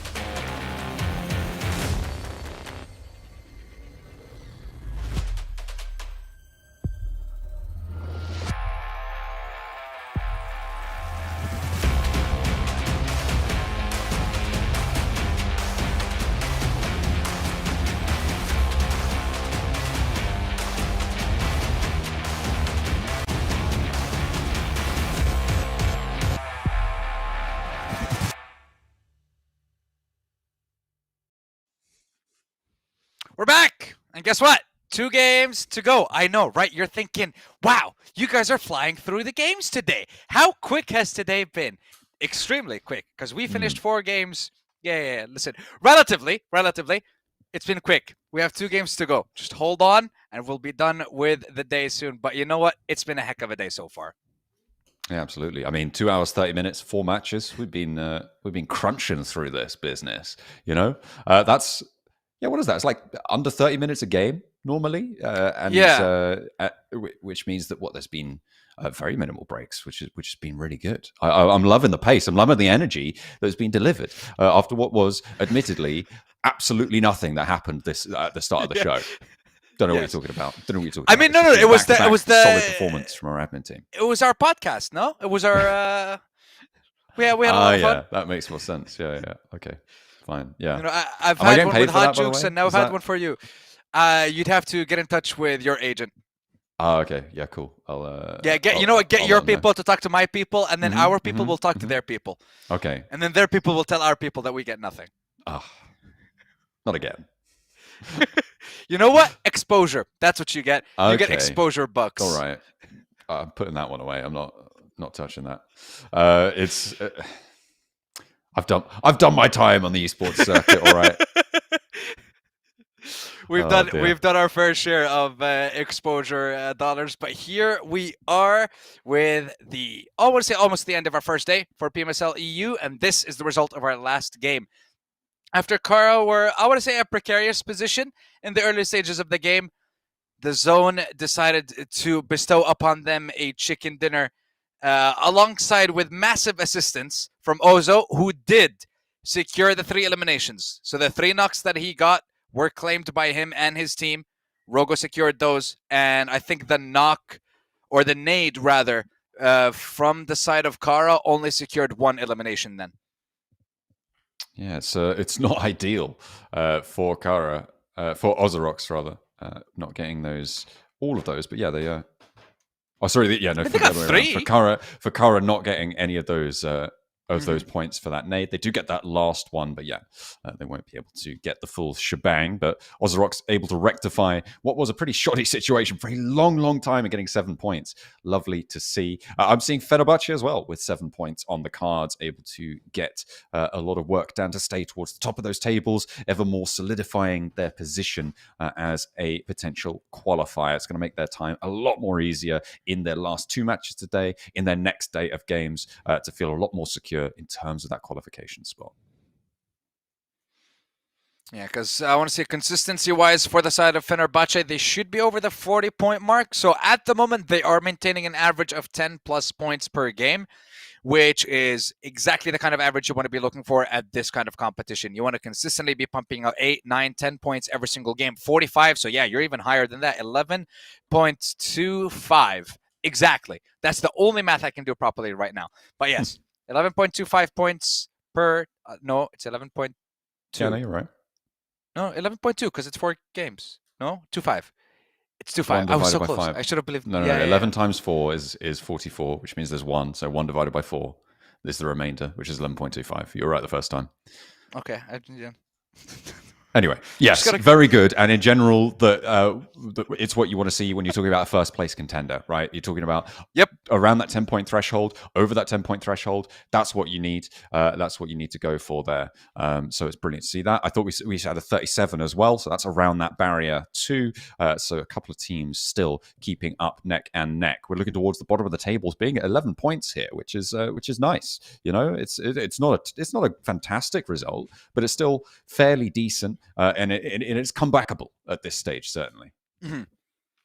Yeah, I mean, look, you just need to have, I feel like, out of the 12 games, you need to have 1 fantastic game, 1 chicken dinner, decent amount of eliminations, and then you just consistently perform, trying to get top...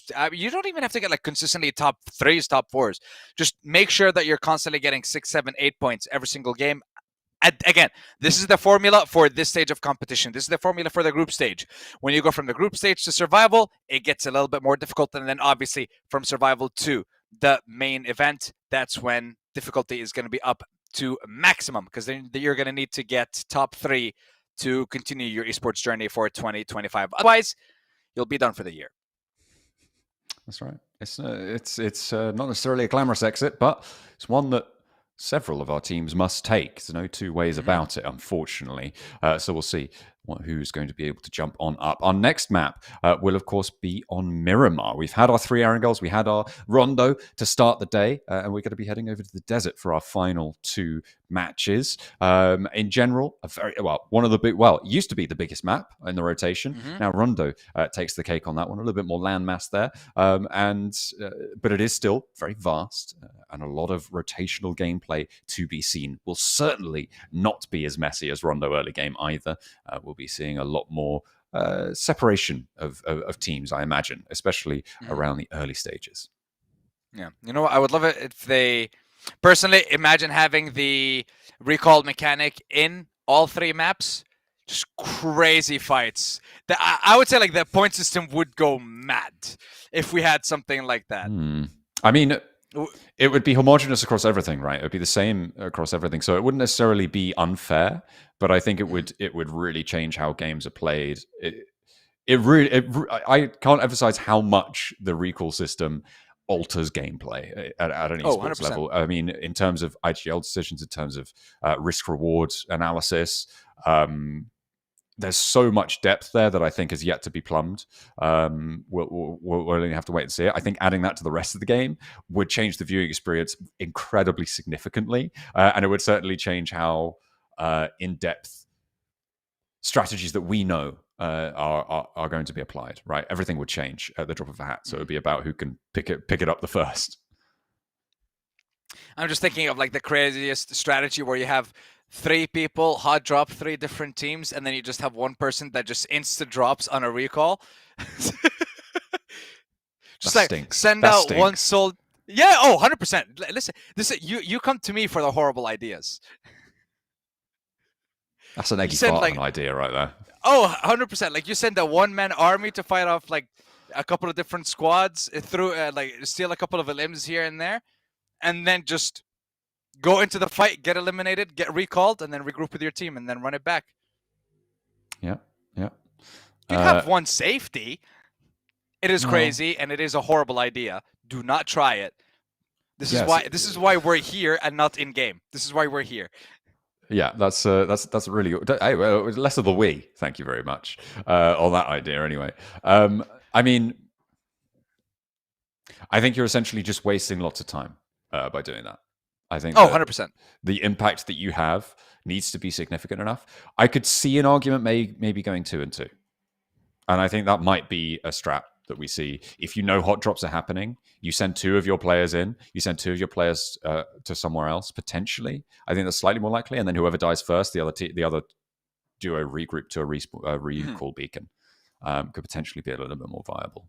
But we're not seeing that in the main maps still. We'll have to wait and see how this all develops.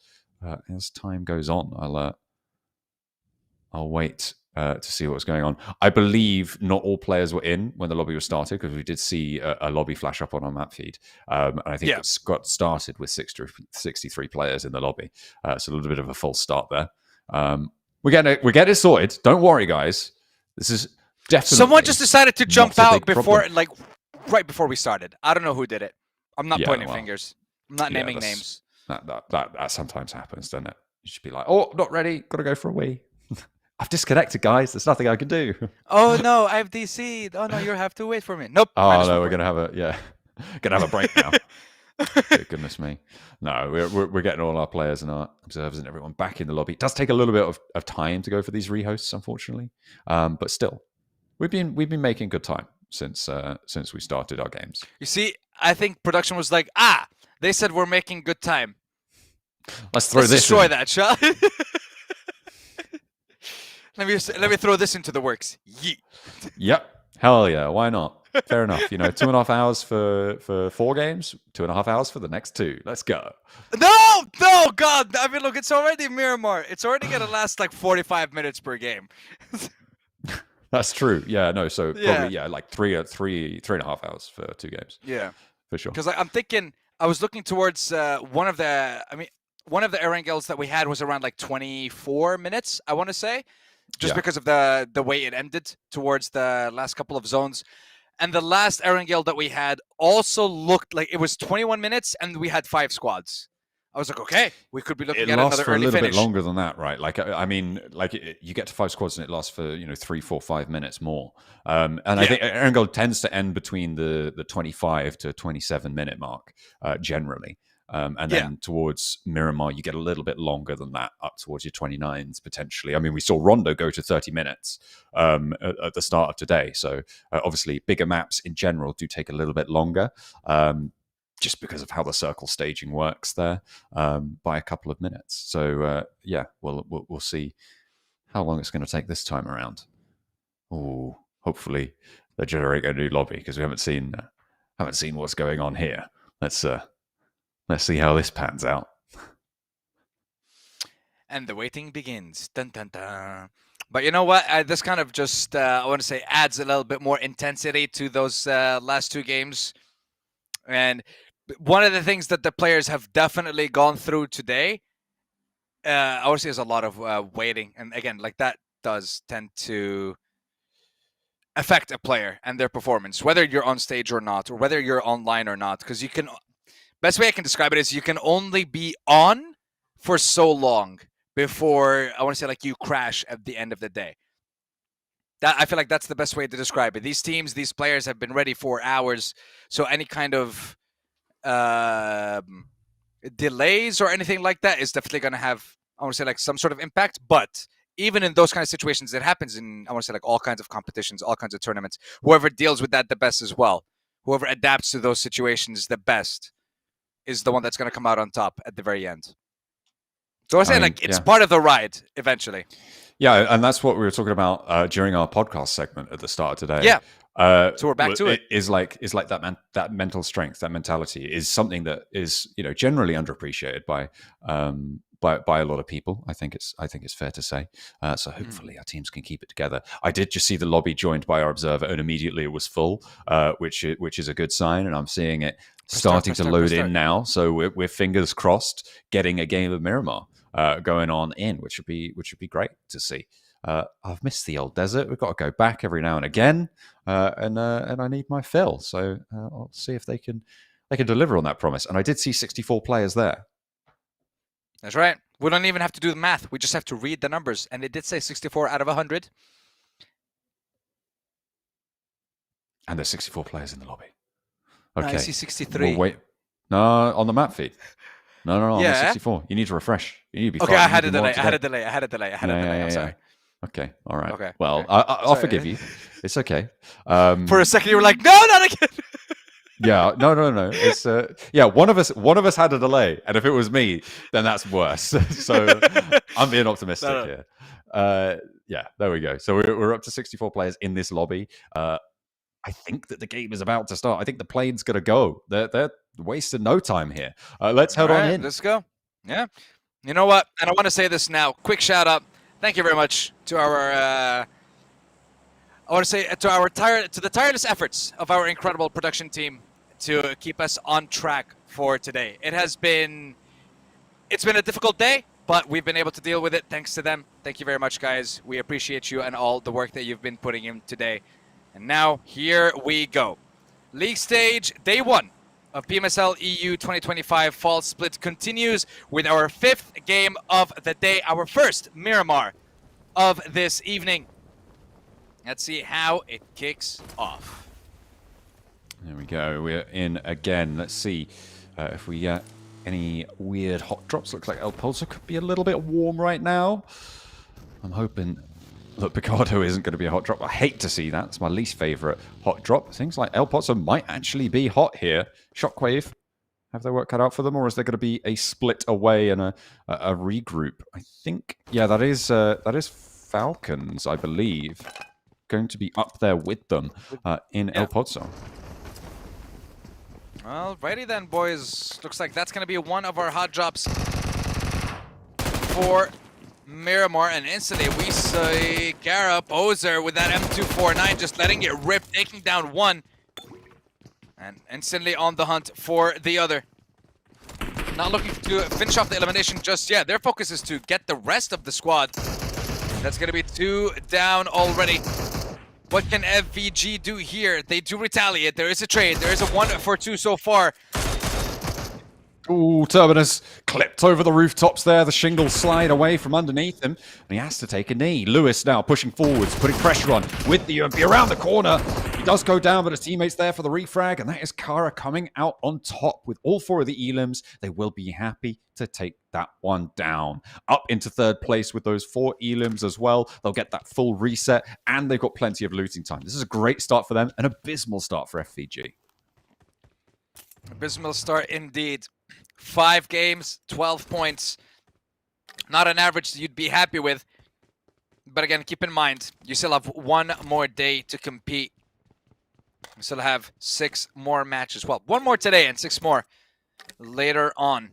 You will have a chance to make up for it, but it will be more difficult for you to climb the ranks then. So do your best now. As tomorrow, one of the groups that played with us today will be taking a break. One team, or one group rather, will be finishing their journey tomorrow, and then they just sit, wait, and watch if what they did in the first 2 days of the competition was enough to get them into the next stage. But Carya, very, very surprised by their performance in the first day, honestly, and very happy for what they've been able to achieve so far. 36 points. 5th map of the day. They're getting up there to that healthy average that you want to be securing every single map. Falcons trying to keep up some pace now. It's starting to get a little bit late in the day to have that resurgence performance, and it's a similar story for Regnum Carya. This is not good news for them, although if you're looking at around a 40 to 50 point bubble, then perhaps it could be definitely achievable here. So we'll have to wait and see if they are going to be in a spot to qualify, which is not a sentiment I thought I'd be having towards the end of the day, but here we are in match 5. Having a pretty rough time of things, all things considered. IDA Esports going to be making their way on past San Martin, or at least leading out the charge that way. Beşiktaş over towards Crater Fields on the north side, dropping around La Cobreria. They will look to try and move a little bit further south with a circle, dropping up towards San Martin, centered as well. A lot of that northern area in.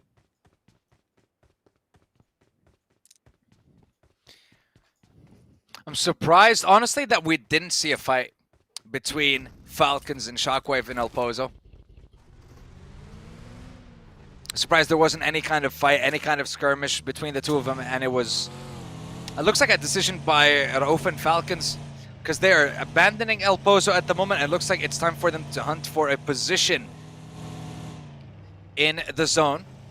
See where they decide to end up with that rotation. Some of the teams that already seem to be in a fantastic position, I'm looking at IDA. Carya is very happy with where they are right now, just smack dab in the middle in Hacienda. And maybe even the likes of Fenerbahçe, who are leading the pack at after 4 games with 45 points and an 8-point lead ahead of 4FS at the moment.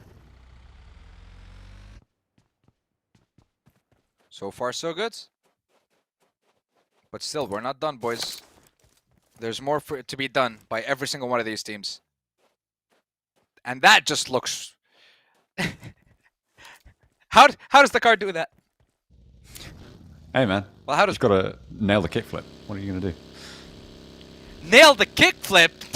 Hell yeah. That's a standard driving maneuver, right? Oh, 100%. Yeah, for sure. I'll try that with my car right now. Yeah. Let me know how it goes. Oh, you'll see it on the Have news. you updated your will recently? Wait, you guys have wills out here? I don't. No, well. Oh, well. That's right. Anyway, nades being exchanged now between 4FS and XS. They will try and find one another with the ordnance, but there's already a shutdown going on the sidelines, so the advantage for 4FS, but the third party comes on in. Asgard have sightlines to potentially both of these two rosters. Yeah, Asgard, XS, and 4FS. All these teams going for a fight. 4FS hold the church, though. They're the ones that are enjoying cover from all sides for now. unless a team decides to breach. But XS not in a position to do so, with Asgard just waiting for an opportunity to third party. Lation decides, okay, it's time to get in, and he finds a nice little nook to hide in. Okay. Where do you go from here for the side of XSLAY? Do you just let the other two squads fight it out and just eliminate all the noise for now? Or what will be the plan?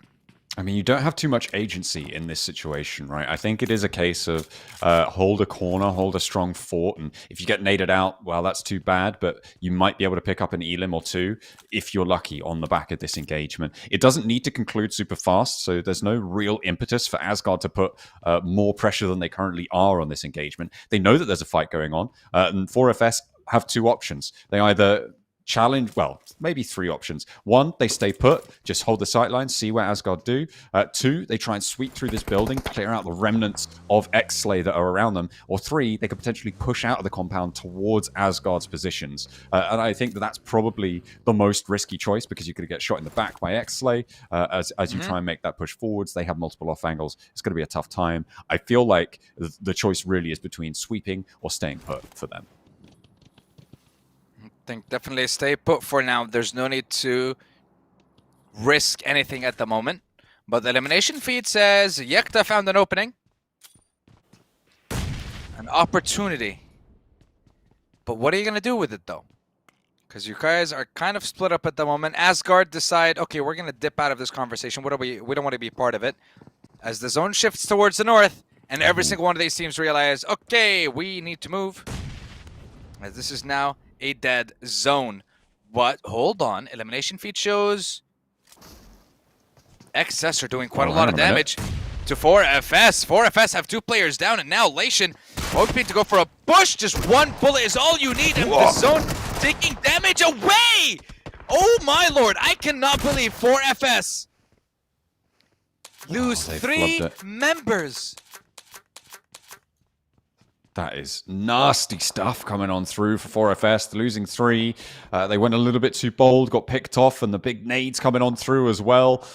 That's what they were waiting for. And XSLAY, biding their time, has paid off. But there's still players in there, and Asgard might wait around for a little bit longer. The good news is the circle's going to draw all of the positions around this area away from them. Unless Asgard want to really commit for this one, which I think they can do for maybe another 20 seconds, at which point they're probably just going to have to get on and get out of there in order to have a position in this next zone, right? Because it is a big shift. Everybody's going to rotating. That southeast side is going to be chock-a-block, and so the longer you spend here, the less likely it is that you're going to be able to get into this next circle, unless you want to play really hard edge, but I'm not sure if Asgard really want to be doing that yet. But however, they are entrenching themselves on this fight.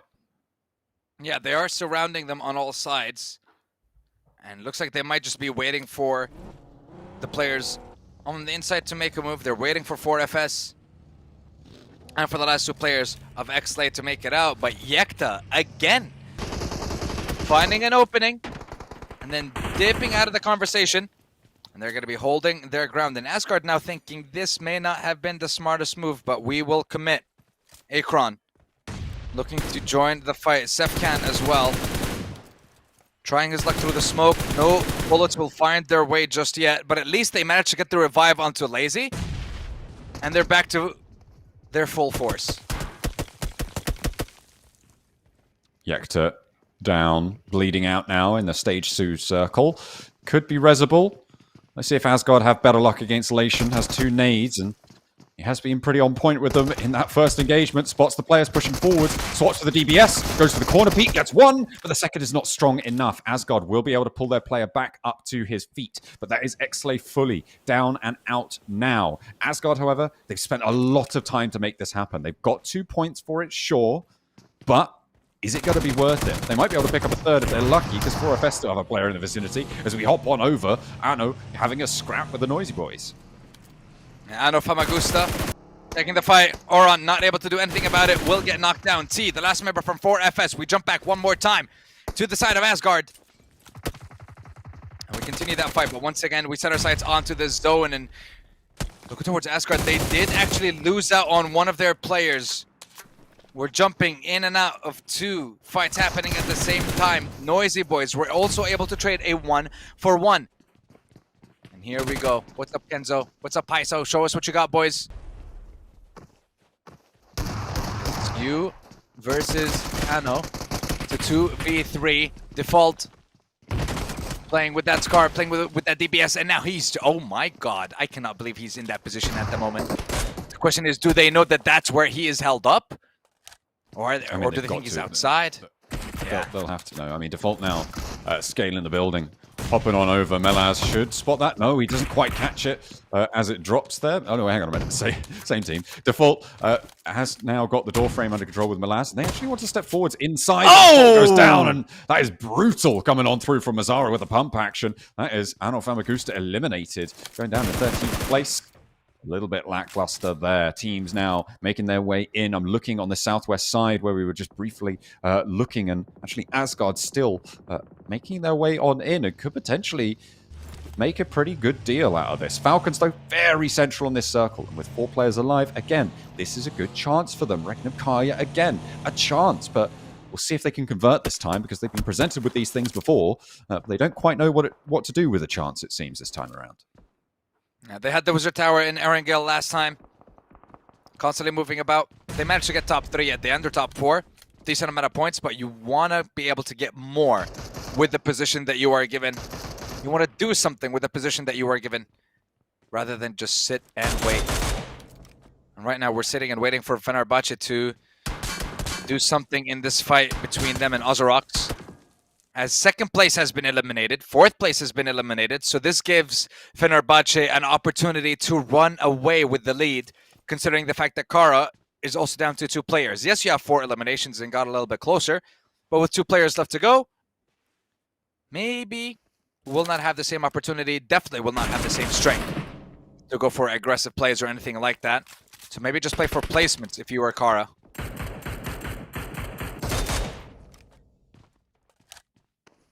Could be an option, but we've seen what they can do with 2 before. Around that bridge, it's fair to say, but still. True. They're able to enact quite the match from that position. See if they can repeat that performance from that last Erangel. Still, it's early doors here. We're not even at 15 minutes yet. Ozarox spotted. He's not going to be giving them any trouble this time around. Rogo goes down, so no more shenanigans from him. Thank you very much. Thank you very much indeed. Let's have a look. I'm just getting a general idea for the rest of the squads. Beşiktaş, decent position at the moment. Just depends on whether the zone will favor them or favor other squads. And the zone will be shifting. Well, it has shifted already, rather. The zone will be moving very, very shortly. Fenerbahçe, full squad, decent position. Noisy Boys have to make it out, but we'll get back to that later. As Papara SuperMassive, Nico. A lot of people going for this push, and he is dipping. He does not want to be there. He gets the hell out of Dodge. As the fight with BOARS seems to be making them suffer, and so is Regnum. Carya, 2 squads applying their pressure onto SuperMassive at the moment. Tron B deciding to throw that molly, not giving any room for anyone to walk up those steps. And Kamikaze gets held up in a different corner on his own. He might actually be spotted out though. Will secure the elimination onto Havlik. Gets that knock. The high ground from the west side on Regnum Carya there is so impactful on this fight. You can see what Wild can see there, and SnowX is kind of dead to rights in a way. The reses coming through from BOARS are just going to keep them inside the building, and you've got to wonder how much longer they can last. This is a 2-team fight that's just completely penned in right now by Regnum Carya, and there's really nothing that either of them can do about it. They might just have to wait for another team to take on Regnum Carya, and you can see Zedwolf. He's on the hunt. Exo down yet again, looking for that res now. Kvik has to pull him back. Papara SuperMassive aren't going to let them slow. Yeah, they really can't. Trumpy tries his luck with the nade. Not able to get the right bounce in the right location. Will be attempting again if he has a couple more nades. But the question is, once this fight's done, what do you do then? Because you still have so many squads with their sights set on you at the moment. BOARS thought this fight was going to be very easy, but Regnum Carya changing everything up. Silas, I see on the minimap, he's making a move closer and closer. He wants this fight to wrap up, and Regnum Carya want to take over this position, and I think that's the right call. Kamikaze back to the corner now. Regnum Carya, I mean, making the decision to roll down. They've read that there's not too many people in the fight, and Zed Wolf, of course, is leading the charge. Kamikaze crouching in the corner might be dangerous for him to deal with, but he just needs to keep his wits about him on the stairwell. Spots him! Oh! Doesn't have a clue there's a player in there. That is unpreparedness. That is a lack of scouting, and I feel like the decision to go down was ill-informed here for Regnum Carya.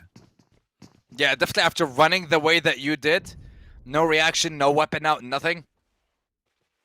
Definitely no idea that someone was there. Like they thought that, yeah, the building just was clear, right? But it just wasn't. Yeah, I mean, still, like, this late into the game, you'd still have to check it, right? Regardless if you think it's empty or not. You'd still check your corners, no? Well, yes, in theory. Easier Maybe just a momentary lapse in decision-making. Well, I have to question the flow of information here in Regnum Carya for that decision. Unfortunately, it's a very difficult question to have answered right now, so we'll have to get back to that one. But in the meantime, the rest of the team now do know that there's a player in. They've used an effective scouting tactic called sacrificing Zed Wolf. It's not the best of strategies, but it's a choice. I wouldn't have made that choice. Because look at that, the compound's outside the zone. So you went in, you lost a player, and you left. That's very unfortunate for Regnum. Are you at least going to trade? Are you at least going to get an elimination in return? Let's find out, as Kamikaze and Tronby still stuck in this location. But Regnum, they sent Loxy out to scout, and they left 2 other players to hold this ground. And keep in mind, BOARS are still here. I mean, they've really kind of sunk their own ship here a little bit for Regnum Carya. They had a lot of lateral movement. They had oversight on this fight. They had it completely under control. It felt like they got a little bit greedy on this engagement, and they have paid the price for it. Now with Wild kind of stuck in this fight, as well as Silas, a little bit less for Silas, but Loxy might be able to have an impact, but in general, it's just going to be very difficult for them to now get away from this one. And they might have to fully commit now to the position that they've decided to go for. In the meantime, the rest of the map is being worked by the Falcons over on that west side. They've grabbed a compound. The team's over towards the northeast side as well, having a much better time. And actually, Carya very happy with their duo. Regnum Carya deciding we don't want to lose anything else from this fight, and we are going to dip. Loxy provides the cover. And looks like Regnum Carya will be making it out. You lost Z-Wolf, but still, at least the rest of the squad is here. And this is something you mentioned about them before. They have a position, but sometimes they just don't know what in the world to do with it. And that was a perfect example of, oh, let's say that right there. I mean, the idea there is fairly solid if there is no player in that building, right? You take an outpost, you look for them through those windows, you leave an outpost on the top of the hill, and you come back to fight it. BOARS are now popping off and taking a player from Papara SuperMassive. Tronby bites the dust. But, yeah, and that's what I was talking about, right? The decision looked wild because it was given the situation. Unfortunately, they didn't have all that information, which is the big question for me. What happened with that scouting, with that information gathering? Who confirmed that that building was empty? Who fed that information back? And was that miscommunicated? When you bring a new player into the team, these things can happen, you know, that the entire communication dynamic can change. And it definitely showed in that scenario. But as long as they make up for it, and they got a couple of eliminations. Well, not like that! Silas goes down to EXO. EXO looking to get that 3rd and final elimination onto the likes of Regnum Carya here. Loxy not able to hold down his ground. Rita from IDA steals it away, steals Silas away as well. Regnum Carya bite the dust. Ooh, I feel like that was deserved after 100%. After their decision-making chain. It was a bit of a rough road for them. And it is unfortunate that they're going to be once more out of luck on the point-scoring front here, only getting the 1 point for the match so far. They'll have one more opportunity today to see how far they can go. Falcons, They have a lot better chance here, but they are now on the western edge of this circle with just a little bit of their building cut in. They can survive, but it is a little bit of a divot that they sit in. Yeah, and the opposite side, Fenerbahçe will have a much bigger compound to hold on to, a much bigger building. I think with a lot more areas to be able to view from as well. Be able to scout out a decent amount from whatever's left in the zone at the moment. SHOCKWAVE, we haven't really heard much about them. They're coming in from the northern side to Beşiktaş. ASG, Asgard, they still have 2 or 3 members left alive. They have 3. I believe Sefkan is getting the revive and the team is making a move, but the question is where? You either have to push Falcons or you push Beşiktaş. I don't think you can hold on between the two, but let's see what they decide to do. IDA moving in. One will get spotted out. SnowX picks up the knock. EXO picks up the elimination. Falcons not able to steal that away. And IDA will be able to find themselves a compound. Question is, how safe is it? Because I think they're right next to another squad. No, it should be fine for now. This north side that I'm most... Well, actually, the north and the south sides, right, that I'm thinking about. Falcons can bide their time for a lot longer here and just chill out in a lot of ways. But the Boars are at the back of the queue. They've been through the wars here. A lot of fights on their card so far, but maybe Fenerbahçe is one step too far as they try and move a little bit further out to the east side. Teams remaining, we have 9 of them. As it stands, but I'm sure that number's fairly soon to drop as SnowX careens himself into the smoke, and we are indeed down to 8, so the placement points start to kick in. Boars out with 4 points, and they'll finish their match number 5 in 9th place. Not a bad start for the Boars on their first day, but they still have 1 more game to go. Definitely one of the teams to look out for the rest of the day. Well, for the rest of the competition still. IDA have been showing up bit by bit here and there. A couple of fights, couple of elims, and then they tend to dip and disappear. If they manage to surprise us with 1 game left to go, and with 2 players left alive in this situation. But we're focusing on Beşiktaş and Asgard, as Asgard is able to deal a decent bit of damage. Real finding another, almost securing that pick. SHOCKWAVE hearing everything that's going on. I bet they're going to be coming into third party within a moment's notice. Well, we'll get back to that fight later as Fenerbahçe now jumps into THENOISYBOYS. Oh, and immediately Razy peppered down, taken down. The vehicle has to slam into reverse. Beşiktaş not having a good time either on the north side of this massive high ground that's overlooking the circle, but it's going to be pushed off by this next zone. They will have to try and descend here. Asgard picking up the pieces of getting scrapped away at. And the Falcons rotating up towards the north side with Ralph. He's poking his nose in, the rest of them in tow, but they're being seen off by Asgard, who have managed to find their feet with 3. Ralph, not to be deterred though, leads the charge for the rest of his team to get pushed on through. But they're opting for a different approach here. Real, though, with a big nade, could be huge. Doesn't quite find the knock. He's being chased down through the corridors and can't quite escape. These circling Falcons who managed to usurp the position up on high, but Novalo goes down, and there's more to do. There is still so much to do, as there is another squad hiding in the building that you just invaded. And guess what? It's not even in the zone. Asgard with Sefkan and Lazy holding on to that second floor of the building. Will Falcons make the decision to go for the fight, or will they dip? Rauf gets spotted out, gets taken down, and gets secured. Nade comes in onto Asgard, but still no damage from the side of SHOCKWAVE. And as the zone decides to close in bit by bit, forcing these teams to make a decision. You fight now, or you die to the zone. What choice will you make? Asgard making the move, coming down those stairs. Koa waiting with the pump shotgun, taking a 1v2. Lazy will take them down. 1-for-1 trade. Falcons at the end will make it out alive with 2 members still remaining. SHOCKWAVE, they lost 1 on the high ground, and they still need to move in as the zone forces them. That's so nasty for the Falcons. A team nade, finding a knock into their teammate there, unaware of the crossing, a little bit mucky in those final moments, but they do survive for a moment longer. With 7 teams remaining, though, they want to get a little bit more going. We're into stage 7, so having 7 teams remaining is pretty notable here. And actually, nobody has 4 players alive. SHOCKWAVE trying to move forwards, having a tough time of it, and will be all right for the time being. A nade in from Rookie, tries to withhold the storm from SHOCKWAVE on his own. There is no teammates at his back. Zeptimus drops a nade, plays low.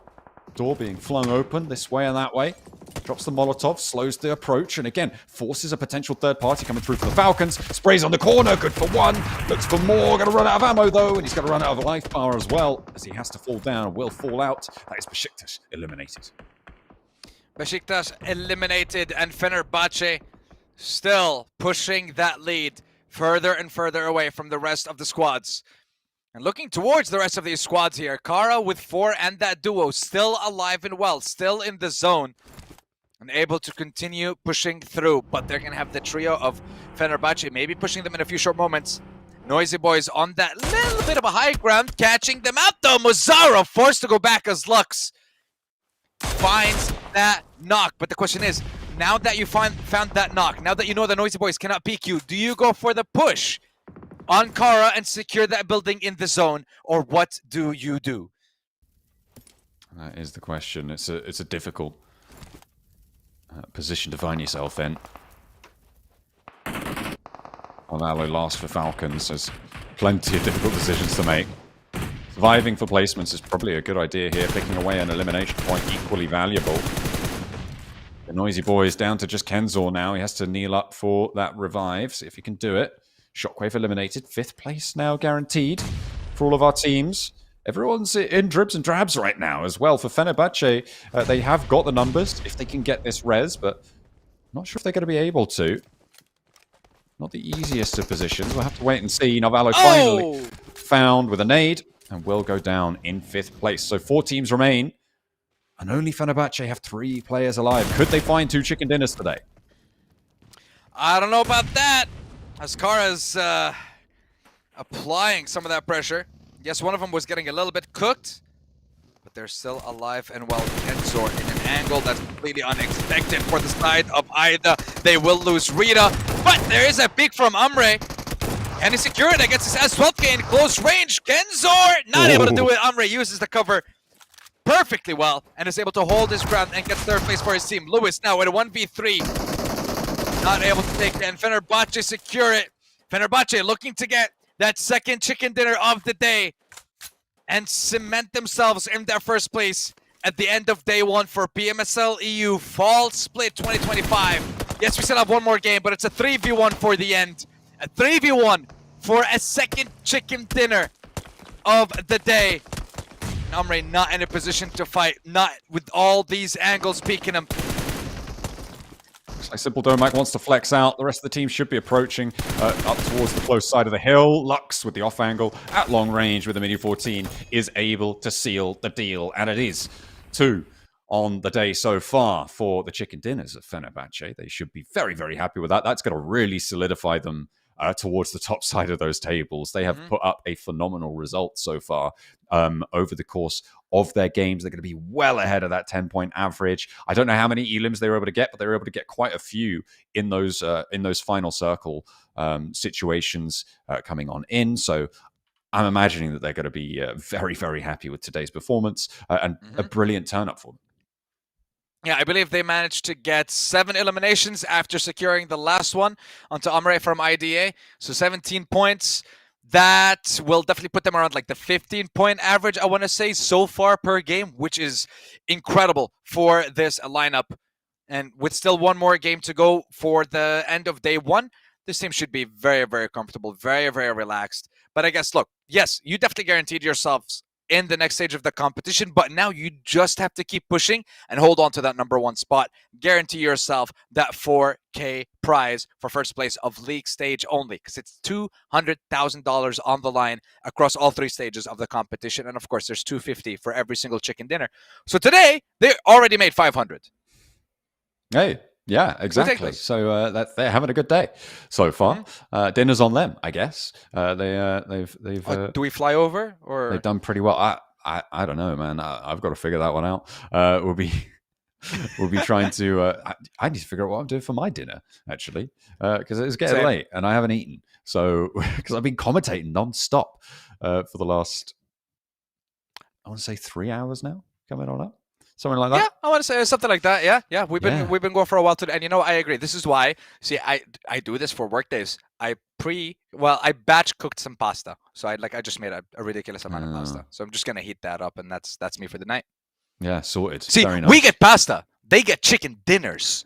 They got two chicken dinners today, and we got 0. Rude, actually. They should share. They should share with the sharing class. is caring, guys. I thought we talked about this. Yeah, we did. All the time. Can't stop me talking about it. But we have now seen our 5th match of the day. We've got one more match to play, and hopefully that will be right around the corner, unless we have any false starts again. But we are going to be heading into that one fairly soon. In general, Miramar was fairly standard, I think it's safe to say. There were some interesting decisions, I think, towards those final circles. That position, obviously, from Regnum Carya, I think, stands out the most in terms of their decision-making there. A big fumble in terms of what info they'd been able to gather and transfer across their team, obviously, with Kamikaze kind of ruining their day, and then they got stuck in a situation they just didn't want to be in with 2 players close by. They managed to retreat up the hill, which I thought might be a little bit harder for them, but at that point everybody knew where they were there, that they were there. They didn't have the element of surprise on their side in a way that they would have liked, and they were taken to task for it. The rest of the teams were able to move around them, not least of which Mazzaro with 5 elims and 797 damage. 797 flying away with those eliminations and those points that he secured for himself and for the squad. Noisy Boys. I want to remind everyone that's watching right now, Noisy Boys shouldn't even be here, but they made it, and I love that for them. I love the fact that they were given essentially a second life, a second chance in PMCO, and they made it through that competition, and now they're here. And it's not like they're just going to be participating in the group stage and then be done with it. No. They want to try and see if they can go all the way. And if they can consistently keep up this kind of performance and improve day by day, can definitely see them being one of the teams that make it to PMGC. But of course, reminder, Noisy Boys, every single one of these teams isn't even showing their real strength in this competition so far. That shows up on the finals. For now, this is all just a taste. Hey, well, we'll have to see. We'll have to see if people are able to step it up, because I sure hope it's just a case of Regnum Carya 100% not doing that, or Falcons not doing that, because the alternative is pretty grim in terms of their prognosis. They're going to be having a pretty rough time there. How's it looking, Doc? What is the prognosis? Just give it to me straight. Pretty much, currently a wingless Falcon is the prognosis. Normally Wolves move as a pack, and I guess there's a reason this guy doesn't. Yeah, no claws, no fangs, nothing on that. That's more veterinary, to be fair. So I'm sorry to have gone outside of my but like vets are doctors too, right? Or are you? Yeah. Okay, hold on. I mean, to be fair, medical doctors have usurped the term doctor. It wasn't theirs to begin with. They stole that from people who have doctorates and PhDs. That's what it's supposed to be. But they were like, no, we have that too. Like, because it's supposed to be like MD, like medical doctor, or right? Medical doctorate? I don't know if MD stands for medical degree. doctor. No, it's medical degree. No? Yeah. I don't know. I have no idea. I actually don't know, but I would be very surprised. Again, computer science graduates, guys. You don't come to us for this kind of information. You come to us for PUBG Mobile knowledge, and that's why we're here. And we have one more game for you. Just one more. So again, I ask you, nay, I demand that you show your support for every single one of these teams, because they have been through it today, and they need your support as they go into the final game of the day. Spam those hashtags and show me who you're supporting in PMSL EU. Yeah, absolutely. What he said. That's yeah. Do it now. No, right now. Like, I'm actually waiting. Like, you're not doing it right now, and we can't. I'm disappointed in you guys. Yeah, no, it's a big problem. It's a big problem that you guys are causing right now. So And you know what? Think about that. Maxman is disappointed in you guys too. Just saying.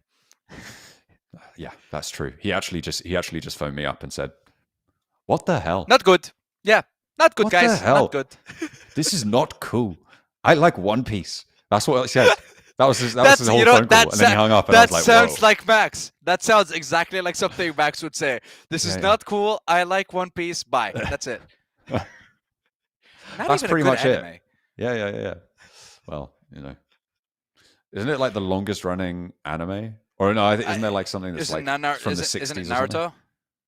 Mm, Naruto or One Piece. One of those has been running like crazy. you think? I reckon it's some like really obscure one that's like been on since like the 60s, and it's some like kids cartoon that's like technically an anime from Japan. Okay, Would not be surprised. Longest you know what? running anime. Ooh. That's what I'm googling. Okay, let us. You know what? We need to know this before we jump into our last Okay, do you game. want to guess how many episodes? For which is it Naruto or One Piece? The longest anime in general. As in how many episodes? Yeah. I mean, I know that Naruto and One Piece are like over 1,000 apiece. I'm gonna go with I'm gonna go 3,500. Oh, why'd you do that? It's 2,600. So close. Yeah, but it's neither of those two series. It's What is it? It's an anime called Sazai-san, which has been airing since 1969 and holds the Guinness World Record for the longest running anime television series. It has 2,600 episodes, but contains over 8,600 segments. The total runtime will take an estimated 36 days to watch consecutively. Well, ladies and gentlemen, if you want to absolutely destroy 36 days in a row, that's what you do. Not even in a row. That's with no sleep. Don't do that. That is not healthy. I recommend you eat, sleep, and work out, and then just spend the rest of the day watching it. As long as you're being productive, be healthy. Take care of yourself. That's right. Well, there you go. We preach self-care over here. Yeah, that's interesting. It's a slice of life anime about a Japanese family in the suburbs. Well, you know what? That's one thing I'm going to be looking up in a bit. Once we're done with... If I've learned anything from today, it's that anime is very, very long, and Fenerbahce's lead is 21 points. And I like that. 62 in 5 games. Incredible average for this lineup. 2 chicken dinners, 35 eliminations, averaging around 7 or 8, if not more at this point per game. So good job for the side of Fenerbahce, and I want to see consistently more and more from this squad. Beşiktaş doing well so far. Still, more can be done. Regnum, Carya, definitely. I mean, you mentioned it yourself, John. A couple of times, good positions, not able to do much with it. Yeah, it's unfortunate. You do need to be capitalizing on those opportunities when they present themselves. Fenerbahce obviously getting 17 points, you're right, on that last match, and able to keep converting their top of the tables position. Very, very happy about that for them. And it's good to see them starting to really start to resurge here. That's not right. But I'll tell you why that's happened is because our next lobby has just loaded in. So the stats just got overwritten there, which is why we're ready fairly soon to get into this next game. Getting into this next game is our top priority. And Computer don't worry, science graduate. It will happen very, very soon. Not graduate. Yeah, just a little bit. Oh dear. But don't worry. It should. Listen, John. It should be fine. I can't. You know what? I cannot believe we are almost there. We're almost there. We're almost at the end of our first day. It has been an exciting one. It has been a straining one. It has been a stressful one. But it's been a fantastic one too. We did very little for a long time, and then we did a lot for the last few hours. We're coming up on. This is going to be our 4th hour of games. 6 games in 4 hours. That's pretty good going. That's a decent average. I'll let you know that when we're talking about when this started, 6 hours 20 minutes ago.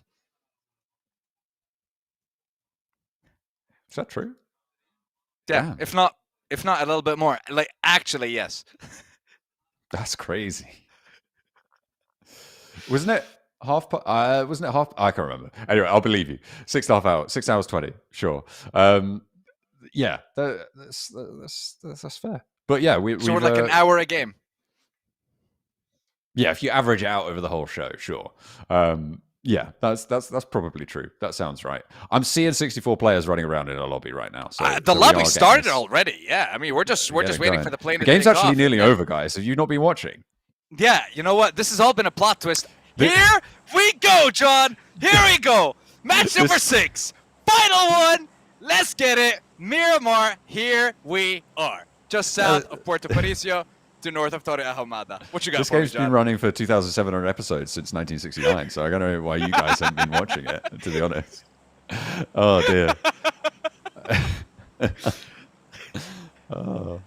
Well, in any case, let's size up what's going on here. East side plane path, pretty chill in general. Not too worried. El Pozzo Hot Drop might be dissuaded on this because, of course, it is too far to go straight away. Easy peasy start to the game with this plane path, but everything's going to change once we see where that first zone is going to be. And again, this is Miramar. We're not expecting a lot of fights in the early stages of the game, but we are expecting it to be a spicy end to our first day of the competition. For I am looking forward to also gotta load up fast and then head straight to the zone. Play edge. Maybe go to Monte Nuevo, power grid, kind of centralize yourself, get control of some high ground maybe. But we'll see what they decide to do at the end of the day. Some teams will be starting their game already in the zone, and they're going to be perfectly comfortable with that. Stress in the early couple of minutes of the game, so they can take their time.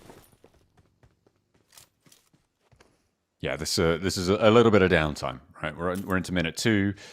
Wouldn't expect to see big conflicts until maybe minute 6, the earliest, when teams start to really rotate across the open ground.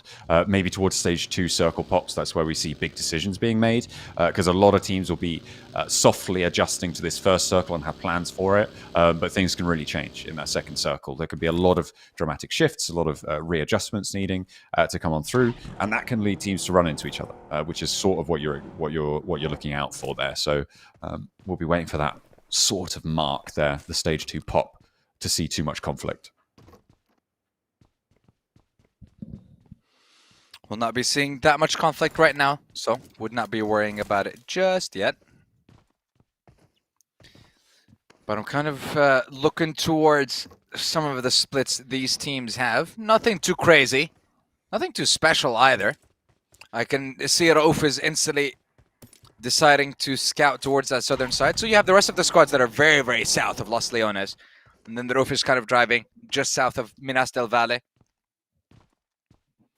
And then we'll see where he heads from there. I think he might go all the way to like Valle del Mar, and then from there head into the zone from the likes of Ladriera up to Monte Nuevo.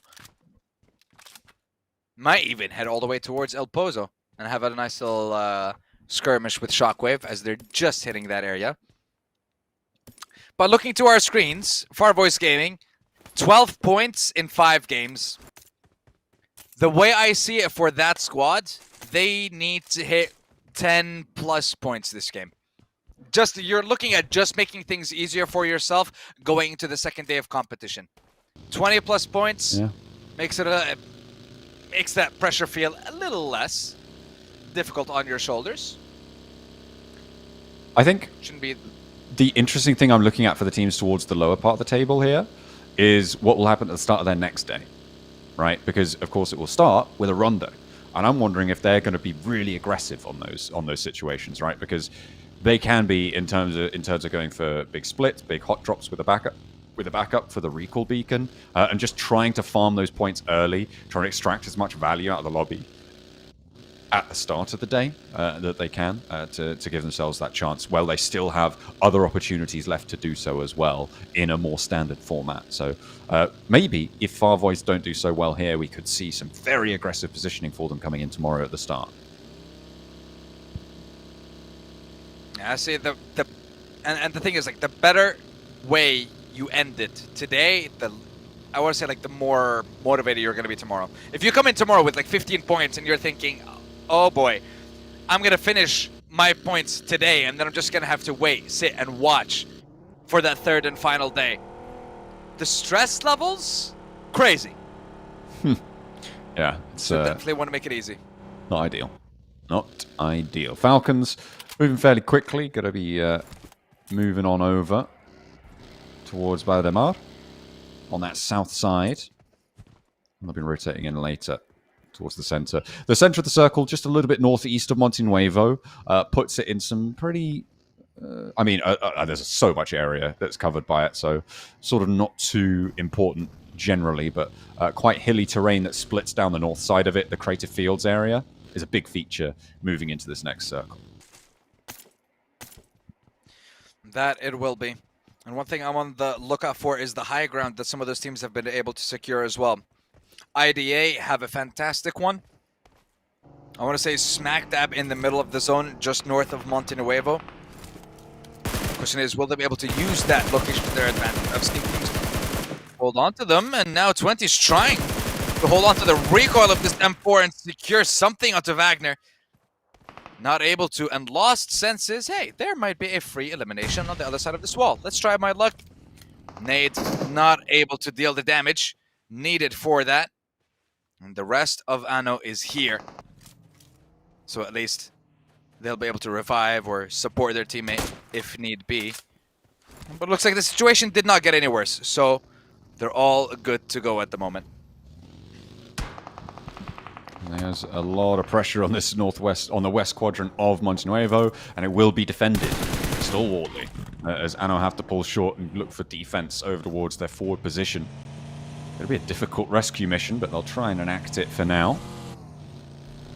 No full flushes coming through just yet, and no one breaking out of ranks to try and go for that flush either. So a lot of potential to get rezzed here. We'll see if they're able to do so. South side, XSLAY are there. As 4FS still, yeah, they're still fighting away, trying to scrap them down. But the healing isn't quite on board. We're into minute 8 and coming up to minute 9 soon. No major engagements so far, and we haven't seen the stage 2 pop just yet. Ah, finally, is that a flush? I think that was the flush. No, it's nope, just just a re-knock. But it doesn't look like there's going to be a revive opportunity. Could be too early to tell, but we still don't have our first elimination. We could in a few short moments. And looks like we do. 4FST at 7:47. Not the latest first blood I've seen in this game so far. Actually, what's the latest first blood that you've experienced in a competition? I don't remember the exact time, but I think it was at least minute 12. Okay. So yeah, it's and it is on Miramar, I'm pretty sure. But it's yeah, I can't recall exactly, but that's I have a sense that did happen at some point in my casting history. Yeah, your history is extensive as well. You see, I don't think you'd make up something like that. You're a very trustworthy person, John. I mean, I'm not going to comment on that. I'm not going to comment on that because I feel like that's something that, you know, maybe I am, maybe I'm not. You know, I mean, look, what's it matter to you? Let's look at the circle because that's a big shift. Let's look at the circle. I agree. It's a you can big trust shift me on that. You know That's a southwest shift. Listen, anything PUBG Mobile related, I trust you. Outside of that, we'll have another conversation about it. But towards that zone, 4FS, center zone, Monte Nuevo, IDA, when they had that higher ground, they see that shift instantly. Okay, boys, let's dip. And that is going to be the move. But the question is, where is that move going to be? With Monte Nuevo seemingly occupied by the likes of 4FS, especially with how split they are, I want them to be playing together. Not necessarily in the same building, but at least neighboring each other to make it easier to provide assistance if needed. We'll see if they are going to be friendly or not. Speak friend and enter. Yeah, well, that's easier done in the minds of Mori than Monte Nuevo, unfortunately. Do you think so? Yeah, probably. One has a Balrog and one doesn't, so yes. Yeah, only if you throw a skeleton down a well, and you know. Okay, technically he didn't throw it down the well. Okay, he kind of slightly shoved it. If we're gonna get into the semantics of it. All right. I'm worried about the Guardian at the entrance, to be honest. Fair, yeah. That's like that happens, right? It's not. Anyway, that's all true. the Hobbit's fault in the end. So we'll see whose fault it's going to be as Monte Nuevo does start to heat up. A couple of shots being exchanged. And right now, Looks like Emery. Ida have Emery. lost one, but there is a refrag there. Emery makes him look a fool of a Took. Definitely made him look like a fool with that one. Not peeking around the corner, not checking those angles. And now IDA in a little bit of a pickle, but still, it's the Noisy Boys in a 2v2, 2v3. Hyso now down on his own. Honestly, what an absolute mess. IDA come out on top at the end, and Hyso gets spotted out by 4FS, third party. Secures 4FS. that one. Yeah, Across that's the unfortunate. way. I mean, they're just causing a roadblock on that entire fight. Not really too much to do. These late crashes, not ideal. I think sending into Montenuevo, unless it's your only option, is a bad idea at this stage. So we'll have to wait and see who's going to go for it. As we have 15 teams remaining now, and players are dropping faster and faster. Kamikaze tries to take a shutdown, but has some bullets sent his way, and that will put him on to the ground. Yusuf as well, similarly sprayed down. Lewis loses no time in shutting him up. As the zone inches closer and closer, closing in on our competitors, on our players, on our teams. Like you mentioned, they will drop like flies. Falcons will be fighting Beşiktaş. 4FS are going to have quite a few teams looking at their location as well, so they have to stand their ground. Do not give an inch. Let's jump over to BOARS. See what they're going to be doing against Regnum Carya. As Regnum are still... No, it looks like they're not going to be going for a push. They're just repositioning here rather than going for a fight with the BOARS. Understandable decision, considering there's still quite a few teams left in that game.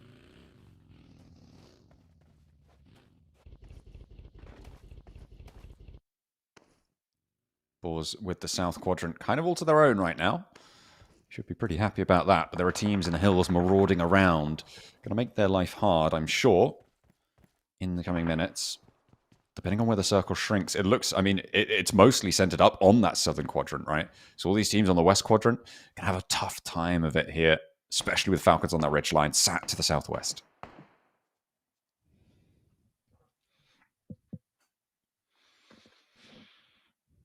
Teams are starting to get closer and closer to Montenuevo, and feels like they're making a gamble.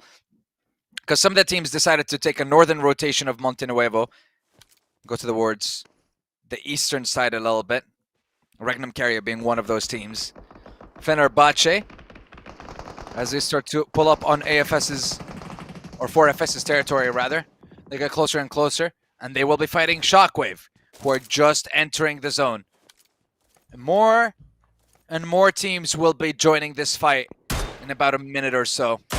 A lot of teams are going to have their sights set on those compounds.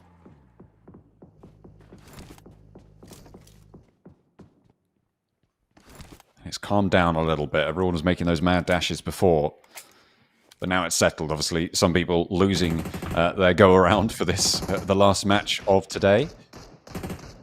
That's just how it has to go sometimes.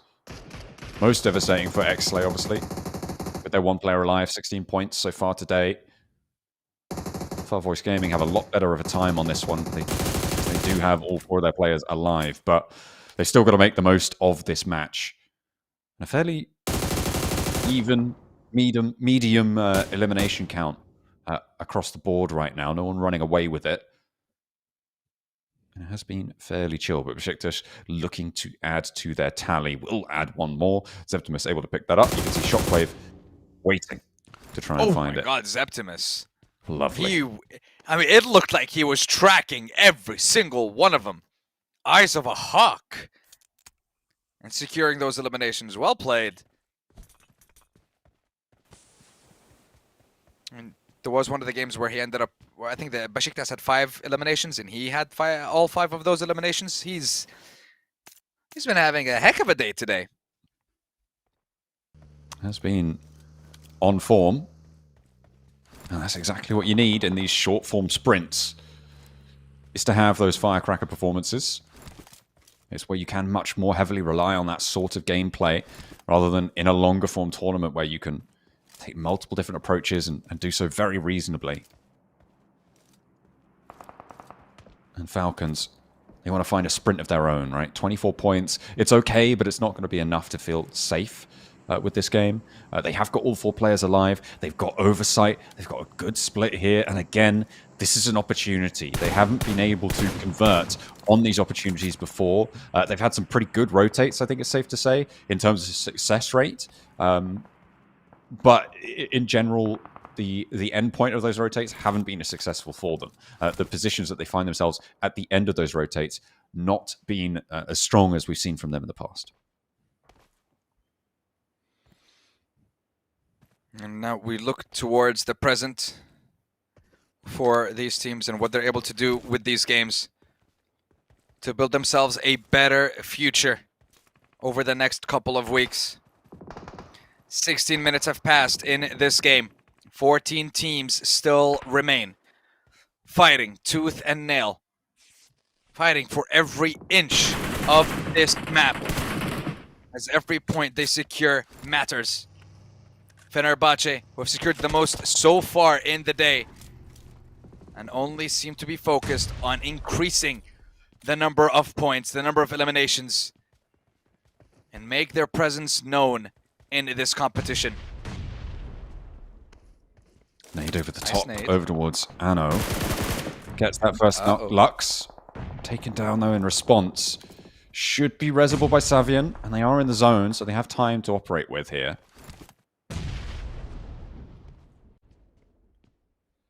And can play a little bit slower now, which will mean that that forward duo for Fenerbahçe has to take a little bit of a breather. They were quite close to getting stuck in with Anno there, but that's going to slow them down, which might not be favorable and might leave them a bit high and dry here, actually, on this compound.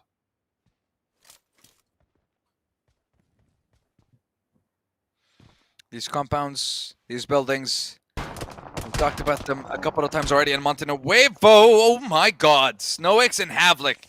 Let it rip on Supermassive. Just like that, a couple of them bite the dust, and now we're left with Tronby on his own. In a split second, they just disappeared. Blink, can you miss it? They get evaporated. That's just what happens sometimes.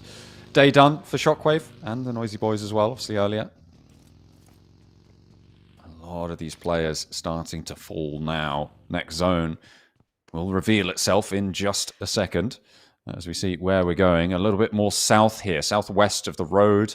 Does keep a little bit of that western quadrant in, but really does start to focus up down south. And again, Carya, good spot here for them on this shift. The Falcons split. Look at this. Look at where Redox is, and then look at where they are on the south. This is a big split this late in the circle. He's going to have a lot of oversight, and to be fair, there's not a lot of threat at all of him getting rolled up on right now. He knows that there's loads of teams there. The danger is, once those fights conclude, he's going to be a lot more at risk and will have to try and make his way back to the rest of the team. So we'll have to see if this is going to pay off for the Falcons. Do you think it's better for them to regroup with him and use that high ground? Or do you think it's better for them to hold on to that southern side and fight, and take the fight rather to Ozarox? Or Falcons, that is. Because I'm looking at it, and I think maybe Redox's position might be better! Ooh. We'll get back to that in a moment. As 4FS and IDA bring us out of that conversation and into this one, as it's 4v4, and Fenerbahçe are also making the move into Montenuevo, and all hell is about to break loose in this little tiny city. This north side getting crunched on together. As Fenerbahçe do have to keep pushing forwards. They do take another knock again. They will have to stop their roll, but back of this fight is heating up as well. You've got Farvoice pushing in from the eastern side. The fight on the inside now starts to pop off. Savian can't quite defend his teammate there. There's an insurgent on the top floor, and Simple Domac taken very, very low. Lux is bleeding out fast. He's been knocked a couple times before, and they are just going to try and keep this one together. I don't know how long they're going to be able to survive. Lux does bleed out, but T is spilling plenty of blood on the downstairs descent, and he's doing the dirty. It's beautiful stuff coming through from T. He has managed to wipe away Fenerbahçe. Top of the tables. Yeah, no bother. My lord. How many times have we had a team just run into this kind of issue? Due to either lack of scouting, lack of checking, lack of information, lack of communication. just lacking something. And the fact that it was one player from 4FS, one took them all down. They didn't decide to rush. They didn't decide to move. They just stayed there. They played on his terms. They played his game. And T just took him to town. Goodness me. Regnum Carya, suffering their last injury there, will fall. The Falcons, meanwhile, have been extracting value. They got 4 elims now. They have spread their split a little bit wider as well. So we'll have to see how they can... how can they keep this one together? Because they are still taking risks here. Luckily, the team with them down on the south has actually spread out to the east side rather than trying to roll towards the duo. And in general, I'm becoming more and more of a fan of this split strategy, but only because Ozarox look like they're playing more for the east side than the west side. If there was more pressure on this south side duo, I feel like it would be way, way, way more risky for Falcons to do what they're doing. Yeah, 100%. And with Rauf in the middle, we see the zone shifting. So Redox will still have access to some of that high ground. So now the question remains, where do the Falcon duo go? Do they go to try and maybe take that last building on the southern side of the zone, right next to the roads? Maybe hold on to that. Maybe play with Rauf in his location. Maybe use a little bit of that high ground and hold the back that Ozarox might be invading later on. I'll wait and see for Rauf's decision. But so far, yeah, it did look like a very risky, very dangerous split. But so far, it does seem to be paying off. As long as they continue to play it this way. As long as Redox doesn't get knocked down. As long as Rauf doesn't get scouted out and knocked down as well. Any one of their players goes down, the plan fumbles and falls apart. If there's going to be a fumbling or a falling apart from Ozarox, they descend with a duo towards the outpost from Asgard. They've left 2 of their players up the top and will be waiting for the reloads to happen before they make their dash, which is a little bit maybe of a missed opportunity, but they're going in dribs and drabs and will try and maintain as much of their team as possible. Looks like they might all manage to make the cross. T goes down to the play zone, which is unfortunate. In the meantime, though, on the north side of this engagement, Asgard are going to have their attention turned as Exo puts the pressure down. Goes 1-for-1 on the trade. Is backed off the angle, though. Backed off the angle. They forgot to throw a couple of smokes to provide themselves some cover, because we do definitely had a couple of teams that are engaged in this fight from a further distance. They're not really just up close and personal. You gotta watch out. So many different teams. We still have 9 teams left alive and 27 players. Falcons slowly but surely showing up on that elimination feed. A couple of elims, but our focus is still onto BOARS and what they're able to do against Asgard. They're finally able to secure the eliminations, build themselves a little bit of a smoke road. I wonder how many smokes they have. But that smoke launcher is definitely being put to use for the side of BOARS. Absolutely, it's... Look at the Falcons split now. I just want to bring your attention to that for a moment. Okay, all right. So now we got Redox joined by Narvalo. Yeah, and then you have Rauf playing with Koa a little bit closer to Kara's location at the moment. I'm wondering where do they go from here, but we'll get back to that later. As IDA are focusing on FVG. And FVG are in desperate need of points. They need something. You have to break through that 20-point threshold in this game. You need to get yourself a couple of elims. You need to jump into some fights. You need the third party at the right time. You just have to do something. Absolutely. You do need to pull out all the stops, and placements won't cut it. You need a couple of elims here to get as far as you'd like. Falcons are racking them up now. 7 elims. They are still putting a lot of pressure over this one. Carya hold the buildings down to the east of their second outpost, and the 2 up the top are going to have to make their move as well. Looks like they might want to think about regrouping now, as the rest of Monte Nuevo has filtered its way on through. They will start to lose the value of that position up to the north. Sure, it has high ground. Sure, it has overlook onto a lot of the positions, but they'll be losing pace. moving forwards into these next circles. 2 players sit beneath them, and you can't really assault that as 2. There is potential to do it as 4. I might let Ozarox go for it first and then try and nade it out. Maybe that's what they're waiting for, to go for their regroup, to wait for Ozarox to make that approach and then try and take the fight. Looks like for the side of FVG, they're forced into the fight, and they're also forced out of it, just like that. Out with a whimper and 0 eliminations, 13 points, getting themselves 1 only from placement. Looking towards Falcons and that high ground. Redox gets knocked down, but Narvalo is there to provide with the revive and hopefully be able to make the move into the zone. Unless other teams have something else to say about it.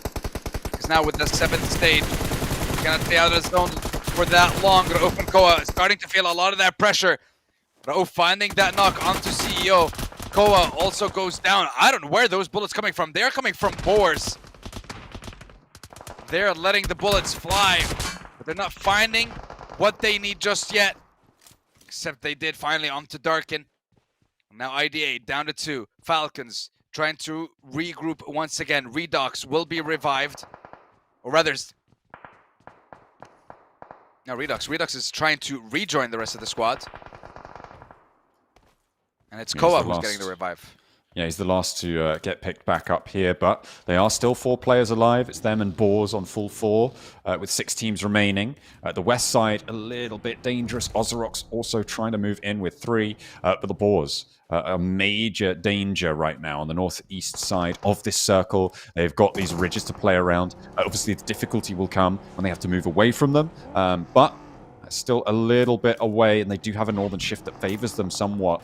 They can play up towards this high ground and try and leverage their existing position. The Falcons going to be a little bit more unsteady after only just having regrouped, gotten that healing back on board. And now that they're back at their full strength, the only other team that I can see threatening them might be BOARS, because they're the other one that is currently sitting at full strength. I would say so about Ozarox, but I haven't seen them be proactive enough. Outside of that one play from Rogo where he knocked down 3 players with 3 nades.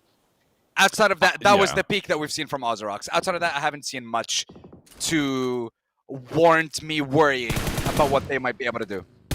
I want to see more before I can feel that. Yeah, I'm on board with that. I think that's a decent read onto the team as they stand right now. Lacking a little bit of dynamism. Dropping out for Ida, actually making the cross there against Kvik on the hold. Had to dodge in and out.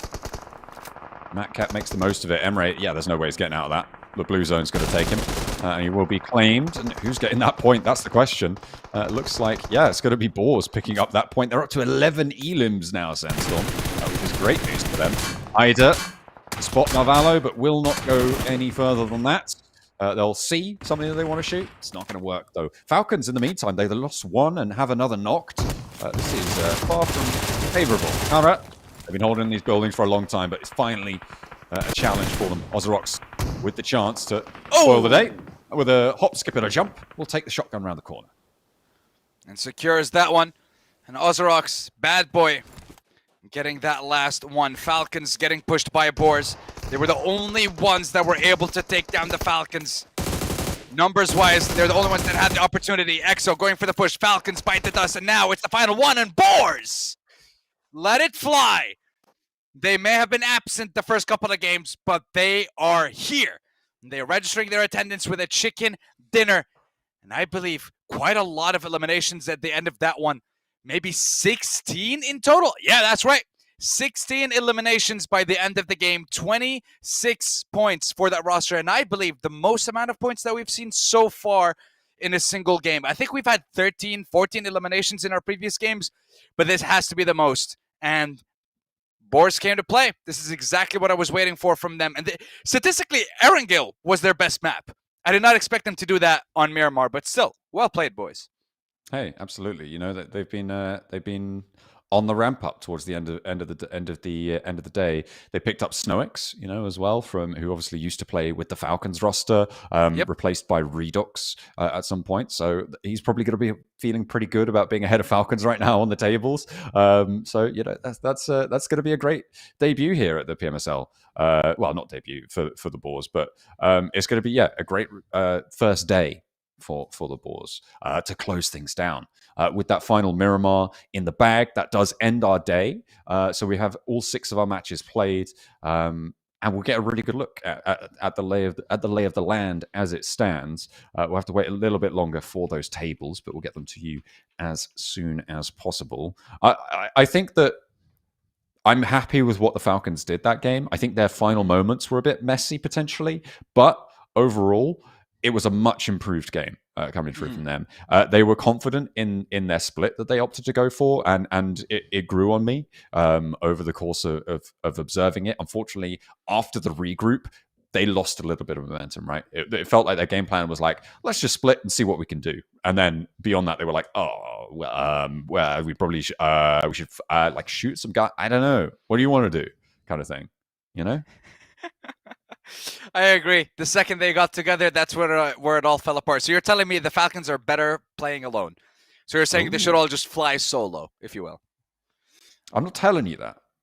But if that's what you hear, I'm not going to say you're wrong. Okay. I mean, look, that's what I heard. If you boys and girls heard the same thing, please, for the love of God, let me know. But hey, 6 matches done and dusted. And I think I can confidently say that Fenerbahçe should still be able to hold on to that first place and still be able to hold on to that lead. But the question is, who are the other teams that put themselves in the best position possible to make it into the next stage of the competition? First of all, let's have a look at the MVP from that last game. 1,103 damage. It is Havlik. It is BOARS.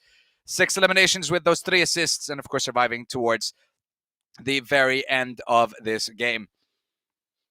And BOARS, very nice with the performance that they've put up, very, very impressed, considering that, you know, this time, of course, it is PMSL. It is against tougher opponents, tougher teams.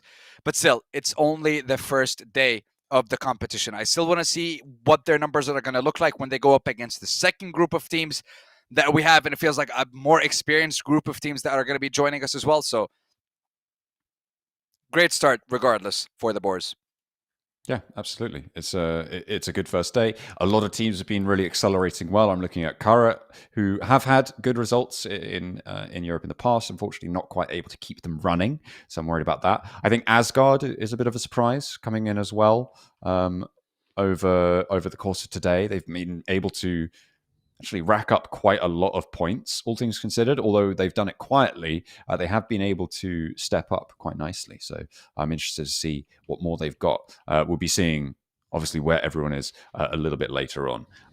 But yeah, the MVP Havlik definitely doing work for the BOARS. They had a lot of fights to get through. They went through a lot of danger, and being able to come through as a full 4 as well in that situation, I think is admirable, and a much deserved MVP there coming on through as we take a look at our match statistics. And overall, yeah, Havlik definitely topping the tables there. Kvik, the only person, or well, the person with a nade kill, with a nade elim there, so maybe a little bit to go. Redox, though, long range on the fight, and you can tell he was up on that high ground, right? That's where that's come from, on that big split for such a long time, overlooking Montenuevo. That's how he's able to get such a long distance elim. And I mean, they're rotated. They did some rotation early and played from the south up towards the north. What are you going to do? That's longest distance cover for Ralph. Oh, yeah. I mean, they drove from what? Very, very south of Los Leones, all across the southern coast to Valle del Mar. And then he drove up all the way to just shy of El Pozo. Then the zone shifted, and he again rotated all the way south to regroup with the team. And then that's when they had their lovely split. But let's have a look at the rest of the squad from the BOARS. 5 eliminations on Kvik, 3 for SnowX, and 2 for EXO. Great numbers for this roster. Incredible performance to wrap up the first day for them. And the question remains, after a game like this, where does that leave them in the overall leaderboard? And is it comfy to be top 20? That is the big question, right? After getting such a huge elim count, I mean, you're most of the way there, right, to being in the top 20 almost immediately, no matter what has happened in your previous games. But they started the game, I think they started on in the high 20s already. So I'm imagining that they have secured themselves as a top 20 already with that game. We're going to see more and more teams looking to do so over the start of tomorrow as well. So that would be very interesting to see, especially with the bumper bonanza point scoring fiesta that is Rondo at the start of the day. That is going to obviously take our breath away. Why wouldn't it? Yeah, Rondo was definitely something special. Not just, I want to say, like, being used to, seeing eliminations. Okay, then we know this is the amount of players that are left. But then we look here, it's like there's 15 eliminations here, but there's still 64 players. What? I love it. I love seeing that. It just makes everything so exciting, just for that first game, and then it's back to normality.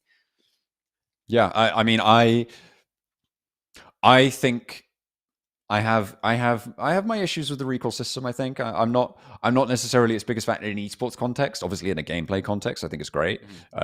It sucks when you just go down on a, like, you're dropping in with your mates and you go down and they're like, we want to play this one out, and it's like, okay, well, that's me for 25 minutes, instead of being able to get you back in. I think it's a very, very cool feature. But I think in an esports context, it adds an element that I would say reduces the amount of cerebralness behind the early game specifically. I think that it's the sort of thing that you can potentially solve theoretically, and then sort of just play that, and that's kind of the strat. I don't know what that solution will be, but it feels like it is a solvable deadlock kind of situation. So I wonder. I see what you're thinking, and I say, I'm trying to think, and I'm trying to cook something here as well.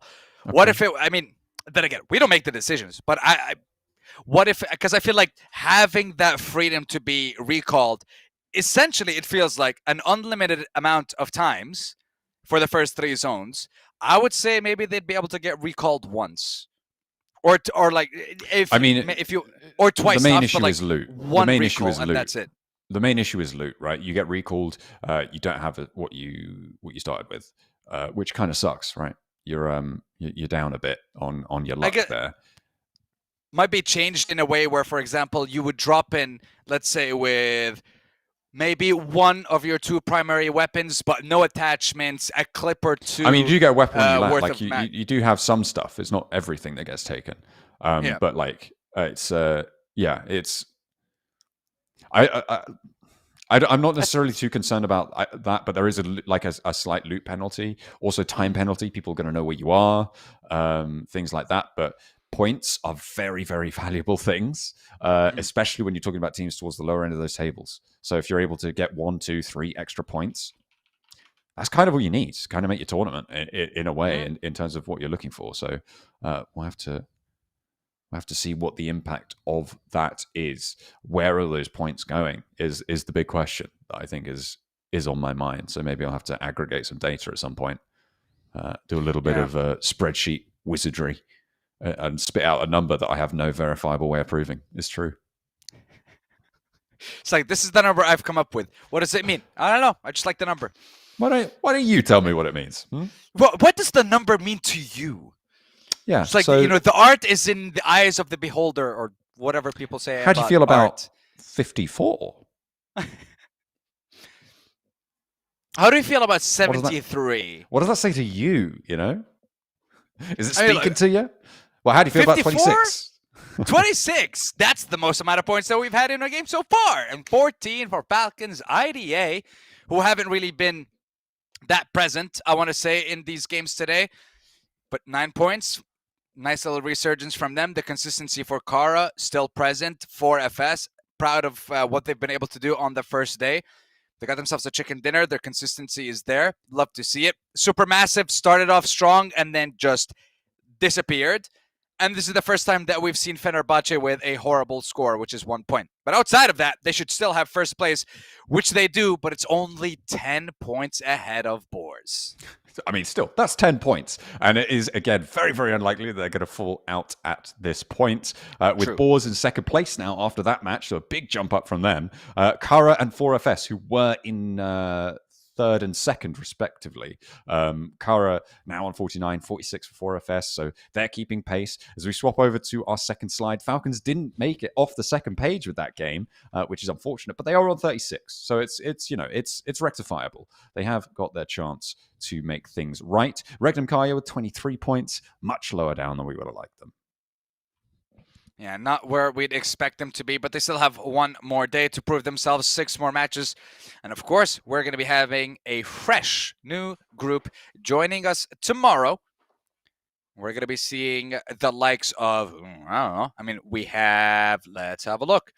Who haven't we seen? We haven't seen Galatasaray, Jetgo, S2G, KAOS Black, ULF, and NRX. Those teams are going to be the ones that join us tomorrow. The majority of them, I want to say, are partner teams as well. Yeah, the majority of these teams are partner teams. So they haven't participated in a PMNC. They haven't participated in a PMCO. So I want to say it's been quite a while since maybe they've been in a competitive kind of atmosphere. But a team like, for example, NRX, they made it through PMNC. Jetgo made it through PMNC. A couple of the other teams made it through PMCO. So they're it feels like they're a little bit more warmed up. But then you're looking at, like, I want to say warm-up versus teams that are very experienced in the field in general. Hey, look at that. That final performance there, sealing the daily MVP title for Havlik. I have to feel that something's wrong with that damage number. I feel like that can't be right, because he got more damage than that in his last game. Unless that's an average damage, in which case that would make slightly more sense, potentially. Yeah, but why would it be average damage, but then regular survival time, regular assist, regular score? I don't think that's what if he actually either. Yeah, what if he... there it is. They added a 0. There we go. Okay, that makes way more sense. There we go. Saying, over 500 average damage. Only 4 assists, though. Okay, I thought that might have been a mistake as well, but no. For a second, I was like, what, it's going to be 40? No, they just add the 1 and it becomes 14. Production loves to play with our feelings at the end of the day. There we go. 2 hours of games, almost on the nose, but if he could have lasted 2 seconds longer, that would have been great. But no, denied. Unfortunately, did not work out. But hey, at the end of the day, for Havlik and for the BOARS, it's an incredible way for them to wrap up the day, be able to jump all the way to second place, surpassing, I guess, the performance that I thought they would be able to show on that first day. But hey, proud of what they've been able to do. Still, the job is not done for any one of these teams. We've only finished 1 day. We have 2 more. For the group stage, we have 3, of course, for the survival, and then we have the 3 days of the grand finals. This is the true test that all these teams are going to be going through, or whoever makes it through these stages. They still have to keep proving themselves time and time again to get to PMGC. That is everyone's goal here, John. Yeah, there's only 3 spots, obviously, directly from this tournament. There's those points total qualifications as well. Of course, one from the 3 regions of Turkey, East Europe, West Europe. So there's potential for some of these teams to be out-earning their opponents there. I'll be fully brushed up on those points actually coming into tomorrow, because I think that's going to be quite interesting, because it could be that, it's a team like, it's likely Falcons are going to be getting one of the Europe spots, given that they won Season 1.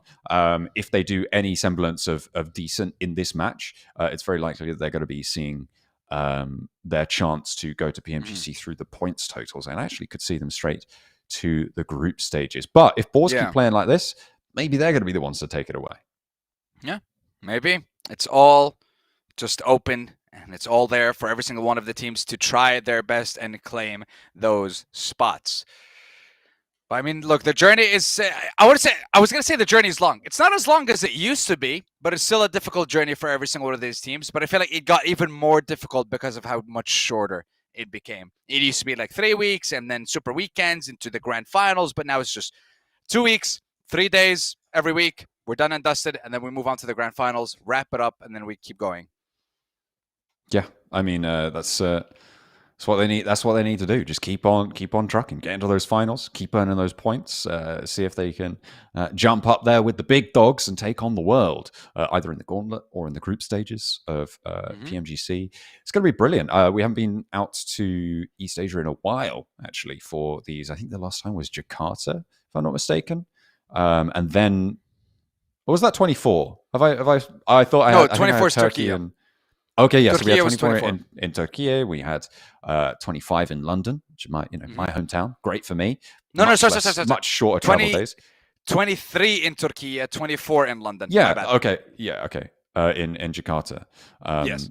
Yeah. Okay. Oh, so okay. Oh, I wasn't the wrong way around. Yeah. Either way, it's be good to be heading back out there, and for our teams, that is their goal. We'll see if they can achieve that goal, but the only way to do that is to get to the next day's games, and the only way to do that is to finish today, and that's what we're going to be doing right now. We'll see you guys tomorrow, and we will definitely have some games of PUBG Mobile ready for you.